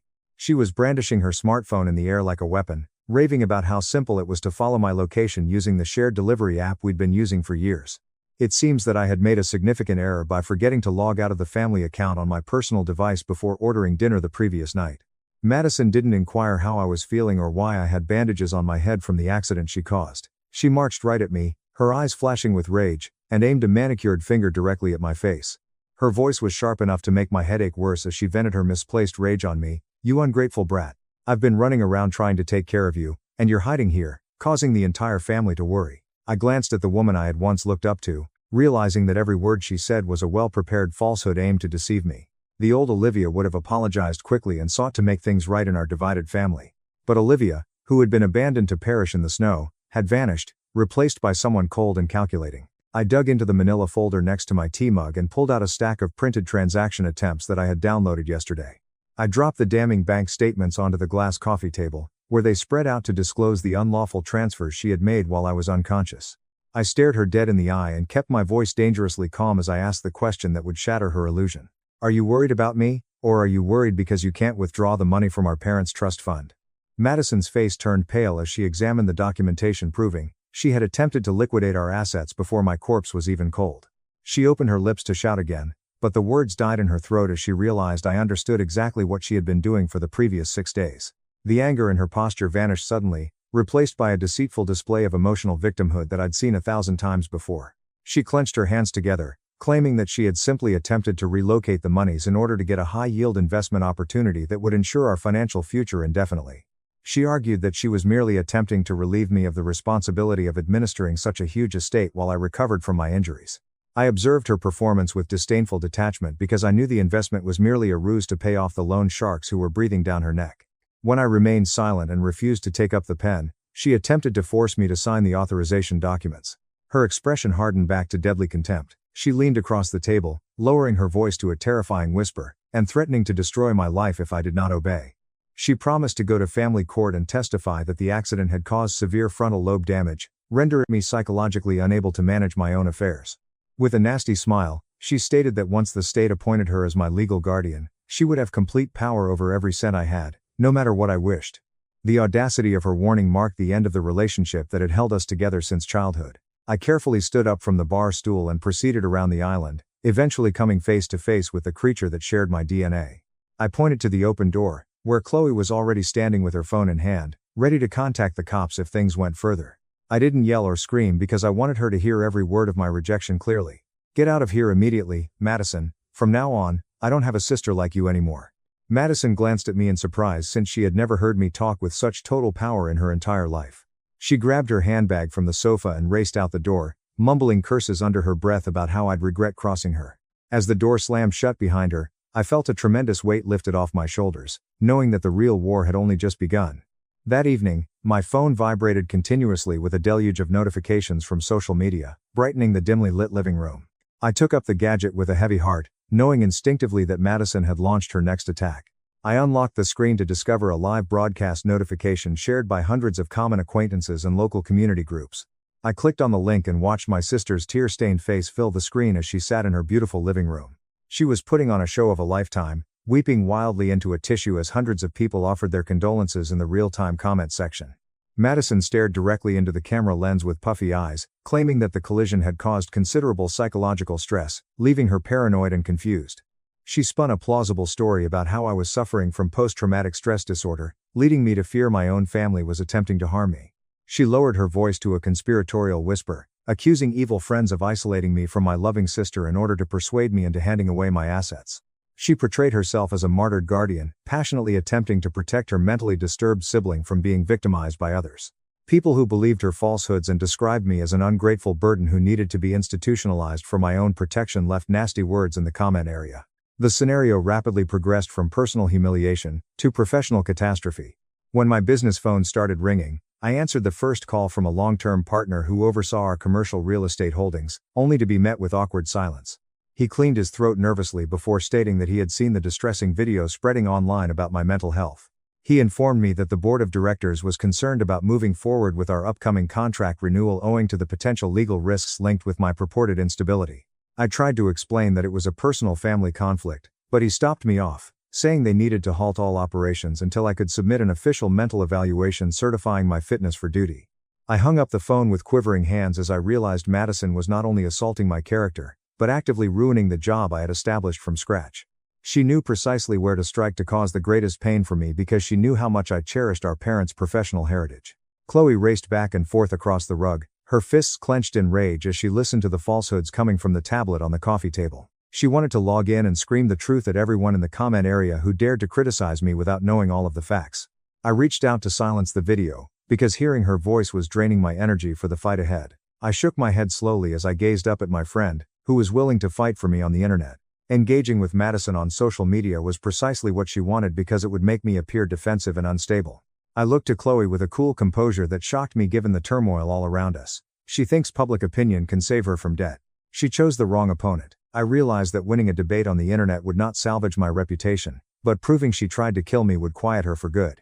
I needed indisputable physical proof to indicate that the accident was a deliberate attempt on my life rather than a mechanical failure. With a rush of adrenaline, I understood that the silver automobile at the bottom of the ravine was the most essential witness in this entire case. Madison had been rushing to leave the hospital, but I wanted to know if she had been as quick to dispose of the wreckage. My personal cell phone rang again, but this time the caller ID showed the name Mr. Harrison. I responded right away and listened closely as he gave the breakthrough news we'd been praying for all evening. He had spent the last few hours tracing down tow company data and learned that Madison had not sent the car to an insurance impound facility. She paid a private carrier in cash to carry the vehicle to an unauthorized scrapyard on Milwaukee's industrial side. Mr. Harrison informed me that the yard was set to operate their crusher at 1 a.m. to clear the week's inventory. We didn't spare a second as we grabbed our coats and dashed out into the cold winter night. Chloe drove her car with steely resolve while I guided us through the barren streets to the coordinates Mr. Harrison had provided. The scrapyard was a murky maze of twisted metal and rusting machinery that appeared like skeletons in the pale moonlight.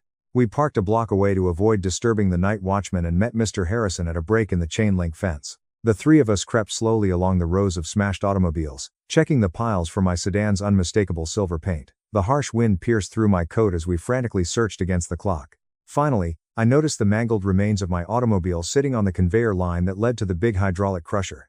It was only minutes away from being crushed to a cube of scrap metal that would forever conceal the truth. I scrambled across the frozen ground and dropped on my knees at the front wheel well, where the damage was most visible. I turned on my high-powered flashlight and shined it directly onto the underside to inspect the brake assembly. My breath froze in my throat as the glaring light confirmed all I'd suspected since waking up in that hospital bed. The brake line had not snapped due to wear and tear, nor had it burst under pressure while driving. The rubber hose had a clean, exact cut that went halfway through the material, leaving just enough integrity to hold until I applied considerable pressure to that abrupt curve.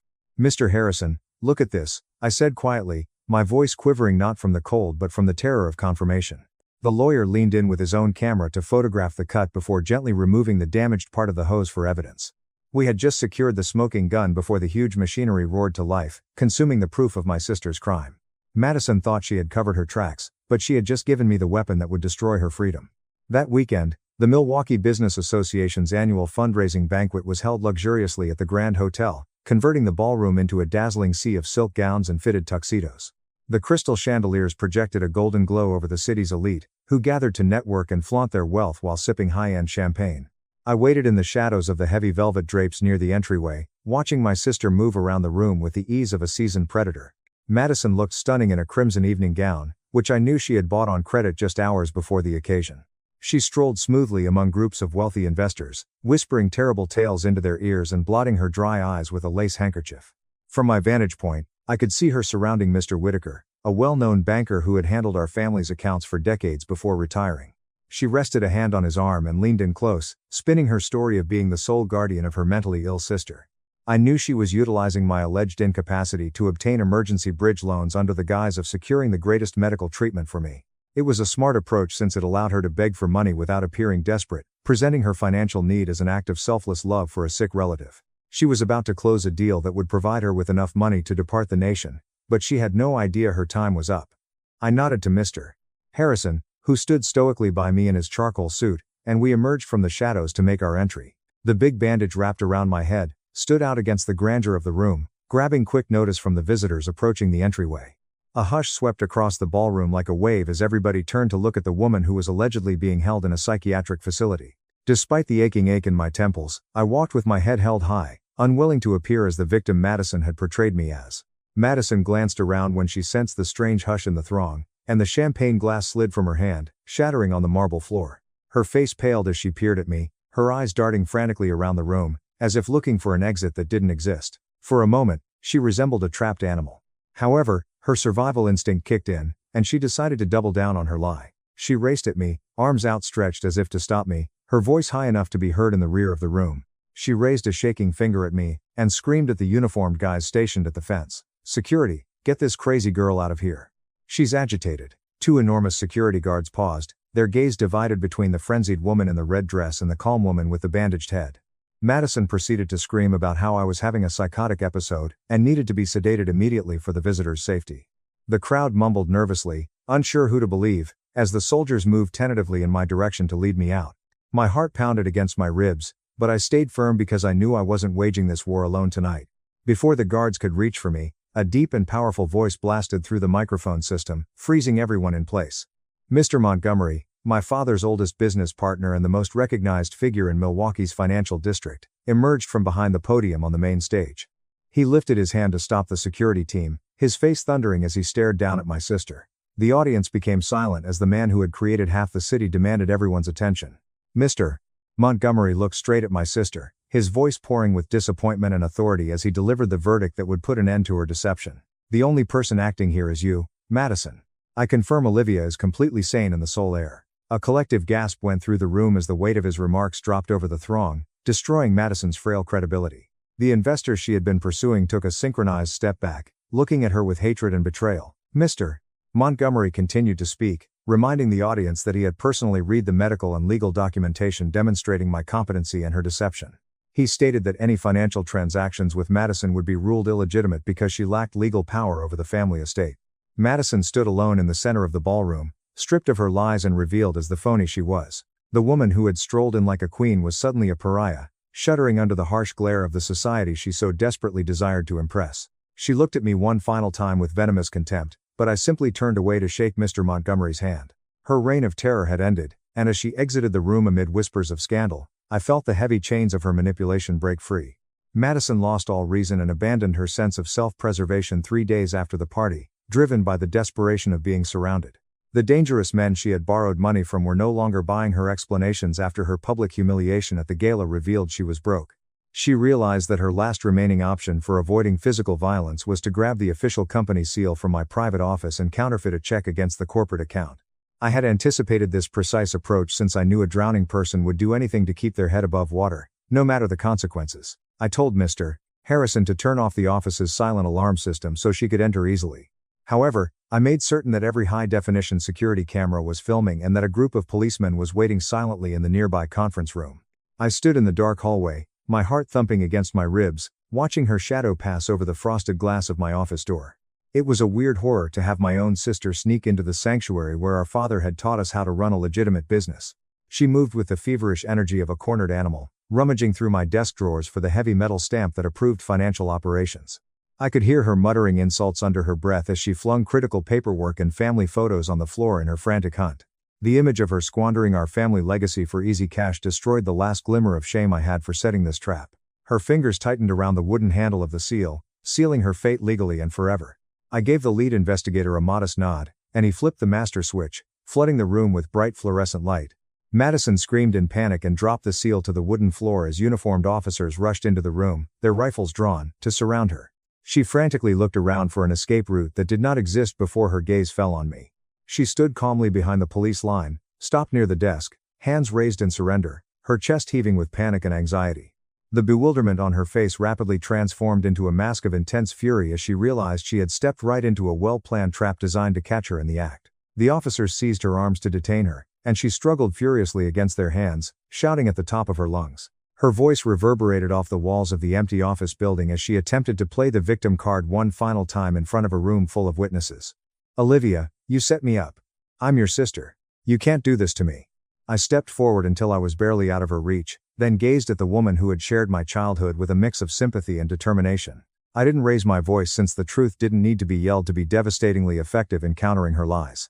I stared her dead in the eyes and delivered the phrase that ended our relationship forever. A sister would not cut her own siblings' break lines.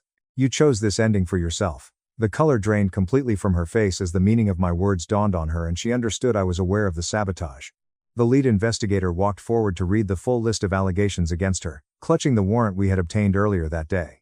He informed her in a monotone voice that she was being arrested for burglary and fraud. However, he did not stop there. He proceeded to read the additional accusations of attempted bodily harm and malicious destruction of property based on the forensic evidence from the broken hose. Madison ceased trying and collapsed in the officer's arms as the reality of spending decades behind bars hit her. I saw them pull her out into the night and felt a deep sense of relief that the monster was finally caged. 8 months later, the trial of Madison's case captured the interest of the entire state of Wisconsin, as the media arrived on the courthouse to watch the downfall of a socialite. The courtroom was packed with inquisitive observers and erstwhile business acquaintances whispering among themselves as they awaited the jury's final ruling. I sat in the front row with Mr. Harrison and Mr. Montgomery, my hands gripped tightly in my lap to keep them from quivering with excitement. Madison sat at the defense table, pale and haggard, revealing the fearful criminal beneath the elegant mask she had worn as armor her entire life. The judge's voice roared through the silent room as he announced the jury's decision to convict her on all counts, including attempted murder, grand larceny, and burglary. He sentenced her to 12 years in a maximum security state prison, with no chance of parole for the first 9 years, due to the premeditated nature of her offenses. Madison let out a choked sob as the bailiffs moved in to handcuff her, recognizing that her cries could no longer influence those around her. As they carried her away to begin her decade-long confinement, she gazed back at me one last time, but I felt nothing but a hollow sense of relief that the threat was now gone. Following the trial, I took the painful choice to sell the large Victorian mansion where we had grown up, as the walls contained too many memories of betrayal. I couldn't go down the halls without remembering Madison's attempt to steal the deed or the evenings she spent plotting my destruction in the kitchen. I sold the home to a young family who would fill it with new laughter, and I moved into a modern apartment overlooking Lake Michigan's calm waters. The minimalist environment was filled with natural light, and lacked the thick shadows of the past, signaling the start of a serene chapter in which I would no longer have to sleep with one eye open. I seized the remaining funds from the family trust, which Madison had attempted to steal, and set up a permanent scholarship fund in our parents' names. It was the best way to commemorate their generous legacy while also ensuring that the wealth they had fought so hard for was utilized to create rather than destroy futures. Mr. Montgomery assisted me in organizing the board of directors. And, for the first time in years, I felt like I was making my father proud by using his riches to help impoverished students achieve their goals. One rainy afternoon, a plain white envelope arrived in my mailbox, with the distinctive stamp of the state jail facility and my sister's handwriting. I stood in front of my living room's gas fireplace for quite some time, staring at her looping script and pondering whether or not to open it. Part of me wondered if she was finally apologetic, or if she was just writing to blame me for her situation once more. However, I recognized that reading her comments would just bring her toxic energy back into the sanctuary that I had fought so hard to create. I threw the sealed package into the dancing flames, watching the paper twist and blacken until it turned to ash, symbolizing the ultimate breakup of the bond that had nearly killed me. The next morning, I drove to the cemetery with a bouquet of white flowers to visit our parents' graves beneath the clear spring sky.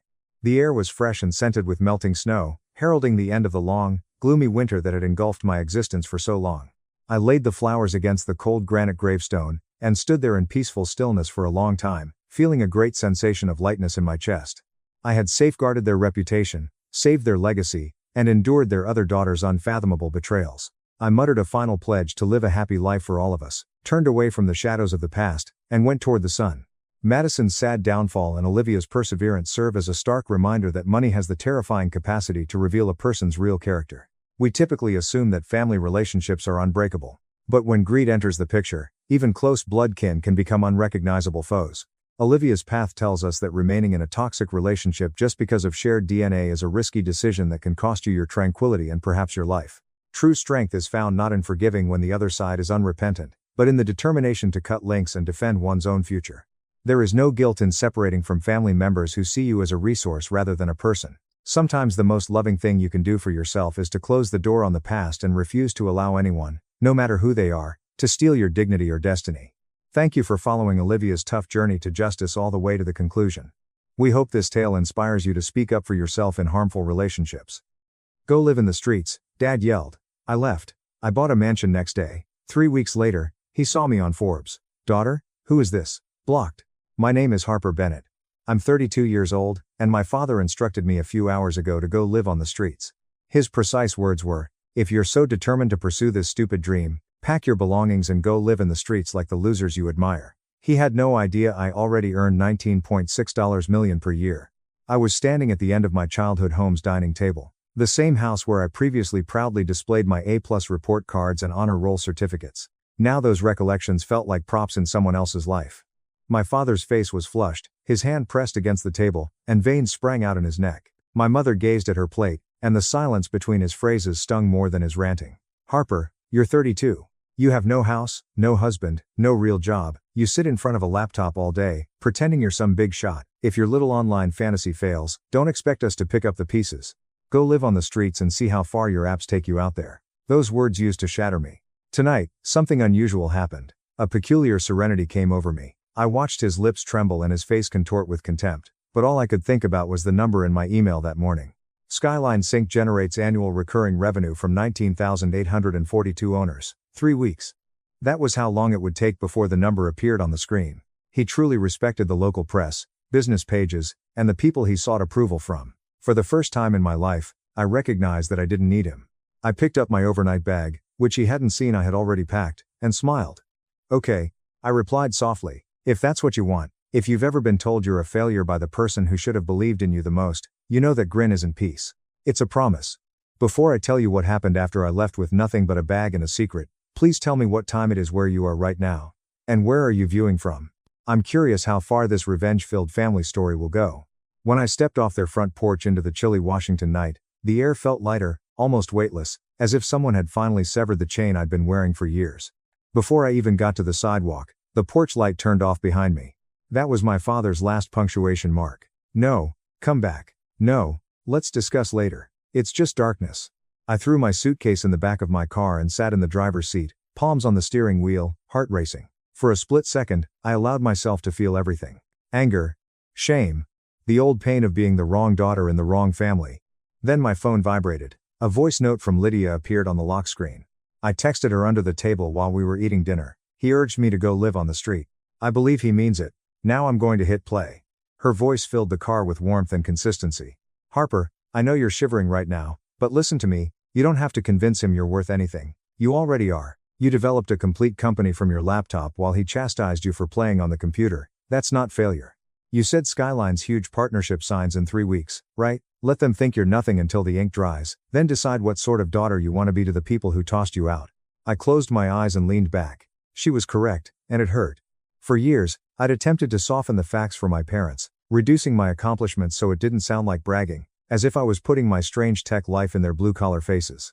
I informed them that I consulted remotely rather than owning a SaaS firm with clients in 15 countries. I said, we're doing okay, rather than we just passed 9 figures. They had always assumed that internet meant phony. Tonight, they had turned that presumption into a verdict. Useless. Failure. Get out. Part of me wanted to turn the car around, storm back inside, open my striped dashboard, and shove the numbers in my father's face until his pride gave way. Another part of me wasn't sure I wanted them anywhere near this version of myself. How can you reintegrate someone into your life after they've told you to go survive on concrete? Have you ever needed a friend to remind you that your worth does not diminish simply because someone you love refuses to perceive it? I pressed the video call button before I could alter my mind.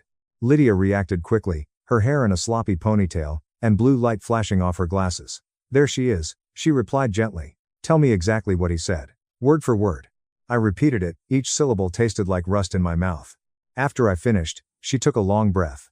Okay, then here's what we're going to do. You're not going to waste another breath begging for respect. You're going to treat the next 3 weeks like a countdown. You've got that enterprise contract with Horizon Dynamics on the table. Right when that's signed and announced, your ARR goes public, the valuation doubles. And the same people who call you a loser now will be bragging that they always believed in you. Your vengeance isn't screaming back tonight, it's undeniable achievement that humiliates them in front of everyone they were trying to impress by pulling you down. I laughed, but it wasn't a genuine chuckle. And in the meantime, I'm technically homeless, according to my father. You have a high-rise in Seattle and equity in your own company, Harper. You're not homeless. He just handed you the permission slip to stop trying to keep the peace. Take it. Dead it. Her comments were both burning and soothing.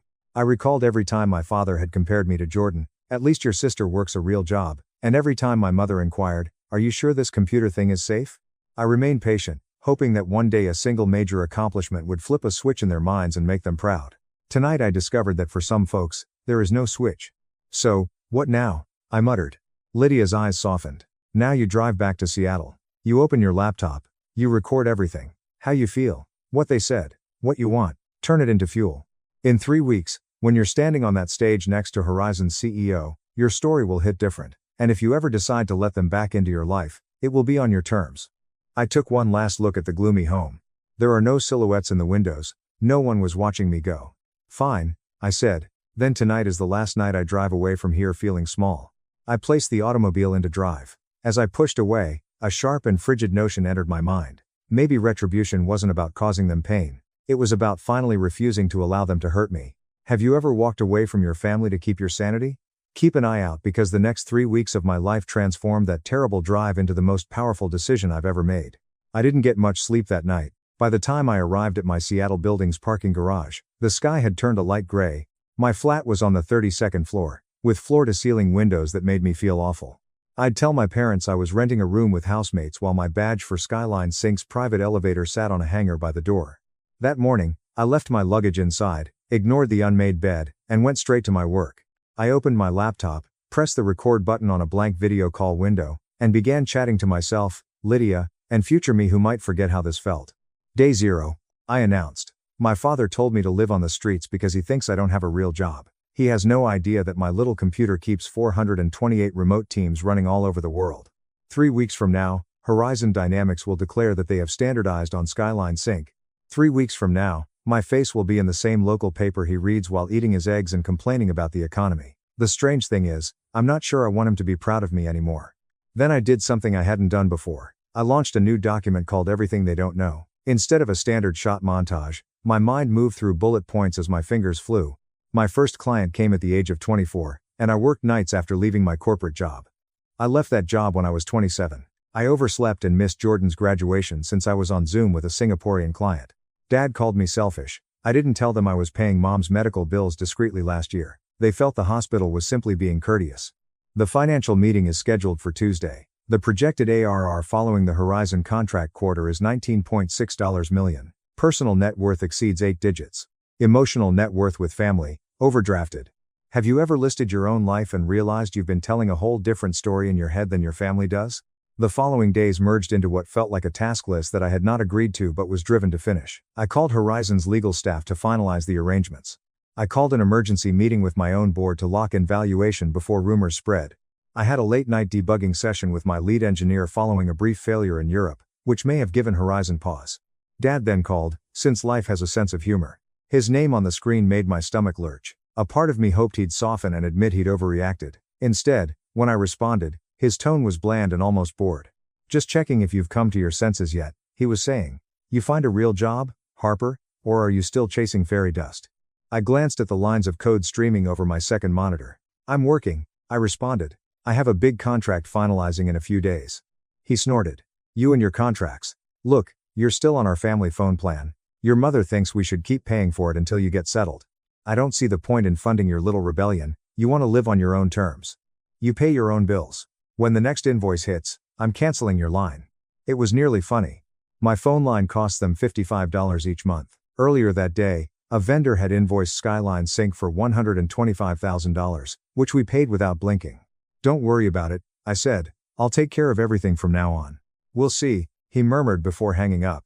That click went deeper than the threat. It was not about money. It was about removing accountability. The message was plain. If I fail now, it is solely my fault. That night, while my team practiced Horizon's onboarding procedure repeatedly, I added another sentence to my document. They did not simply throw me out of the house. They took away my final justification to stay little. In between slide decks and contract red lines, a question lingered in my thoughts. Would you still be willing to start anything large if you knew every safety net behind you was about to be cut? I realized I already had. The Horizon Dynamics announcement week felt like standing in the middle of a storm of email messages and calendar alerts. On Monday, the CEO's assistant verified the combined press release timetable. On Tuesday, our public relations agency sent over the title, Horizon Dynamics Standardizes Global Remote Operations on Skyline Sync. On Wednesday, Blair traveled up from San Francisco to guide me through last-minute talking points for the live stream signing. They're not just a client, he told me as we sat in Cityscape's glass-walled conference room, which overlooked the Seattle cityscape. They're a signal. Once this goes public, every mid-market company that's been watching from the sidelines will call. You're about to jump tears, Harper. I nodded, but my thoughts kept returning to my father's remarks. Go live on the streets. I was curious what he would think if he saw the view from this conference room. If he learned that the rent for this floor alone would likely cover his company's payroll for several months. At the same time, miles away in our old neighborhood, my name began to surface in talks I was not involved in. My aunt forwarded Dad a link she found on LinkedIn when I was rehearsing my speech, which I had no idea about at the time. Isn't this Harper's company? She'd written on Skyline Sync's page, where the teaser for the Horizon announcement had just been posted. My father, who barely tolerates smartphones, clicked the link nevertheless. He noticed my headshot beside the phrases founder and CEO, the number of followers, and the enthusiastic remarks from people he had never heard of. His initial feeling was not pride. It was suspicion. According to my cousin, who later informed me, he scoffed at the screen. Anyone can put CEO on the internet, he had said, doesn't mean it's real. Back in Seattle, we didn't have time to worry about his denials. The Horizon team flew in, caterers and AV professionals flocked to our office. We transformed our open area into a mini stage with skyline banners, a giant screen displaying a live dashboard of our uptime figures, and rows of chairs for staff and reporters. Lydia texted me images from her living room in Portland, where she'd set up food and watched the live stream like it was a movie premiere. Front row seat to your revenge arc, she added, beside a fire emoji. On the morning of the signing, I dressed in a blue blazer, modest jewelry, and pulled back hair. No overcompensation, no sequins, just crisp lines that said, I know exactly what I'm doing. As makeup artists finished fussing over the Horizon CEO in the green room, Archer, my old college friend turned tech writer, leaned over to me with a smile. Off the record, he muttered. Once this goes live, your estimated ARR is what, $19.6 million? You realize you're about to become the overnight success? People in my comments enjoy arguing about overnight success. 12 years of late nights were distilled into 2 words. I nearly laughed. Just make sure you spell my name right, I told you. What I didn't realize until later was that my father's name would also appear on the screen that day. Archer freelanced for a local news network, which picked up the Horizon story for their business feature. They liked the angle. Small-town lady from Washington creates software for huge enterprises. Between the weather report and the construction update, a producer inserted a clip from our live feed. My parents' TV flickered with the Skyline logo as I was on stage adjusting my mic. My visage, which my father still perceived as the daughter who squandered her potential, dominated his living room, confident and smiling, standing beneath a banner reading Skyline Sync X Horizon Dynamics Strategic Partnership. As I stepped onto the stage in Seattle to a round of applause, my father lowered the remote in surprise. Margaret Bennett, he exclaimed, come here, isn't that Harper? I stepped up to the stage, the studio lights glaring into my skin, and glanced out at the sea of people. My team, Horizon executives, reporters, and a small group of investors. The large screen behind me exhibited Skyline Sync's interface, which was clean and serene in contrast to the tumult in my chest. Thank you all for being here, I said. When I wrote the first lines of code for Skyline Sync in a cramped studio apartment, I didn't imagine we'd one day be helping companies like Horizon Dynamics coordinate teams across 28 time zones. I just knew there had to be a better way for people to work together without losing their minds or their humanity. I discussed remote employment and how people in small villages and major cities should have equal access to meaningful careers. I discussed the product's development staff, including how many of them came from families that believed their computer work was fake. I didn't mention my father urging me to go live on the streets 3 nights before, but it was present in every syllable, giving them weight. When I finished, the audience exploded with cheers.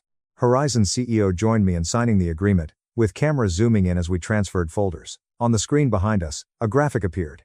The projected annual revenue impact is $19,600,000 or more. My father noticed the number and stopped breathing for a split second. Following the signing, a reporter from the local station approached for a lengthy Q&A. It was intended to be a typical discussion about trends, remote work, and the future. Then Archer lifted his hand. He had warned me earlier. "Do you mind if we talk about where you came from?" he inquired, half smiling. "A lot of our viewers are from your hometown." I swallowed. Part of me wanted to maintain it on the surface. Another part of me heard Lydia's voice in my head. "Use it." "Sure," I responded. I grew up in a small town where most people worked with their hands. Construction, nursing, mechanics, tech felt like something that belonged to other places. When I started working online, a lot of people, even in my own family, thought it wasn't real work, that I was wasting my time. "And now?" Archer inquired. "Now, Skyline Sync employs over 110 people and supports thousands of jobs indirectly," I told them. "So I guess it turned out to be real enough." The audience laughed quietly. The camera pans across the crowd. No one in Seattle was aware that a man in a Washington living room was squeezing his remote so tightly that his knuckles were white. They didn't hear him growl, "Why didn't she tell us?" Mom, who sat beside him, didn't respond. She only looked at the lower third banner that said, "Local Founders Startup Hits Multi-Million-Dollar Milestone," and tried to reconcile the calm, articulate woman on the screen with the daughter she'd seen leave the house with tears in her eyes. When the piece concluded, they should have turned off the television and proceeded silently. Instead, my father did something very on brand. He chose to confront me in person. It was not difficult to find me. At the end of the program, the broadcaster indicated where the event would take place. While I was thanking my crew and posing for photos, my phone vibrated with a text message from an unknown number. "We're outside." I froze. Lydia was viewing the webcast and texted me at the same moment. "Is that Dad's truck in the background of one of the crowd shots, or am I hallucinating?" I handed my champagne glass to an intern and proceeded into the foyer, my heart pounding. I could see them through the glass doors. My father wore a faded work jacket, my mother clutched her handbag, and Jordan remained in scrubs, arms folded, expression impassive. They seemed completely out of place among the suits and lanyards. I briefly pondered turning back. Then another instinct took over, the one that had kept me writing code despite everyone telling me to find a real job. I pushed open the door.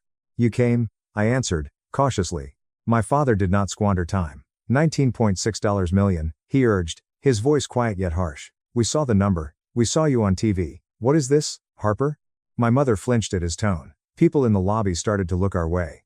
"It's my company," I said, maintaining my chin level. "The same one I've been working on for years." Jordan's eyes narrowed. "You never said it was like this," she replied. "You made it sound like some hobby." Maybe because every time I mentioned it, someone made a joke about me playing on the computer, I blurted out before I could stop myself. The words hovered between us. My dad's jaw clenched. "We had to find out from the television that our daughter is what? Some kind of big shot? You couldn't trust your own family with the truth? Have you ever been accused of betraying those who had just discarded you?" The irony tasted sour. 3 nights ago, I whispered, "You told me to go live on the streets. You said if I failed, it was my problem. You turned off the porch light while I was still walking down the path." His ears turned crimson. "I was trying to scare you into growing up." "I grew up," I responded. "You just weren't paying attention." The lobby suddenly felt smaller, and the air thicker. A couple of reporters stood at the entrance, pretending not to watch. Employees passed by, their gazes shifting between my face and my father's tense jaw. If I raised my voice, it would become a show. If I remained silent, my father would once again have control of the story. I chose the third option. "Come with me," I said, gesturing to a smaller side room off the main hall. It featured glass walls, luxurious chairs, and, most significantly, a giant screen hanging on the wall. The ideal spot to demonstrate rather than tell. They followed reluctantly. When I got inside, I closed the door but did not pull the blinds. "Let them see," I reasoned. "Let everyone see." My father crossed his arms and planted his feet, as if he were preparing for a battle. "I don't need a tour of your fancy office," he said abruptly. "I need to understand how my own daughter has been hiding millions of dollars from her family." Something within me burst into focus. "Hiding?" I repeated. "Dad, I wasn't hiding. I was surviving. There's a difference." I used the remote to sync my laptop to the screen with a few taps. Skyline Sync's admin dashboard took up the entire screen. Live user counts, global server uptimes, and, in the upper corner, our current ARR number, all updated in real time. 19,842,300. My mother's hand rose to her mouth. Jordan's eyes widened. My father blinked and leaned forward, looking for something to dismiss. Anyone can fake numbers on a TV, he murmured. I nearly laughed. You think I hacked the TV to impress you? I switched to the Horizon contract description, logos, legal signatures, and bank routing numbers. Then, taking a big breath, I launched my personal banking app and slid the window to the screen. My balances seemed painfully apparent. This is my reality. I replied softly. This is what playing on the computer got me. And this, I glanced back toward the main room where the partnership celebration proceeded, is only the beginning. Have you ever wished to show someone every receipt for the times they underestimated you? This was the moment. My father gazed at the numbers and then at me. For the first time, he appeared to be terrified rather than angry. Not of me, but of what this said about him. About how terribly he had misjudged his own child. Why didn't you tell us? He whispered. Because every time I tried to share even a small win, you turned it into a lecture about real jobs and serious careers. I told you. You made it clear you weren't interested in understanding my world, you just wanted me to fit into yours. So I stopped trying to make you proud and focused on building a life I could be proud of. Jordan moved, her voice soft. You're richer than everyone we know, she exclaimed, partly in astonishment, half accusing. This isn't about being richer, I replied. It's about you all thinking you had the right to call me a failure without even asking what my life looked like. My father's visage tightened again, his pride struggling for a grip. We're your parents, he explained. We had a right to push you. To demand better. Push me to what? I inquired. To a job I'd hate? To a life that looked respectable in Christmas photos? You didn't demand better. You demanded familiar. There's a difference. Ow. Outside the glass, I spotted Archer, and another reporter pausing, trying not to stare too directly. My father caught my eyes and understood we had an audience. His voice lowered.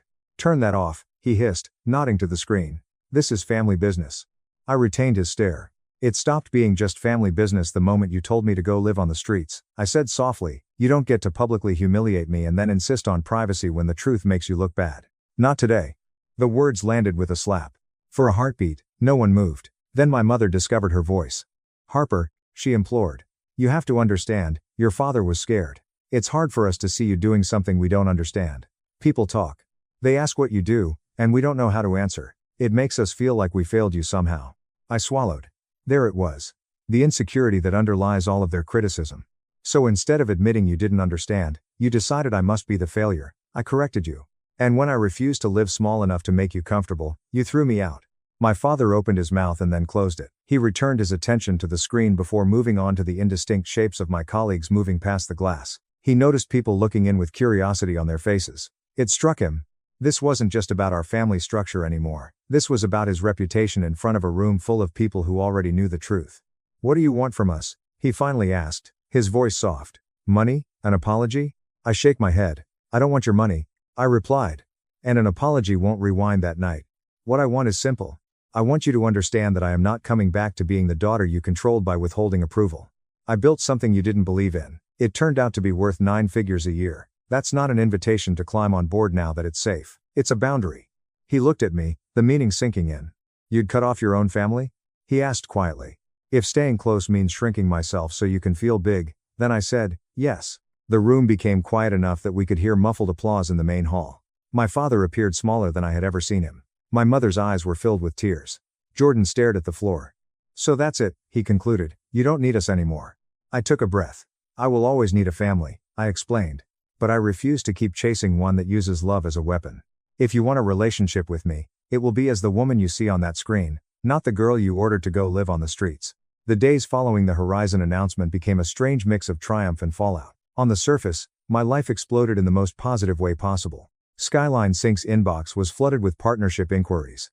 The traffic spike almost caused our website to crash. Investors I had been pursuing for years suddenly sent apologetic emails about missing the boat, asking if we might have room in the next round.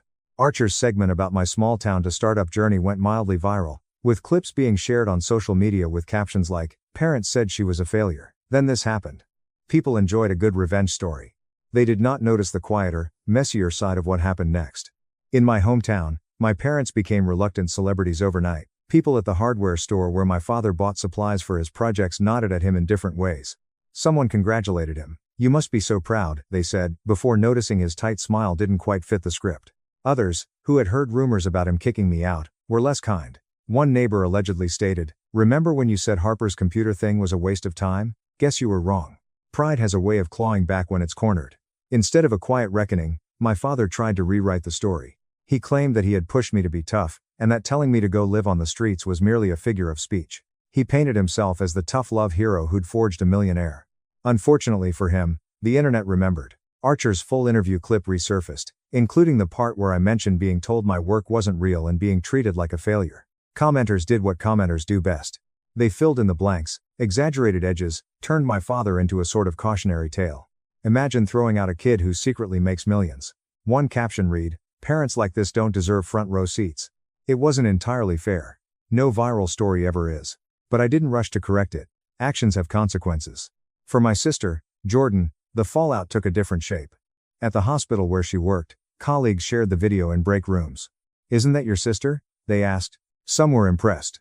Others raised eyebrows at the parts where I talked about being compared unfavorably to a more respectable sibling. For the first time, Jordan had to sit with the idea that her perfect image came at someone else's expense. One night, she called me. I almost didn't pick up. When I did, her voice was brittle. "They keep playing that video," she said without greeting. "The one where you talk about them not respecting your work. People look at me like I was in on it." "You were," I said, not unkindly. "You laughed when Dad called my company a hobby. You rolled your eyes when I said I had late-night calls. You treated my work like a phase." Silence, then a shaky inhale. "I didn't mean to hurt you," she said. I thought you'd grow out of it, like a college obsession." "I grew into it," I answered. "And you never asked what it meant to me." There was another pause, then softly, "What does it mean to you?" The question came 10 years late, but it was real. For the first time, I told her, not the glossy investor pitch, but the messy core. How code had saved me when I felt like an outsider in our town. How building Skyline Sync made me feel powerful and terrified at the same time. How every sarcastic comment from Dad had landed like a weight I had to code my way out from under. By the time I finished, Jordan was crying quietly on the other end. "I'm sorry," she whispered. "I don't know if I know how to fix this, but I don't want to be part of the reason you stayed small." "Then don't be," I said. "You don't have to choose between them and me, but you do have to decide whether you're going to keep pretending nothing happened." As for my parents, they tried to reach out several times. My mother left long voicemails about misunderstandings and hard times, never quite saying the word sorry.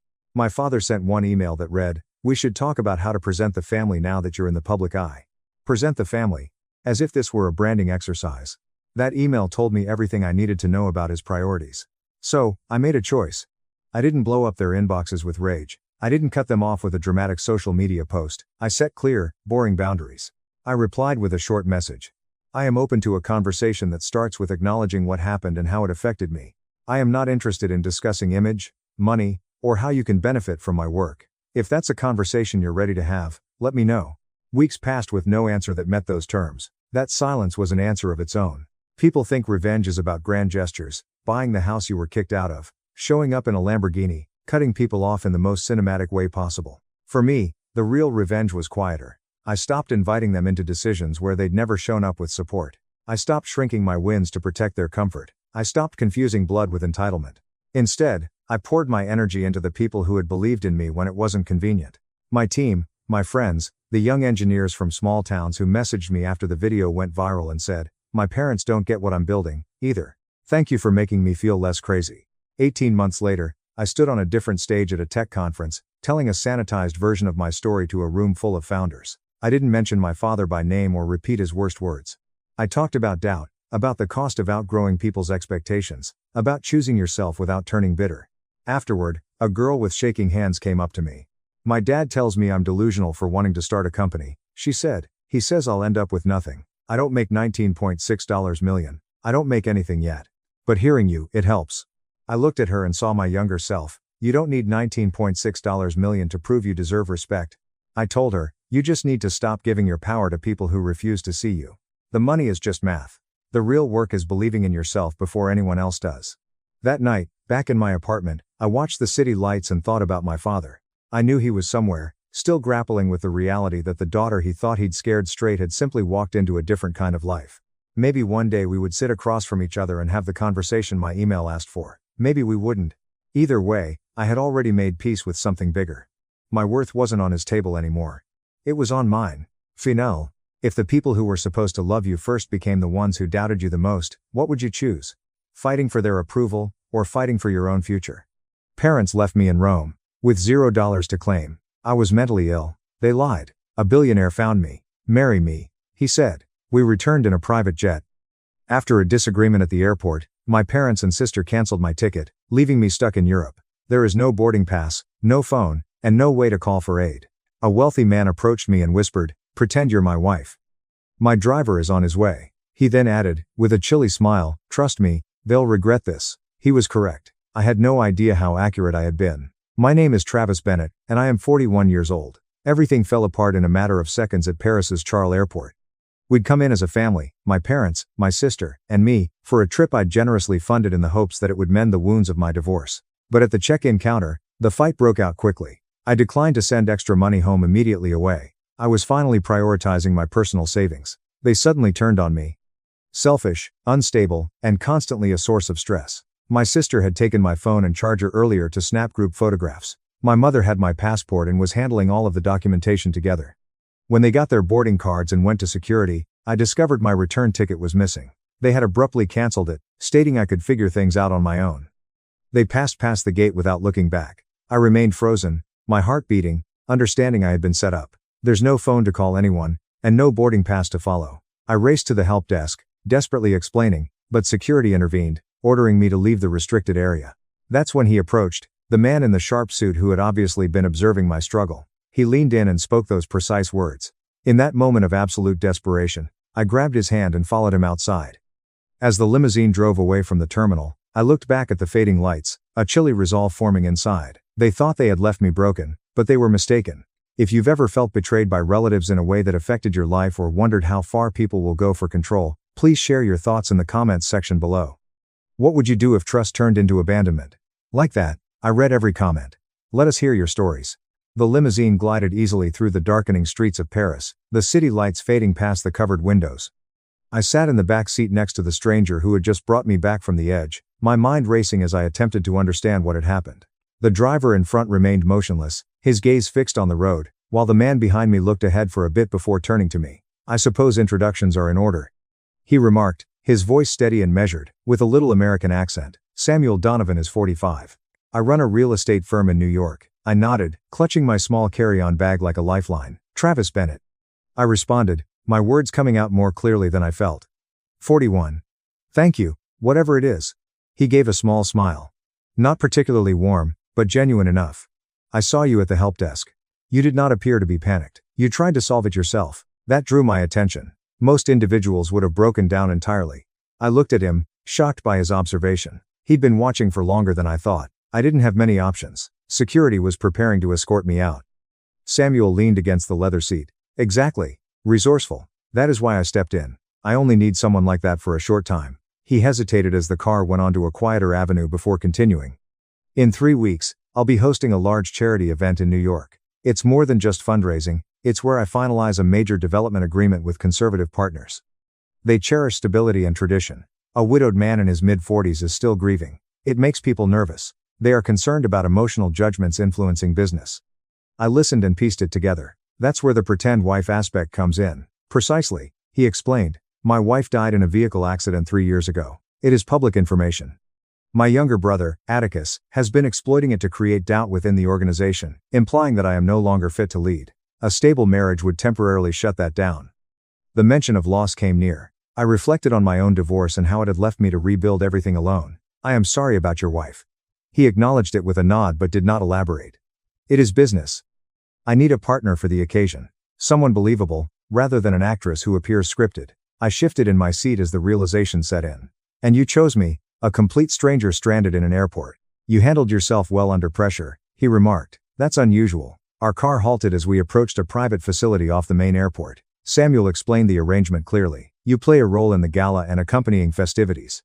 In exchange, I will fly you back to the States tonight and provide you with secure housing in my Manhattan penthouse. $65,000 in cash plus a new phone. Plus, I'll assist you discover out what your family is really up to." Something about the abandonment sounded intentional.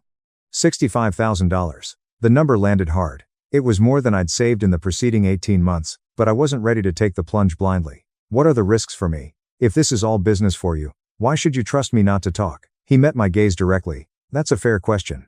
I do not. The arrangement, however, would require both parties to maintain anonymity, and, To be honest, I, too, am in a weak area. Atticus has discovered a recent underperforming investment in which morning may have impaired my judgment. He's developing an internal case against me. I need to purchase time. His candor astonished me.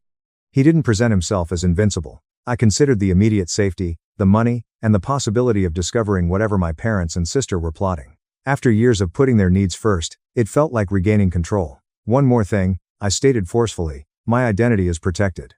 If possible, avoid using real names in public, and I have the last word on what stories we tell about ourselves. Samuel studied carefully before extending his hand. Deal. We shook it as the limousine arrived at the private hangar. A sleek airplane sat on the tarmac, its engines already heated. We boarded swiftly, and the interior was sumptuous yet simple, with comfortable chairs and dim lighting. I strapped in as the plane taxied, tiredness setting in. Samuel worked on his laptop across from me, making room. I closed my eyes, the buzz of the motors soothing me. For the first time that day, I realized I wasn't alone in the issue. Sleep was easier than imagined. When the plane landed in New York soon before dawn, the sky was getting light. A covert sedan met us on the runway and drove directly into the city. We drew up to a high-rise in Manhattan, and the doorman recognized Samuel. Inside the private elevator, he gently stated, "Maria Alvarez, my housekeeper, will show you to a guest suite. Get some rest." The doors opened into the penthouse, which was huge and modern, with floor-to-ceiling windows that overlooked the skyline. Maria, a kind woman in her 50s, greeted us gently and brought me down a hallway to a nicely appointed room. As she left me to settle in, I stood by the window, watching the city awaken below, tired to the core, but for the first time in hours, a glimmer of hope appeared. I made a decision on my own terms.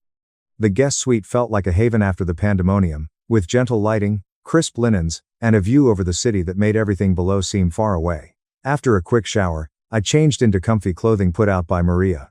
The new phone Samuel had provided was on the bedside, fully charged and ready. I grabbed it without hesitation and scrolled to the sole contact I'd added thus far, Rachel Whitman, my cousin who had always been more like a sister when things went bad with my own family. She responded on the second ring, her voice tinged with anxiety. "Travis, my God, where have you been? Your folks have called me several times already."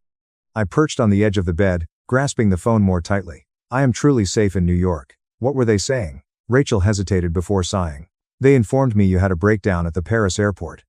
Said the stress of the divorce had finally caught up with you, and you were becoming paranoid, accusing them of things, and then walking away without stating where you were going. They make it appear as if you are not thinking straight, that you may harm yourself or make poor financial judgments." My stomach turned. That is not what happened.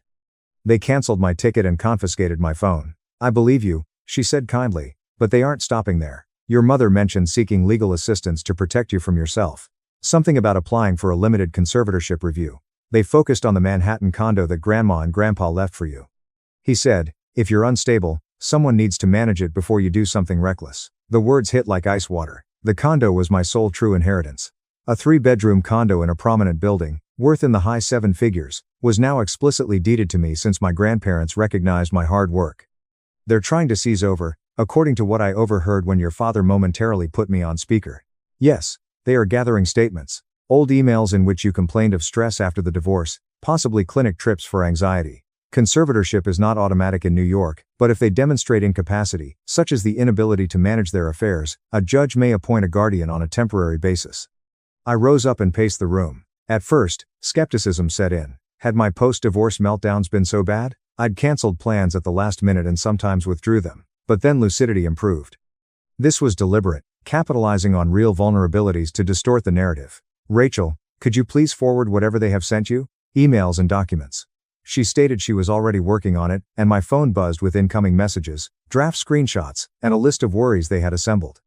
I examined them rapidly, rage supplanting any self-doubt. They were not concerned about me, they positioned themselves as saviors, attempting to grab valuables. I thanked Rachel, promised updates, and then hung up. As I made my way downstairs, the penthouse was quiet. Samuel was reviewing files in a sleek office off the living room. "I need to talk," I stated directly, going forward. He looked up and set down his work. "Is everything okay?" "No."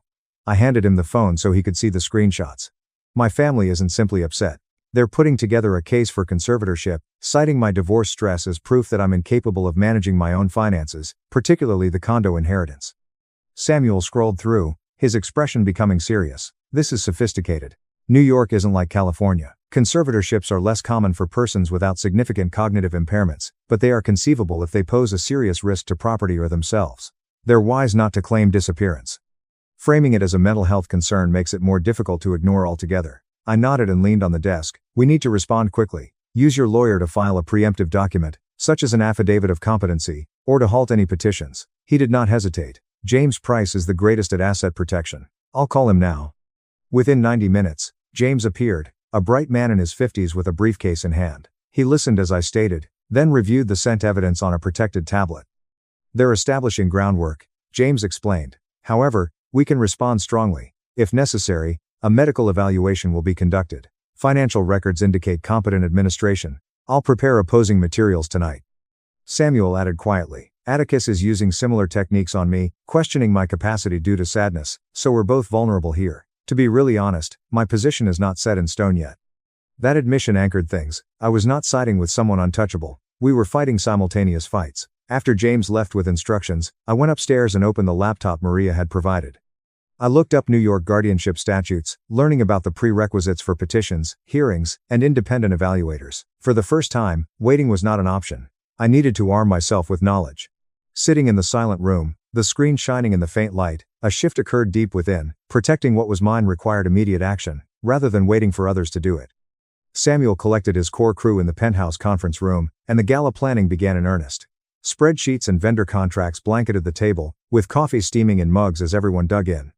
I did not wait to be asked. Do you mind if I peek at the program's timeline? I responded, putting a chair up next to the lead coordinator. She slid it over without hesitation. Within minutes, I identified overlaps. 3 keynote speakers are scheduled too close together, threatening delays that could last throughout the evening. This needs to change. I noted out, making changes with brief notes. Move the auction segment earlier. It energizes the audience before dinner. The coordinator raised an eyebrow and nodded. Samuel looked from across the table, saying nothing but plainly noting the shift.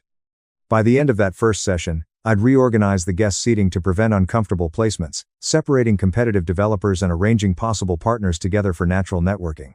When a big sponsor expressed worries about completely committing, citing whispers of instability in Samuel's leadership, I requested to examine the thread. Reading the interactions, I created a personalized answer on the spot, thanking their long relationship with the company and emphasizing new initiatives with strong prospects. Send this, I instructed the team. It confronts doubt without being defensive. The sponsor responded enthusiastically within hours, raising their commitment. Samuel then pulled me aside. You are making yourself indispensable. I said, good, because I'm not here to stand pretty. He laughed briefly, the first genuine laugh I had heard from him in months. From then on, he included me in every decision. Next, I oversaw the layout of the reception area, strolling across the hotel to map flow, ensuring entry points avoided bottlenecks, and placing signature displays where they would attract visitors' attention right away. I coordinated with the lighting crew and insisted on warmer tones for the cocktail hour, moving to cooler spotlights during speeches to keep energy focused. Samuel became more candid in later sessions. Late one night, when analyzing budget overruns, he acknowledged to a recent disappointing investment, a property transaction completed too fast following his wife's death. Atticus, circling it as proof that I'm not thinking straight, he murmured, scratching his temple. He's right that grief clouded things, but wrong about my ability to recover. I was leaning forward. Then demonstrate recovery. Get projections for the following quarter. Highlight corrections that are already in the works. He thought about it and included my recommendation in the board update. We practiced public appearances tirelessly, entering into imitation rooms, arm in arm, and handling fictitious inquiries from reporters. Our cover story, which began at a real estate conference in Chicago over a decade ago, seemed scripted at first. After one run-through, I concluded that it was too stiff. Make it casual. I handled the venue's event logistics. You grumbled about the coffee. We bonded over terrible catering horror stories. Samuel tried it, with his own spin about pouring coffee on my notes. It landed naturally, eliciting a genuine smile from him. As deadlines approached, I managed vendor escalations, personally negotiating with the florist when supplies were late and reassuring the caterer about last-minute dietary concerns from VIP guests. Samuel deferred to my calls more often, trusting his instincts honed over years of handling high-stakes corporate events. The night before the gala, I did a final full walkthrough of the venue alone, checklist in hand, and every detail in order. Signage is perfectly positioned, tech rehearsals are complete, and contingency plans for whether or no-shows have been locked in. As I tried on the navy silk gown Maria had chosen for me, I noticed my reflection. The woman peering back moved purposefully, eyes sharp. Work had shifted me from survival mode to something stronger. Control acquired via expertise. Tomorrow's event was more than just Samuel's test. It was mine, too. As Samuel and I entered the Manhattan Hotel's enormous ballroom, cameras blazing from the step and repeat backdrop. There was a sense of anticipation. We moved together smoothly, his hand lightly at my back, my grin prepared but real enough to pass inspection. Guests in tuxedos and gowns interact beneath crystal chandeliers, champagne flutes clinking, and a string quartet playing gently in the corner. Everything seemed to be in order until around halfway through the cocktail hour, when Samuel's phone vibrated with an alert from his public relations team. A tabloid had just repeated old accusations about his instability after widowhood, citing an unidentified source close to the company who claimed recent transactions demonstrated bad judgment. We were both aware that Atticus was feeding the story. The team's prepared statement, a robust denial highlighting good performance indicators and forward momentum, was promptly released. It helped to keep the spread under control, but whispers echoed throughout the room.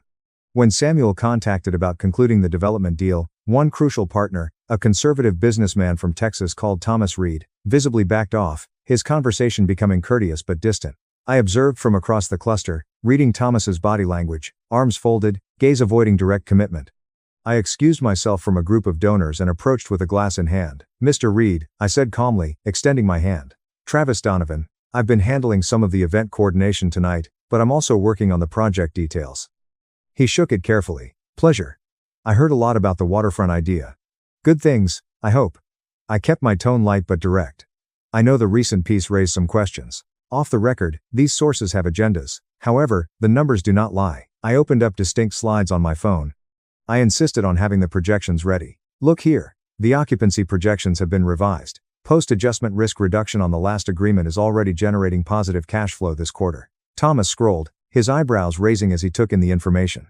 "These corrections were not made public." "Not yet," I said, "but they are real. Samuel does not hide from setbacks. He fixes them. That's why this collaboration makes sense."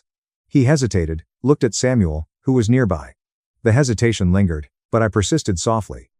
"We've included stricter oversight clauses to alleviate worries. Long-term, this initiative is expected to outperform market forecasts by 18%. Thomas handed the phone back. "Fair points. Let's discuss specifics after the sale." The rest of the evening went well, with lively bidding and well-received speeches. Thomas signed the contract before dessert, with additional review milestones that tightened the terms slightly. Nonetheless, it closed out a win, albeit cautiously. As the crowd dispersed, Samuel and I slipped out to the waiting car. The city lights flashed past once more. "That article escalation," he murmured, loosening his tie. "Atticus timed it perfectly. It'll give him more ammunition for his lawsuit. Proof of external doubt affecting deals." I nodded and looked out the window. The contract was signed anyway. "Thanks to you," he admitted. "But damage lingers. I need something more powerful to counteract the narrative of isolation and poor judgment." He gave me his full attention. "Marry me on paper. An 8-month contract. It provides undeniable proof of stability, a committed relationship, and shared life. Courts and boards recognize this." The proposal was heavy, practical, and profound. I did not flinch. "Terms?" I asked evenly. "Full financial compensation of $420,000, plus continued involvement in projects and legal protection for your assets." I considered the layers, which would protect both of us from family attacks. I established conditions, exit clause at any time, no questions asked. I have control over my public image and statements, and I can keep the Donovan name after the dissolution or not. Samuel studied me for a moment before agreeing. "All of it. James can draft tomorrow." The car drove into the underground garage. We signed the register a few days later at City Hall, in a plain office with fluorescent lights and a board clerk. There is no ceremony, only witnesses and stamps. I carefully folded the certificate, as Travis Donovan had done. This wasn't a rescue anymore. It was armor I helped create, protecting my future on my terms. The move to the Hamptons house went smoothly. Staff unpacked boxes while I focused on settling into my new routine. The property was situated on a quiet stretch of beachfront, with modern glass walls opening to dunes and ocean, far enough from Manhattan to avoid daily scrutiny. Samuel proposed the change for privacy as media attention lingered following the gala. I agreed. The distance felt like breathing room. My role quickly transitioned from temporary to substantive. The company was building a luxury resort complex along the coast, and Samuel included me in strategy meetings from the start. I looked through market reports, comparing occupancy trends for similar properties in the area. One afternoon in my home office, overlooking the water, I marked gaps. Guest feedback from competitors indicates a desire for more wellness-focused amenities, I explained, sliding printed summaries across the desk.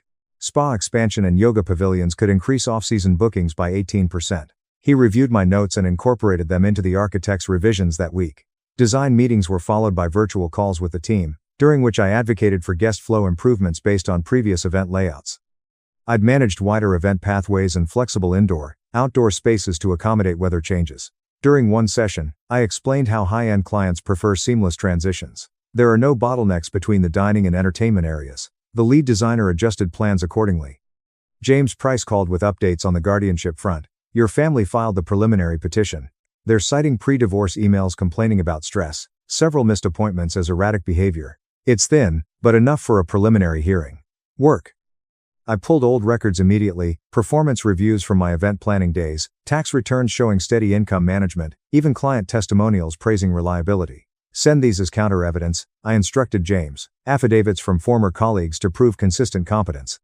He filed them promptly, stalling any quick approval. Samuel faced escalation on his side. Atticus submitted formal papers claiming incapacity, referencing the same underperforming investment plus the gala rumors as pattern. Late nights became routine, documents spread across the dining table under warm lamps. I helped organize his defense, financial audits demonstrating recovery, board minutes showing sound ongoing decisions. One evening, exhaustion evident in his posture, Samuel set down a folder. Grief did hit hard, he confessed. That deal, I rushed it, ignoring red flags because staying busy felt better than facing empty evenings. I pushed a revised timeline toward him. Then highlight the fixes, divestment completed, new safeguards and contracts. Turn the narrative to resilience. He implemented every suggestion, strengthening the response. James prepared. Those sessions built quiet trust. We challenged each other's ideas without offense, refining arguments until they held firm. I handled outreach to independent evaluators James recommended, scheduling assessments that confirmed my mental fitness without issue. Samuel attended strategy calls for his case, incorporating my input on framing recovery narratives. The ocean view from the study became backdrop to focused work, waves crashing as we cross-checked legal briefs. James's final update arrived during a break, phone on speaker. Your parents learned about the marriage through public records. They're convinced it's proof of manipulation. Booked flights. They're coming to talk sense into you before things go further. The line went quiet after he hung up. I stared at the screen, resolve hardening. They weren't done trying to pull strings. The doorbell rang mid-morning, sharp and insistent. Maria answered, then hurried back to the study where I was reviewing resort blueprints with Samuel. Your family, she said quietly. They're here. I set down the plans. Samuel stood immediately. I'll stay out of sight unless you need me. This is your conversation. I nodded, walking to the foyer alone. James Price waited in the hallway, briefcase ready. Isaac Bennett stepped in first. Susan right behind, Freya trailing with eyes downcast. No hugs, no pleasantries, just tension thick enough to choke. You've gone too far, Isaac said, voice low but firm. Marrying a man you barely know, hiding here like you're above us. Susan chimed in. We came to bring you home. Your mental health is fragile. We're trying to help. I stood straight, arms crossed. Help by filing for conservatorship. That's what this is about. Isaac's jaw tightened. You disappeared in Paris. Refused contact. We had to act to protect your assets. The condo grandma left you. Freya shifted, eyes flicking up then away. I gestured toward James. My lawyer has the full file. You submitted preliminary papers claiming incapacity based on erratic behavior. Emails I sent during a stressful period after my divorce. That's not evidence. It's cherry picking. James opened his briefcase, laying out documents. The petition lacked substantial proof under New York law. No medical diagnosis, no recent incidents, just old complaints twisted to fit a narrative. Susan's face flushed. You're being manipulated by this man. He's using you for his own legal problems. I met her gaze evenly. Samuel isn't the one trying to control my inheritance. You are. Isaac stepped closer. We raised you. We deserve you. You deserve nothing more than respect. I cut in, which you lost when you orchestrated that abandonment at the airport, took my phone, my passport, canceled my ticket, all to push this conservatorship quietly. Freya finally spoke, voice small. We didn't mean for it to go this far. I turned to her. You borrowed my phone for photos. Mom kept my passport for convenience. You all walked away without a word.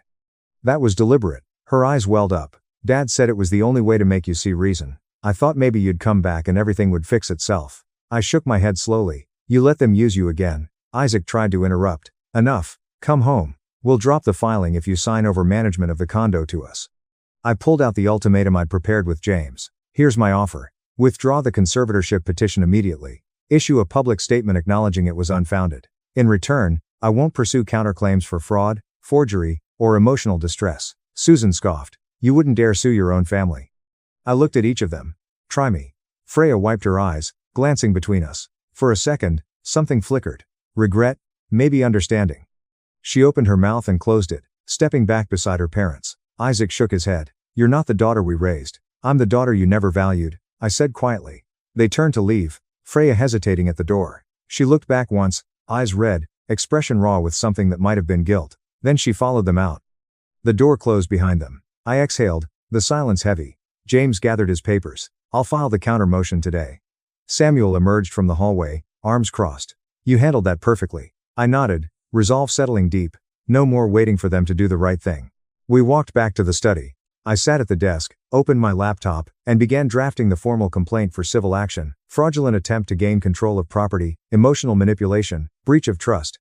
The decision felt final, necessary. They had chosen their path. Now I chose mine. The court's decision came swiftly. James's counter evidence, medical records confirming no ongoing incapacity, financial statements proving independent management, affidavits from colleagues attesting to my reliability, overwhelmed their petition. The judge ruled there was insufficient basis for guardianship under New York standards, dismissing the case outright and noting the filing appeared motivated more by property concerns than genuine welfare. No penalties were imposed, but the public record spoke volumes. Word spread through old neighborhood circles and mutual acquaintances. Invitations dried up. Former friends distanced themselves, uncomfortable with the optics of attempted control over an adult child's inheritance. My parents lost standing in their retirement community. Whispers followed them at events they once hosted. Freya's professional network caught wind of subtle shifts in how colleagues viewed her judgment. They no longer had leverage over me or the condo. The property remained mine alone, untouched. One evening, an email from Freya arrived. Subject line simply, "I'm sorry." She wrote about realizing too late how her silence enabled the plan, how guilt kept her up nights, how she wished she'd spoken up that day in the Hamptons. I read it twice, feeling the pull of old bonds. Then I closed the message without replying. Some bridges, once burned, stay that way. The contract marriage ended precisely on schedule. We filed dissolution papers amicably. No contest, no drama. I retained full control over my public image and assets as agreed. The Donovan name faded from legal documents, but the protection it provided lingered in resolved threats. Samuel prevailed against Atticus as well. Board reviews accepted the period of stability during our arrangement as evidence against claims of ongoing incapacity. Atticus's challenge collapsed, leaving him sidelined in company decisions. We parted as partners turned friends, mutual respect intact, occasional check-ins about projects, but separate lives. I poured energy into launching my own event planning firm. Starting small with referrals from gala contacts, momentum built fast. Corporate launches, non-profit fundraisers, high-profile weddings bookings filled the calendar within months. The condo in Manhattan became dual-purpose, sleek office space for meetings downstairs, private living quarters above. Renovations reflected my taste. Open layouts, neutral tones, large windows, flooding rooms with light. Success felt earned, not gifted. Samuel visited once for a consultation on a company retreat I organized. We walked the beach afterward. Conversation easy. "You built something solid," he said. "So did you," I replied. No romance lingered, just appreciation for shared survival. Years on, the firm's flagship event unfolded at a waterfront venue in the Hamptons. Hundreds of guests, flawless execution, rave reviews already pouring in. I stepped onto the terrace during a quiet moment, ocean breeze carrying salt and evening chill. Waves rolled in steadily, horizon painted in fading gold. Family trust can fracture beyond repair, I realized standing there. But self-worth doesn't depend on bloodlines. Cutting ties wasn't loss, it was liberation. The freedom to define my value, chase ambitions without apology, surround myself with people who choose respect over obligation. That's the real inheritance, knowing when to walk away and building stronger on the other side. If betrayal taught me anything, it's this: broken faith from those closest hurts deepest. Yet healing comes from within. You don't need permission to protect your peace. Sometimes ending a chapter forcefully opens the best ones ahead. I refused to gift my $375,000 home built over 2.5 years to my sister. Dad hit me with a cake stand. He's arrested. And her $40,000 debt is exposed. My parents insisted that I give my sister the $375,000 home I constructed myself at her wedding. When I refused, my father lost his temper and threw me to the ground with a metal cake stand. There was silence in the room until my sister's fiancé broke the news to my parents. Before I realized my father was swinging, I was struck by the metal cake stand. In an instant, I was seeing my sister Lucy spin around in her $6,500 Vera Wang dress while seated in the third row at my table, close to the dance floor. Then the world swung sideways as wrought iron made contact with my temple. My chair skittered backward as I fell hard. My head bounced once, twice, after my shoulders struck the parquet floor first. Mid-song, the band broke up. 175 attendees fell silent. A high-pitched, constant buzzing that sounded like a smoke alarm going off inside my brain was all I could hear. My hand went to my head and left behind warm, scarlet, and sticky blood that soaked into the neck of my dress shirt, the navy one I had purchased especially for the wedding, and trickled past my ear. At Nordstrom rack, $100. Above me, my mother's twisted, blurry visage emerged. I had finished the trim work in my guest bathroom 6 hours prior. Get up, Ethan. You're embarrassing us. At last, the house I had spent 2.5 years building myself was finished. Everything was just the way I wanted it. The living room's crown molding, the kitchen's subway tile, and the hardwood flooring I had to sand and refinish twice due to streaks on the first effort. It was situated on 2 acres of land that my grandmother had bequeathed to me. At the age of 87, Elizabeth May Cordero passed away in February 2019. She gave me the land when it was probably worth $35,000. The entire property, including the house, was valued at $375,000. It wasn't figurative. I had created it myself. Genuinely constructed it. Began working as a building and frame crew member for a Henderson developer at the age of 19, 70-hour weeks in 110 degrees heat, including overtime and minimum salary. Victor Hernandez, my crew chief, had 30 years of experience in the field and could build a whole house while he slept. On the 3rd day, he had asked me, "You want to learn? Really? Learn? Yes. Then shut up and watch." I spent 7 years observing. I gained knowledge about carpentry, how walls were put together, how load-bearing beams operated, and how to read plans like a novel. Charlie Brooks, my 73-year-old neighbor who is retired and still quite clever, taught me plumbing. He explained to me the importance of vent stacks, P-traps, and why compression fittings should never be used on gas lines. Attended night school at the community college to learn electrical. Carmen Garcia, a certified electrician with 29 years of experience, served as the instructor. Before I got it right, she had failed me twice on my practice panel. She'd said, "Electricity doesn't care if you're tired. It doesn't care if you're having a bad day. You do it right, or someone dies." I did it correctly. Every dime was saved. Resided in a $680 month studio apartment, consumed ramen.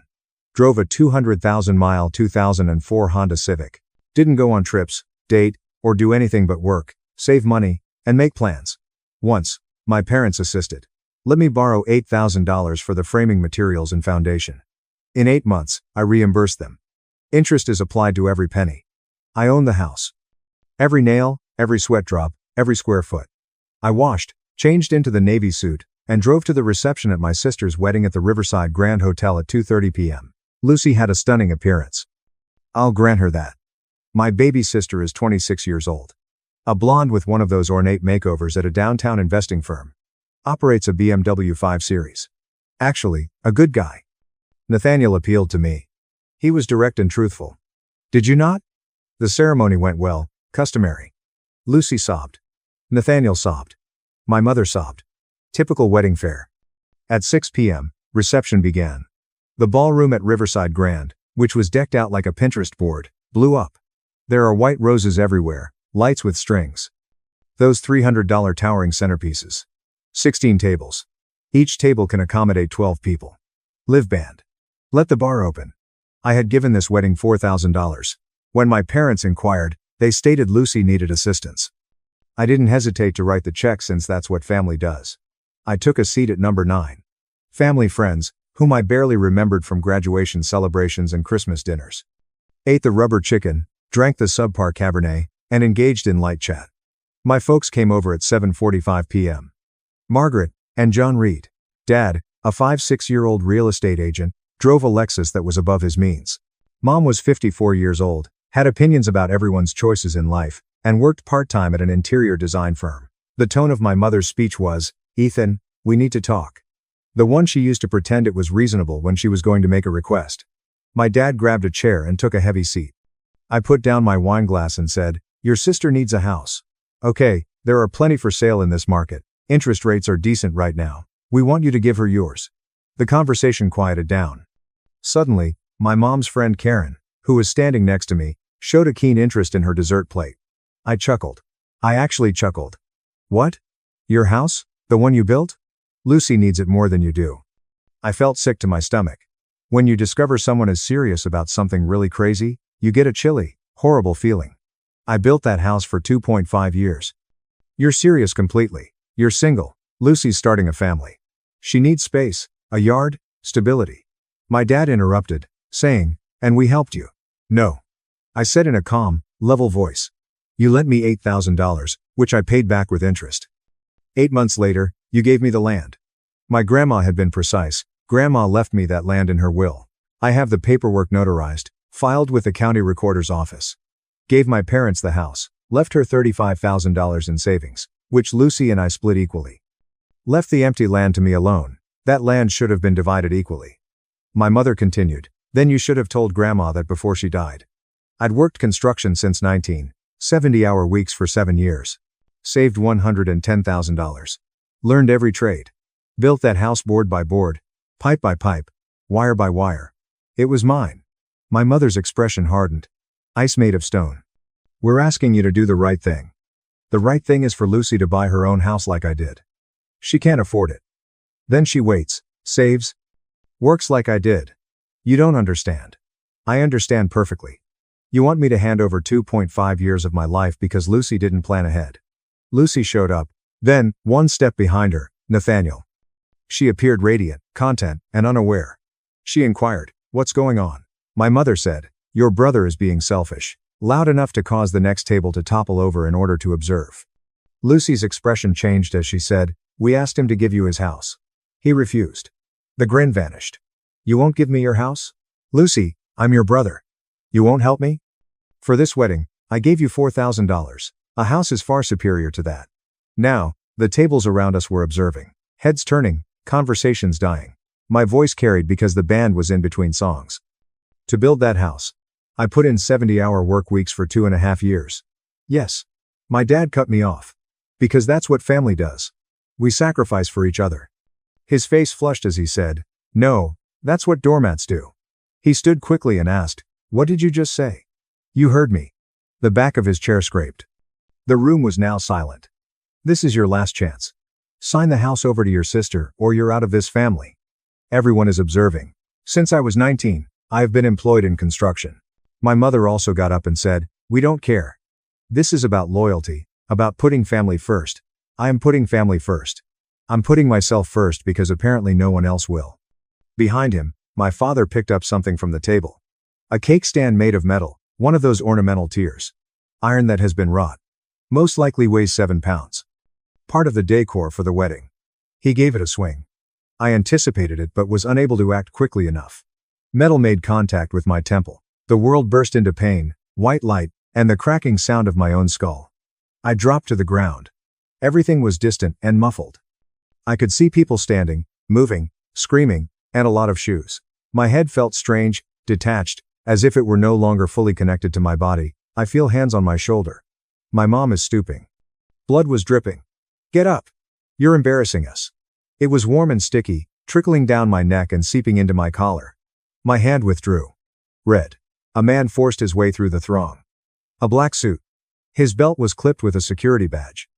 The badge said Officer M. He was a big guy, perhaps 6'2" and 200 pounds.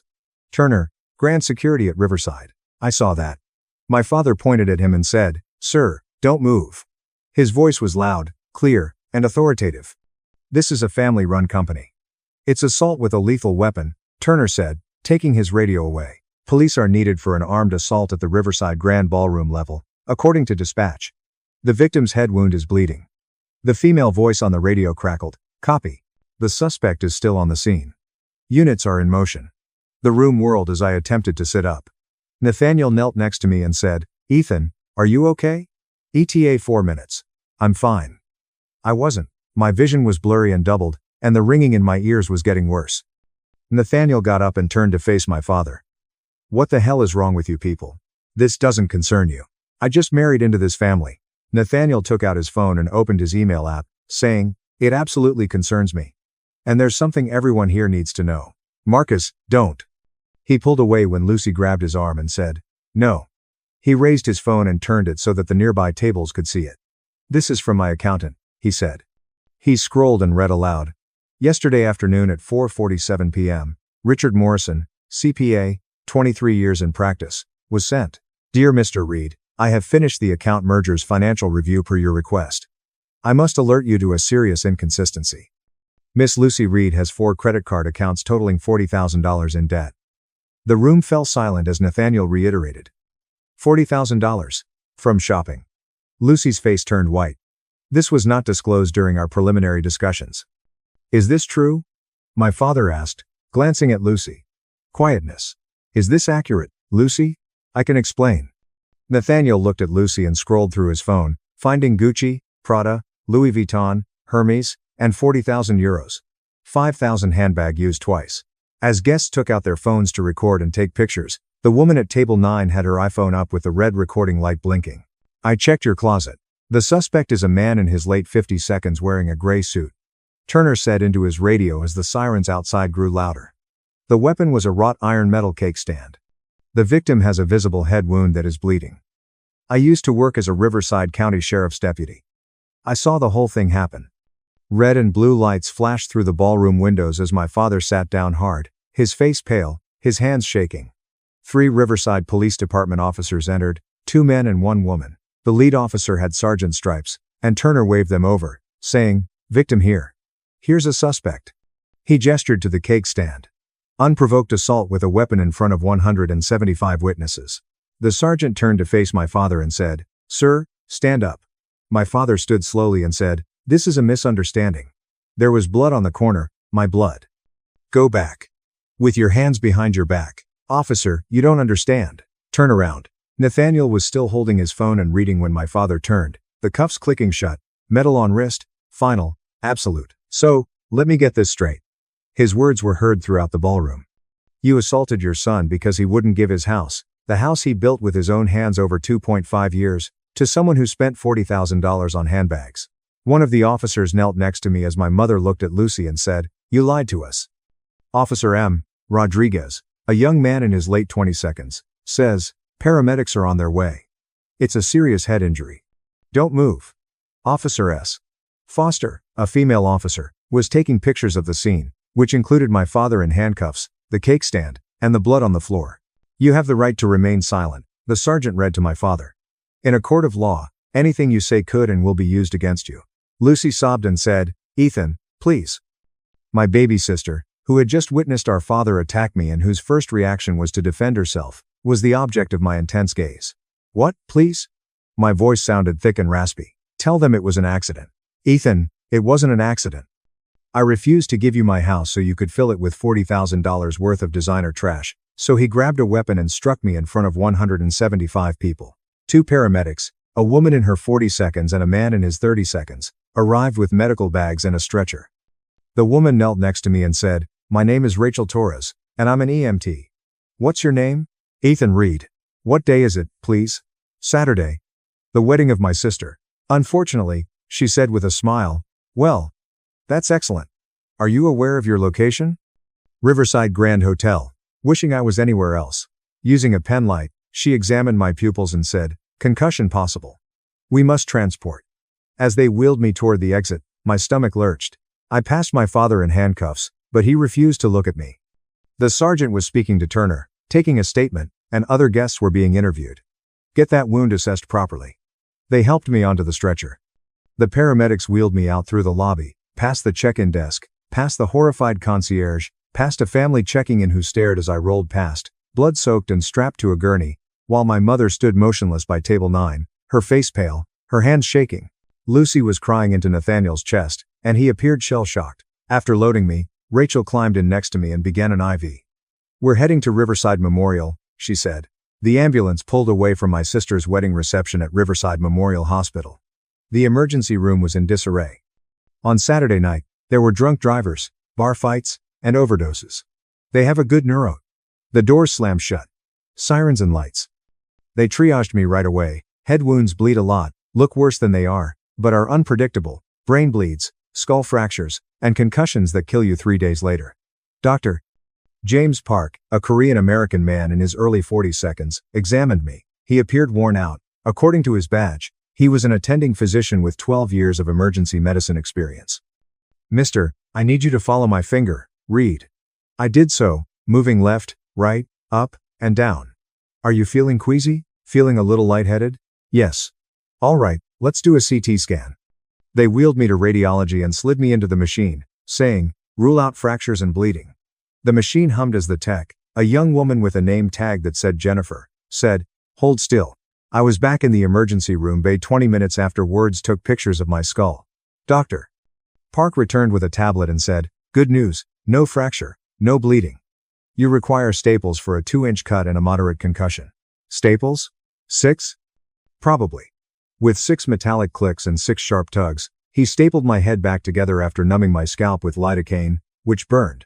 "You need to follow up with your primary care physician in 5 days, he said. "The wound is too deep for glue, too jagged for stitches. Return right away if you have a worsening headache, nausea, disorientation, or unconsciousness." "All right. Are you being driven home by someone?" "I'll call my neighbor." A different police officer showed up. She was a detective in her mid-40s, with her hair pulled back in salt and pepper, a badge and gun on her belt, and the name tag read Detective Maria Sullivan, Riverside PD. "Mr. I'm Detective Sullivan, read. I need to hear what you have to say." Dr. Park nodded. "Short as possible." Sullivan took out a recorder and said, "He needs to rest. Do you want this to be recorded?" "Yes." "Saturday, September 23, 11:47 p.m., she said, pressing record. Ethan Reed was interviewed about case number 202488847. "Could you tell me what transpired tonight, Mr. Reed?" I told her everything, including the assault, the demand for my house, the conversation with my parents, and my refusal. "Did your father threaten you before striking you?" she asked, taking notes. "I had one last chance," he said. "He grabbed the cake stand and struck me after saying, 'Sign over the house, or I'm out of the family.' Did you think your life was in jeopardy?" She wrote, "I felt my skull crack open." We have the statement from Officer Turner. He saw the whole thing happen.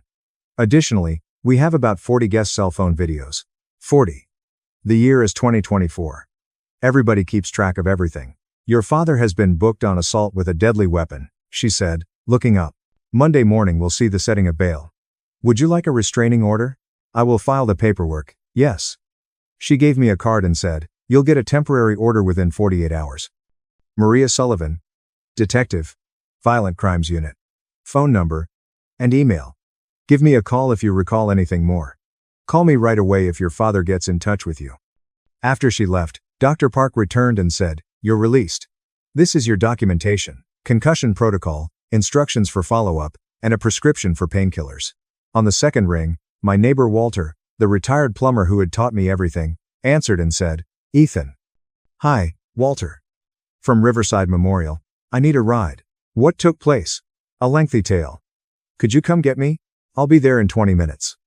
Going home, Walter arrived in his truck, a 2008 Ford F-150, faded blue, 180,000 miles. Same truck he'd driven when I first met him 7 years ago.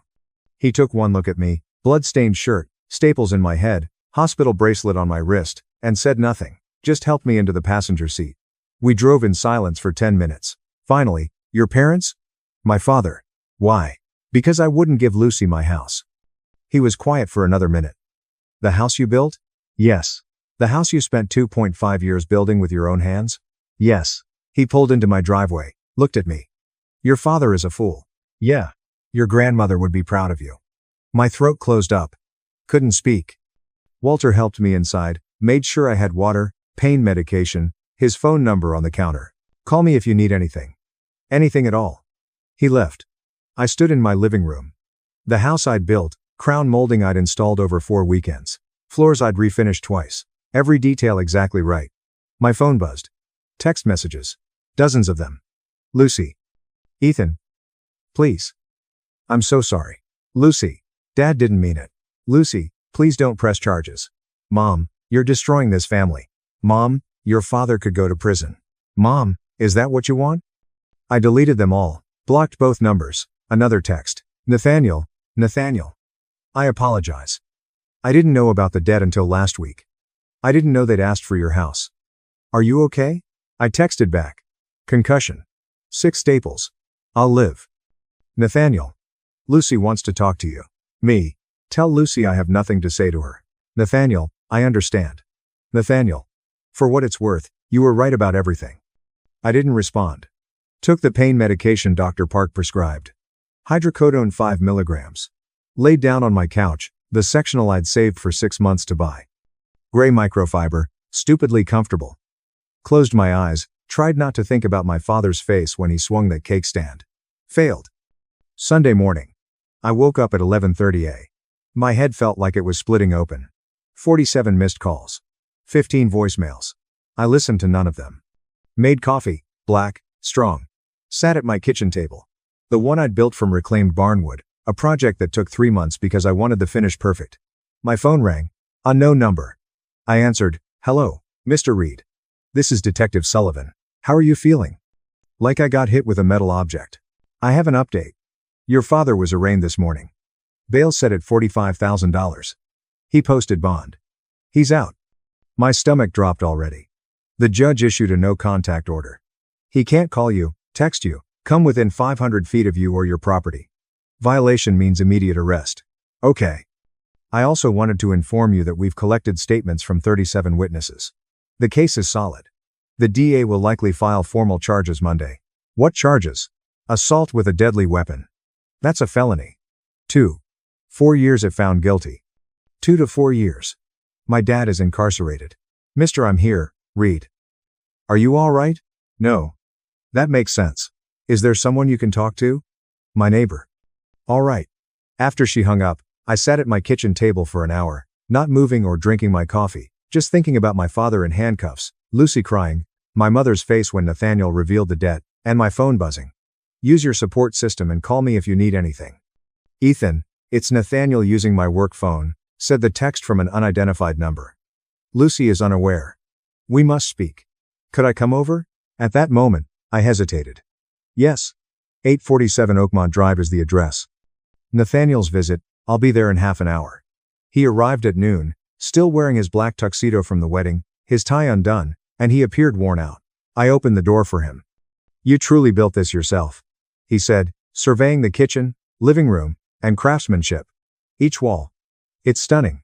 Thanks. Lucy cried all night long, and Nathaniel said, your mom, too, as we sat in the living room, me in the armchair and him on the couch. Your father refuses to speak to anyone. Good.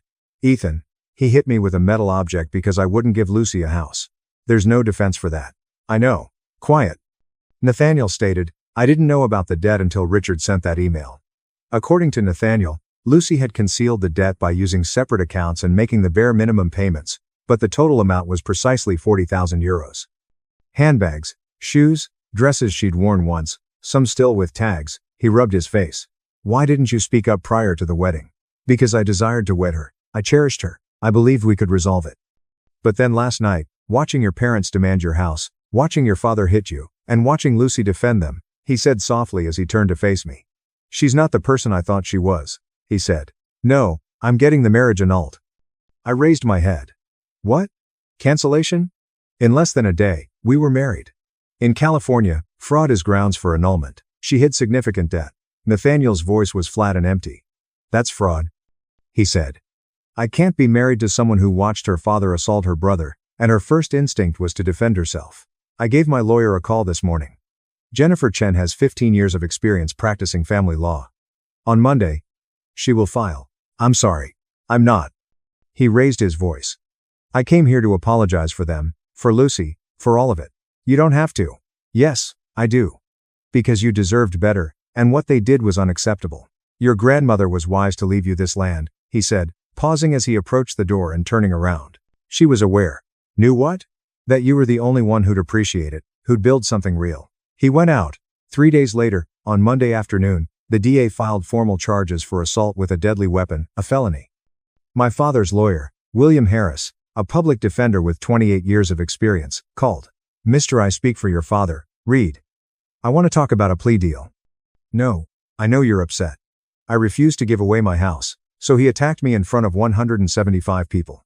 No plea is made. He's willing to apologize, pay medical bills, attend anger management. No, Mr. Reed. He made a decision. He reached for a weapon. He struck my head with it. They were decisions. He now has to deal with the fallout. I ended the call. An hour later, Detective Sullivan called and said, October 15th is the date of the preliminary hearing. You'll have to give testimony. I'll be there. The defense will attempt to portray this as a family conflict. They'll say your dad was angry, acted hastily. Didn't mean to cause significant harm.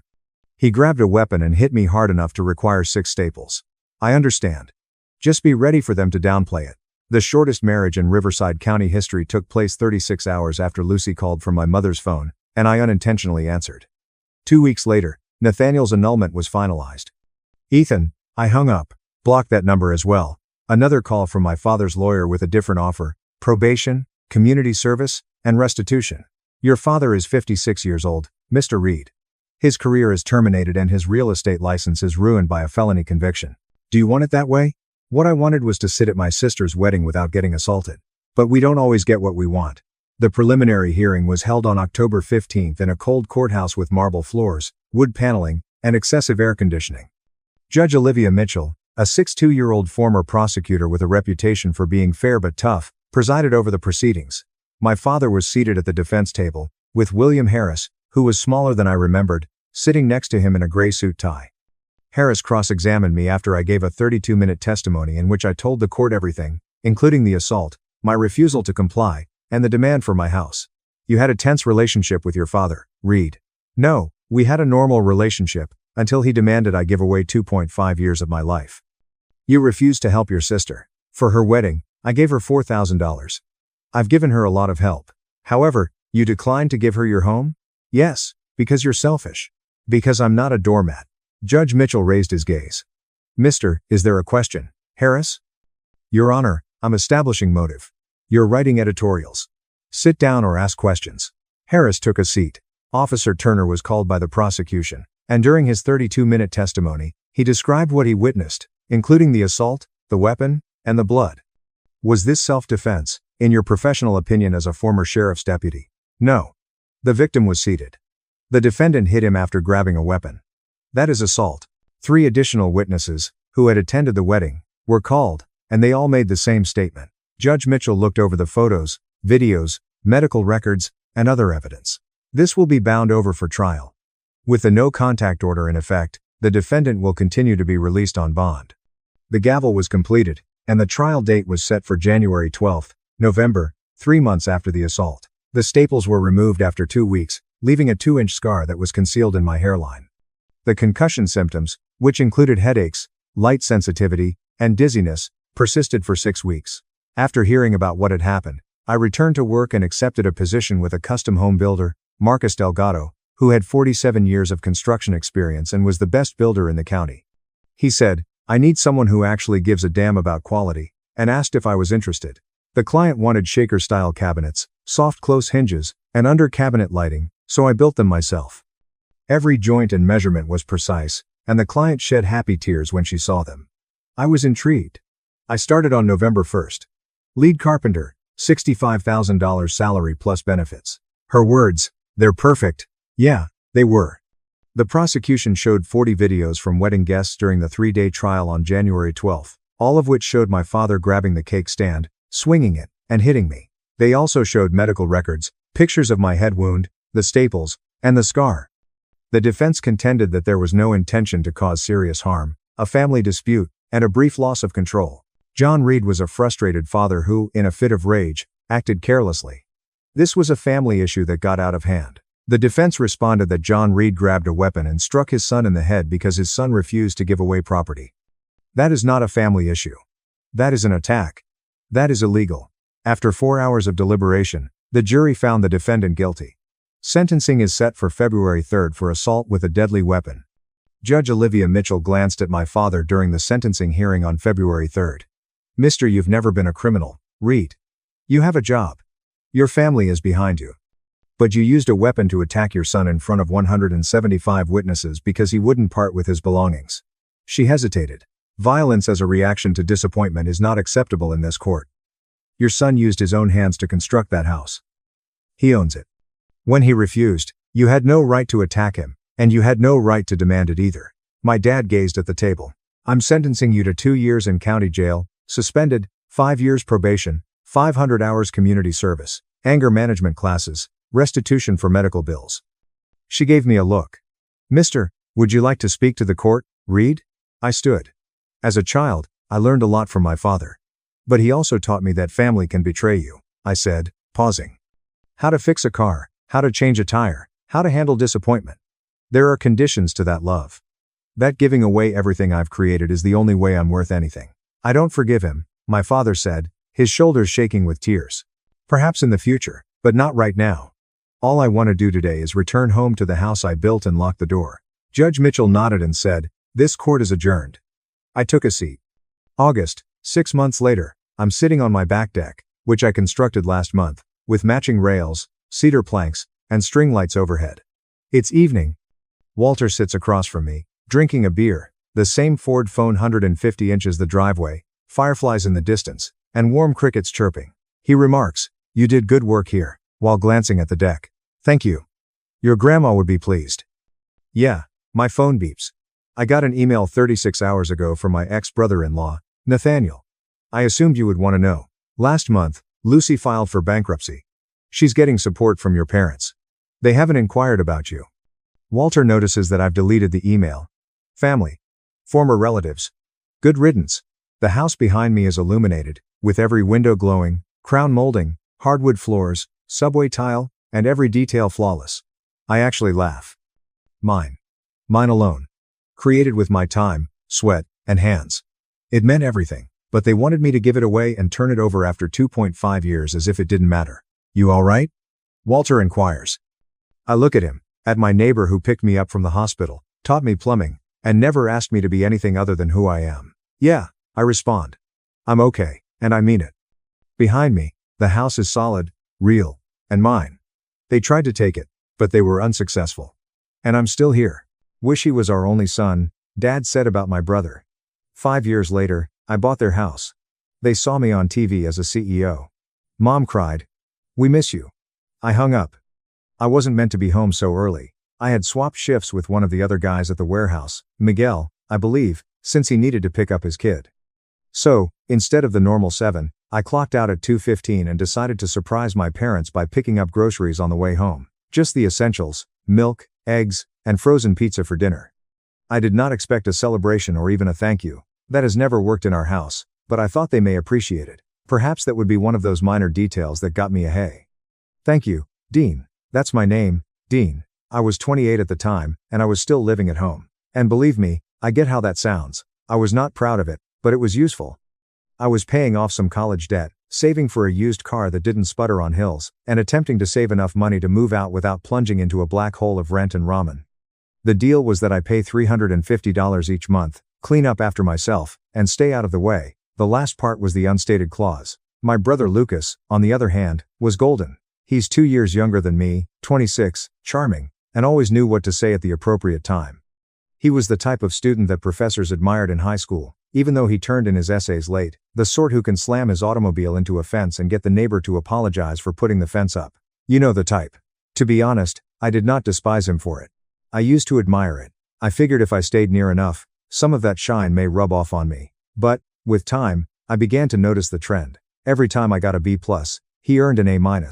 When I received a warehouse promotion, he was unexpectedly offered a higher-paying internship through one of Dad's acquaintances.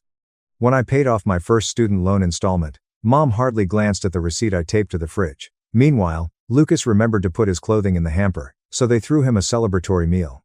Okay, not literally, but you get the idea. Still, I told myself I was overreacting, that it was just natural favoritism that occurs when one child is easier to brag about than another.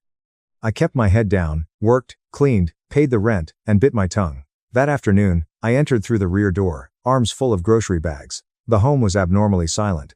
There's no TV or Lucas, just the quiet hum of voices in the kitchen. I figured they hadn't heard me enter. Then I heard my father's voice. "I sometimes wish Lucas was our only child." I came to a halt and halted in the hallway, like if a ghost was haunting the laminate flooring. My stomach fell, but part of me, a naive, hopeful shard, felt he was joking and that there would be a punchline. Something like, "Life would be dull, right?" But then Mom spoke. "I know what you mean," she answered casually. "It is just easier. He's not as emotionally needy or dramatic." They then chuckled. Not just a chuckle, but a genuine laugh. The kind that fills a room and bounces off its walls. I stood for 4 minutes. I counted. I stood there, grasping the grocery bags, till the plastic cut into my fingers and the eggs sweated through the carton. And then I turned silently, as if I had never entered at all. I opened the door, went back into the sunlight, and walked out silently. It took them 4 months to notice I was gone. I did not bang any doors. I did not compose a theatrical note. I did not post anything online or leave a paper trail, I just disappeared. I took out the remaining $275 from my checking account. I used it to purchase a one-way bus ticket to a city 2.5 hours away, where my college friend Caleb lived. He owes me a favor. We hadn't spoken in months, but when I called to ask if I might stay on his couch for a while, he didn't hesitate. Said, "Yeah, come through." I told him I needed to start over. I didn't tell him why. The first couple of nights were hard. I felt like a ghost. I kept checking my phone, as if I was waiting for a text that said, "Where are you?" Or, "Is everything all right?" There's nothing. Lucas sent a group chat message about a new whiskey he was testing, and Mom forwarded a meme about cats who dislike Mondays. Not a word about me. Caleb's flat was small and smelled faintly of old clothes, but it was warm, and he didn't ask questions. He worked nights for a security agency, so I had the home to myself throughout the day. I began taking up odd jobs. Unloading warehouses, delivering groceries, and working as a temporary storage facility employee. It wasn't flashy, but it was enough to keep me fed and pay the rent. I opened a savings account at a different bank and signed up for a new phone plan. I rebuilt my life one brick at a time, in complete silence. And, strangely, I did not feel sorry. Not at first. I felt hollow, like if my emotional limbs had been cut and I hadn't realized it. I kept expecting grief to strike and panic to set in, but it didn't. Not until one night, about 1:40 a.m., when Caleb arrived home. He found me sitting on the kitchen floor with the fridge door open, eating peanut butter with a spoon, and crying so hard I couldn't breathe. I believe it was the peanut butter that caused it. My mother used to buy the exact same brand, Crunchy Gold. It was always stored on the third shelf. Seeing it again, shattered something within me. I told Caleb everything that night, from the hallway incident to the 4-minute wait and the sound of my parents laughing. He didn't say anything at first, only sat next to me and let me speak. He got up, prepared coffee, and said, "You're not going back there ever." I nodded. I already knew that. Still, I wondered how long it would take them to discover I was gone. 1 month? 1 month? It turns out it took 4 months. And when they did finally contact out, it wasn't even over the phone. It was a group email. Subject line, family check-in. I opened it, my pulse hammering, hoping to see some indication of worry or question about my well-being. But, no, it was Mom, inquiring whether anyone had plans for Thanksgiving. She listed who was bringing what, asked Lucas whether his new girlfriend was coming, and ended with a passive line. "Dean, please let us know if you're around." If I was present, it would be as if I had just gone for a walk and become sidetracked. That was when the void solidified into something else. Not quite angry. Not yet, but the cold clarity that comes with truly accepting someone for who they are. I did not respond, but I began planning. Not only how to keep away, but also how to ensure they never forgot that moment in the kitchen. That chuckle, that sentence, that option. And that's when things really started to change. I did not respond to the Thanksgiving email. I did not send a text. I didn't even check the follow-up email, which arrived 10 days later with the subject line urgent cranberry sauce or no, but I saw it. I read every communication they sent because I couldn't bring myself to block them. Not yet. I wanted to know how long they pretended I wasn't missing. Thanksgiving has come and gone. I spent it in a diner with Caleb and some of his pals. We all chipped in and ordered the pathetic little turkey dinner special they were giving. We laughed despite slices of desiccated turkey, canned mashed potatoes, and green beans as limp as straws. We talked about ridiculous stuff. I didn't feel like a ghost that night, and no one questioned why I wasn't with my family. 10 days later, Lucas texted me for the first time since my disappearance. "Hello, dude, you okay?" That was it. No context, no follow-up. I stared at it for an hour before deleting it. Not responding, not blocking, only deleting. Then came Christmas. The big exam. I anticipated to receive a call by then, perhaps even a guilt trip voicemail. But, nah. Another group email. Christmas meal plans, complete with a Google Sheets link to see who is bringing what. I was not even included in the spreadsheet. Lucas was ready for the ham. Aunt Lorraine had pie. Mom had mashed potatoes and a festive atmosphere. Dad had a drink. Dean was invisible. That's when it struck me. This was not an oversight. This was not an error. This was their kind of quiet agreement. They pretended I had relocated for work or that I was away doing something else. They could just vacuum seal and store me somewhere, similar to a sun-shaped vacuum. So I made my selection. If they were going to remove me, I'd make it impossible for them to ignore. I began working double shifts. I saved every penny I could. I stopped purchasing anything I didn't absolutely need. Caleb helped me print flyers for freelance handyman services, furniture assembly, TV mounting, and basic repairs. I distributed them throughout the community and taped one to each laundry bulletin board within a 12-mile radius. The situation gradually improved. My savings increased. I wasn't simply surviving anymore. I was stacking cash. For the first time in years, I felt in control, like my future belonged to me. Meanwhile, the texts from home were scarce. January, "I hope you are staying warm." February, Dad says, "Hi, Lucas got a new car. March. Grandma is approaching her 82nd birthday. Are you coming?" I ignored them until April. That's when I received the voicemail. My phone rang while I was working on a leaking faucet at the home of a retired couple. "I saw your missed call, Mom." I rolled my eyes and pushed the phone back into my pocket. But later that night, something prompted me to check the message. Her voice seemed unsteady, not sad, just off. "Hello, Dean. I hope you're doing well. We have not heard from you. I know things have been weird. Maybe we said something incorrect, but we still love you, okay? We actually do. Just let us know you're okay." There was a break at the conclusion, around 5 seconds, before the message ended. She seemed to be trying to come up with something additional to say but couldn't. I almost broke. Almost. But then I remembered that afternoon and how the plastic bags bit into my fingertips. Their laughing echoed down the hall. And suddenly, that voicemail felt theatrical, as if an actor had missed her cue. I did not respond, not even when Lucas texted me 3 days later. "You're being dramatic. Please come home already." That was impressive coming from him. Especially because, while all of this was going on, I began hearing from old neighbors and friends back home. Not directly, but via social media posts shared by Caleb's cousin, who still resided in our town. Things like Lucas finally getting that promotion, or Lucas and Dad going to the golf course together. Family tradition. Family tradition. I hadn't been invited on a family outing in years. Not since I was 22 and began questioning why I was constantly paying my own bills while Lucas had a seemingly endless financial account. And now, at 28, I was essentially a ghost in their timeline. Then came the true gut hit. It was Saturday and rainy. I remember because I had just returned from unclogging someone's gutter and my hoodie was wet through. I was scrolling through Instagram when I noticed it. This is a post from my cousin Sophie. She tagged both my parents and Lucas. The snapshot was a large group shot at a restaurant, everybody dressed up. The caption said, "So proud of Lucas's engagement. Beautiful meal with the family. Ring. Engagement. Dinner with the family." I zoomed in. Sure enough, there they were. Mom, Dad, Uncle Mark, Aunt Lorraine, Lucas's fiancée, a blonde girl I'd never met before, and a table full of happy people. All of them. Every single extended family member that ever attended our Christmas and picnics. And I am nowhere, not even mentioned. I put down my phone. I went outside. I did not even grab a jacket. I just walked until I lost feeling in my fingers, until the drizzle poured into my flesh, numbing my face. Until my lungs ached from the cold. That was the breaking moment. This is not the kitchen conversation, not the silence, not the 4 months spent pretending I didn't exist. It was that photo and that caption. They were creating a life, a family, and a future, and I was not a part of it. Not even a footnote. That night, I did not cry. I did not anger. I did not shout into the void. I wrote a letter to myself rather than to them. It was 6 pages long. I wrote it all in one session. By hand, I outlined everything they had ever said.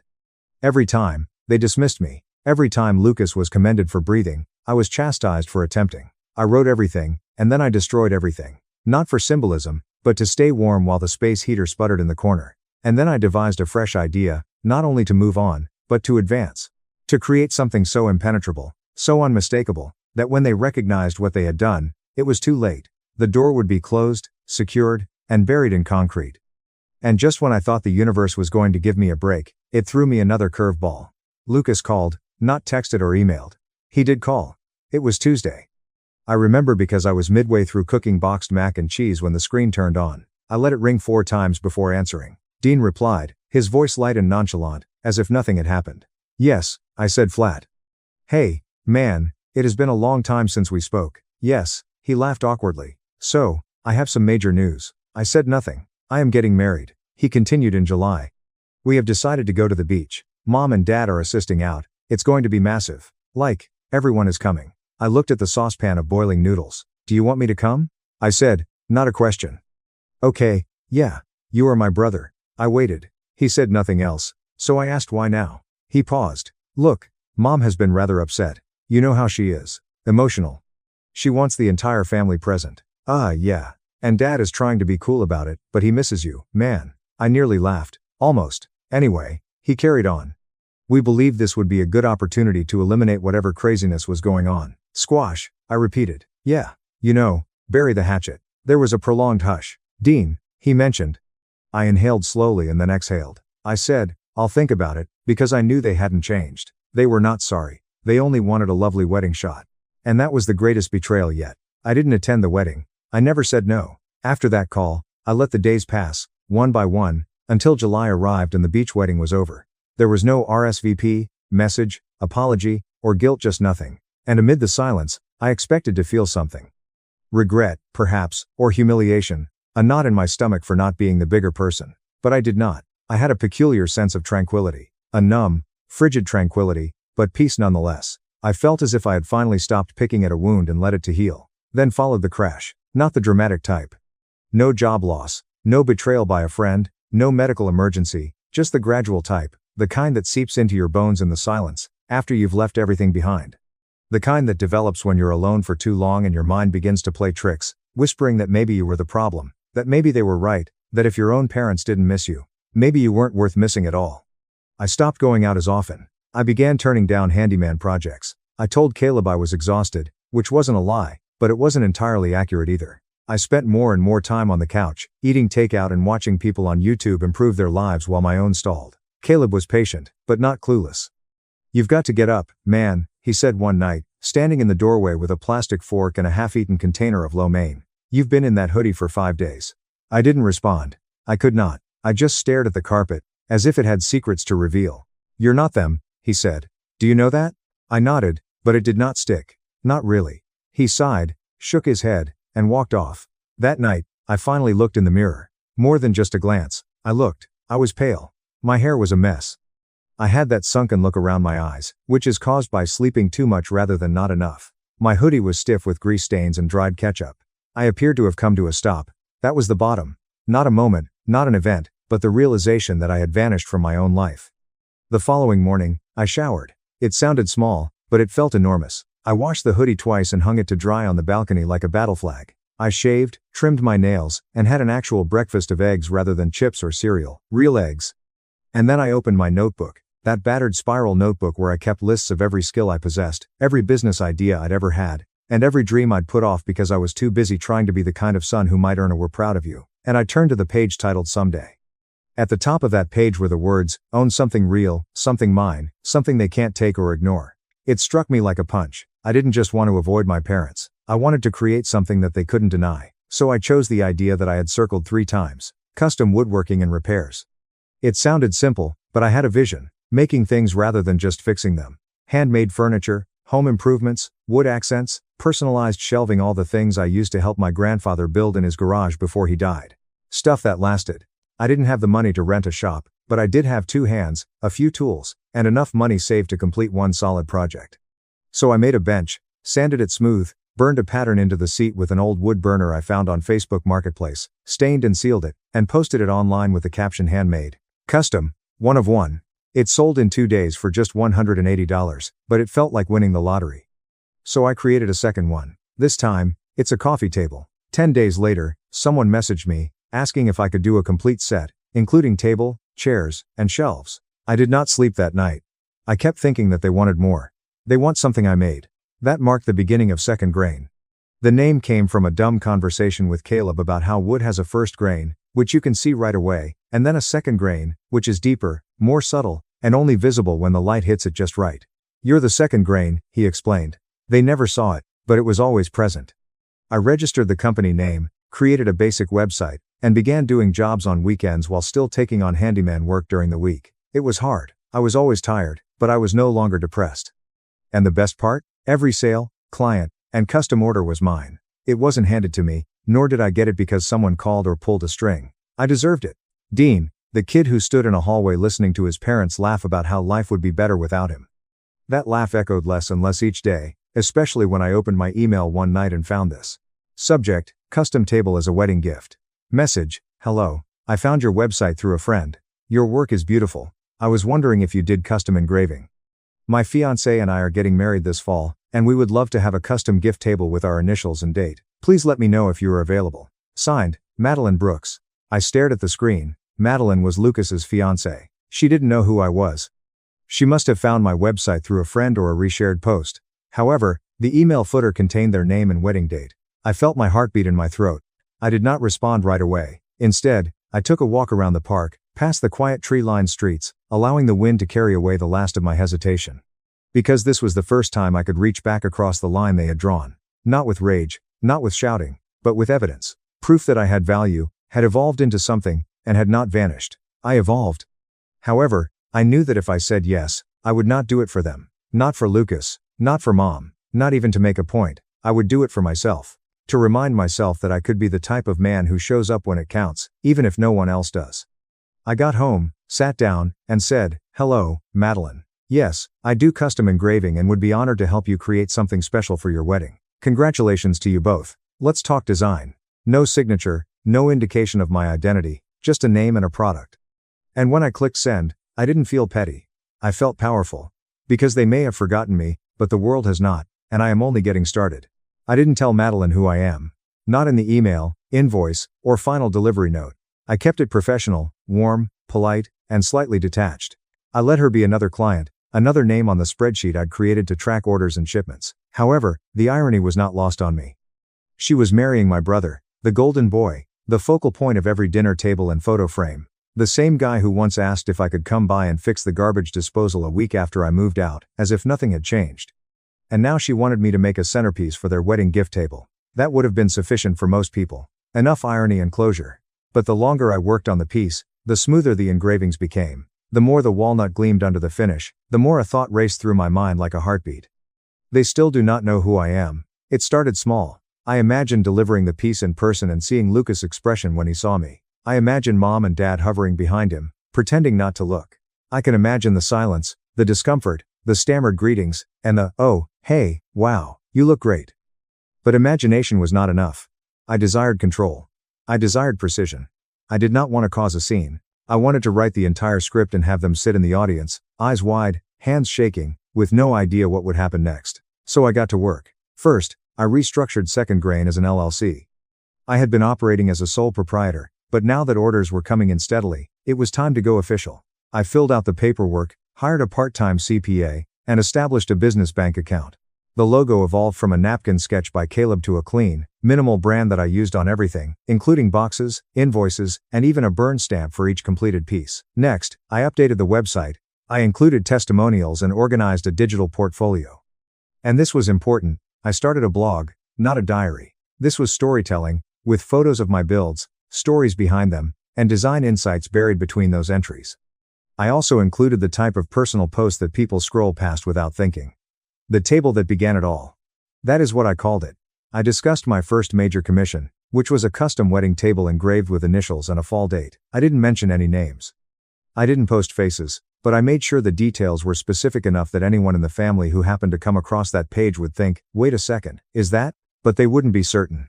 And that was the point. Meanwhile, I accepted Madeline's payment and forwarded her design mock-ups. She chose one. I began carving. Days passed, orders continued, and then, about 18 days before the wedding, I received an unexpected call. "Mom." My finger hovered above the screen. I could have let it go to voicemail. I should have, but something compelled me to respond. "Hello." She did not speak for a single second. "Dean," she finally said softly, as if she didn't know it was me. "Yeah, hello." She paused again. "I saw your blog. The table post. Bingo." I remained quiet. "I didn't realize you were doing so well," she continued. "Your father and I had no idea." I could almost hear her trying to find the right words. She was not calling to apologize. She was calling because the illusion had broken. For years, they told themselves that I was just learning and finding my way, feeling a little lost. They now knew I had a plan, and it didn't involve them. "I am proud of you," she said. I smiled. "Thanks." Another pause. "Will you be attending the wedding?" There it was, the trap. I could have answered yes. I could have agreed to play the good son, the long-lost relative, or the forgiving brother, but I wasn't interested in being involved anymore. I wanted to be seen. So I said, "I believe I will drop off the table in person. I'd like to ensure it arrives safely." "Oh," she replied, surprised. "Well, that'd be lovely." "Beautiful, God." We hung up shortly thereafter. The subsequent 18 days were a blur of preparation. I finished the table, routed the edges, sealed the engraving, and added a hidden drawer on the underside, which I did not tell Madeline about. A small design flourish lined with felt where they could store keepsakes or notes. In that drawer, I kept a sealed envelope. No return address or signature, just the words, "Read after the wedding." The envelope contained a single-page letter. It read, "You don't know me, not really, but you have heard of me. I am the one who disappeared. The one your fiancé's family will never bring up. And that is fine. You do not owe me anything. But this table was built by a version of me that they never saw. The person who did not vanish. The one who built himself out of silence. Congratulations on the wedding. I hope your marriage is based on truth, not performance." There's no rage or guilt trip, just facts. Caleb felt it was too subtle. He suggested dropping a grenade in their laps. This is more like a quiet cough in the corner. But that was the beauty of it. It wasn't vengeance, not in the explosive sense. It was the emotional equivalent of walking past someone who used to dismiss you and seeing their eyes widen as they realize you've outgrown them. And just to make sure I got the point across, I made one last move. I contacted a friend of Caleb's who worked in local PR. She owed him a favor. I asked if she could get a small feature in one of those online lifestyle blogs that promote local makers and small businesses. She said yes. The article came out the day before the wedding. Second grain, how one local artisan turned pain into purpose. My face wasn't in it, but my story was lightly edited, sanitized. The blog described how I started after walking away from a toxic family dynamic and how I'd quietly built something on my own terms. The kicker, they included a photo of the wedding table front and center. Anyone in the family reading that article would know exactly who the table was for, but no one could say anything without admitting the truth, that I was the missing son, the one they laughed about, the one who walked away and built something better. So when I pulled into the venue that afternoon, box trailer hitched behind my borrowed pickup, I didn't feel nervous. I felt calm. I wore jeans and a black button down. Nothing flashy, no big entrance, just another vendor arriving to make a delivery. The parking attendant waved me through.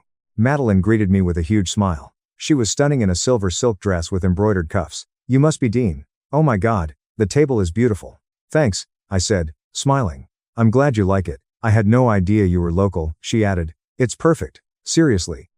And then right behind her, Lucas. He froze when he saw me, like he'd seen a ghost with a hammer, but I didn't flinch. Hey, I said, like it was nothing. He blinked. You made this. I nodded. Second grain, that's me. Madeline looked between us. Wait, you two know each other?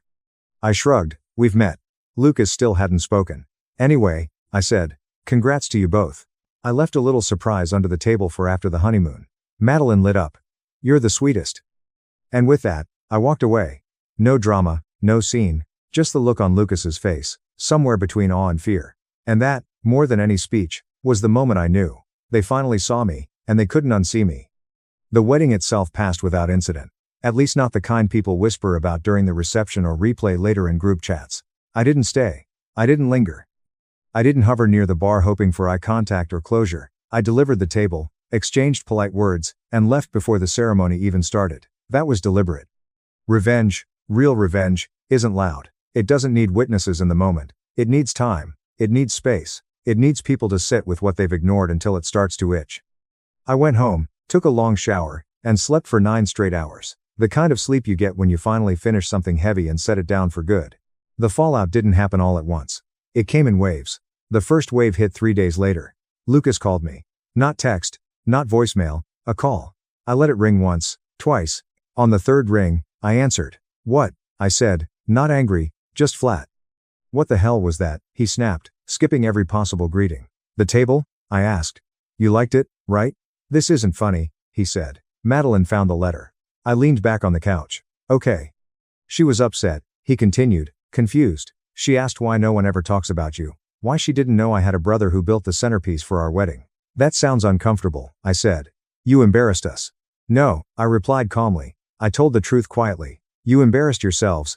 He went silent. Then, Mom's been crying. I nearly laughed. Almost. About what? I asked.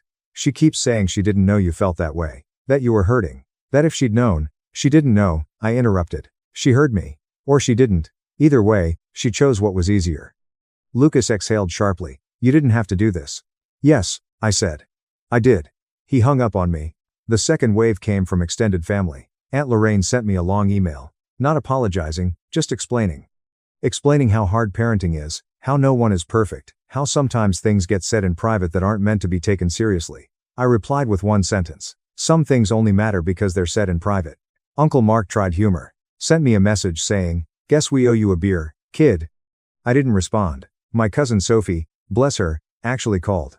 She didn't dance around it. I didn't know, she said. None of us did. They really messed this up. I know. I said that was enough. The third wave was the one that mattered. Mom and Dad asked to meet. Not right away. It took them almost 5 weeks. 5 weeks of awkward conversations with relatives. 5 weeks of sideways glances. 5 weeks of people asking, so where's Dean these days?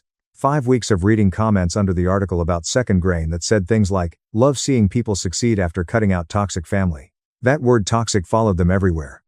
We met at a neutral place, a quiet cafe halfway between my apartment and their house. I got there early, ordered coffee, sat with my back straight, and my hands relaxed on the table. I didn't rehearse anything. I did not need to. They arrived together, sat down like they were attending a meeting they hoped would end quickly. Mom looked smaller than I remembered. Dad looked tired. We exchanged pleasantries, weather, traffic, the usual cowardly warm-up. Then Mom broke. "I didn't mean it," she said. "What you heard. It wasn't serious." I didn't argue. I just looked at her. Dad cleared his throat. "We didn't know you were struggling." I nodded. "That's the problem. They waited for years." I continued. "I tried to earn space in this family, not love, just space to be seen, to be acknowledged. When I stopped trying, you didn't notice. When I left, you didn't notice. You only noticed when other people did." Mom's eyes filled with tears. "That's not true." "It is," I said gently. "You didn't call because you missed me. You called because you saw the block." Dad opened his mouth. Closed it. "I'm not here to punish you," I went on. "I'm not here to yell. I'm here to tell you what's going to happen next." They leaned in, finally listening. "I don't want a relationship," I said. "Not right now. Maybe not ever. I don't hate you. I just don't trust you with my life anymore." Mom reached for my hand. I pulled it back. Not harshly, just firmly. "I built something," I said. "Not a business, a self. And I won't hand it back to people who only value it when it looks good in public." Silence. Dad nodded slowly. "So that's it." "Yes," I said. "That's it." They didn't fight me on it. That was the most telling part. We stood. They left. I stayed long enough to finish my coffee. The final wave came months later. Second grain took off. Not overnight, not viral, just steady. Word of mouth, repeat clients, commercial commissions. I hired a second worker, then a third, moved into a real shop with a roll-up door and my logo painted on the side. One afternoon, while reviewing invoices, I got an email from Madeline Brooks. She thanked me again for the table, said it was the only part of the wedding that felt grounded, real. She said the letter made her think, ask questions, have conversations she'd been avoiding. She didn't ask me to intervene, didn't ask me to fix anything. She just said, "I'm glad you exist." That was enough. I never reconciled with my parents. Not fully. We exchanged the occasional polite message on birthdays, nothing more. Lucas and I don't speak at all. And that's okay, because the revenge wasn't ruining their lives, it was refusing to keep shrinking mine. They laughed once in a kitchen, thinking they were alone. They weren't, and they never will be again. The last time I walked past my workshop at night, lights glowing inside, I caught my reflection in the glass. I didn't see the kid in the hallway anymore. I saw the man who walked back out the door and never needed to.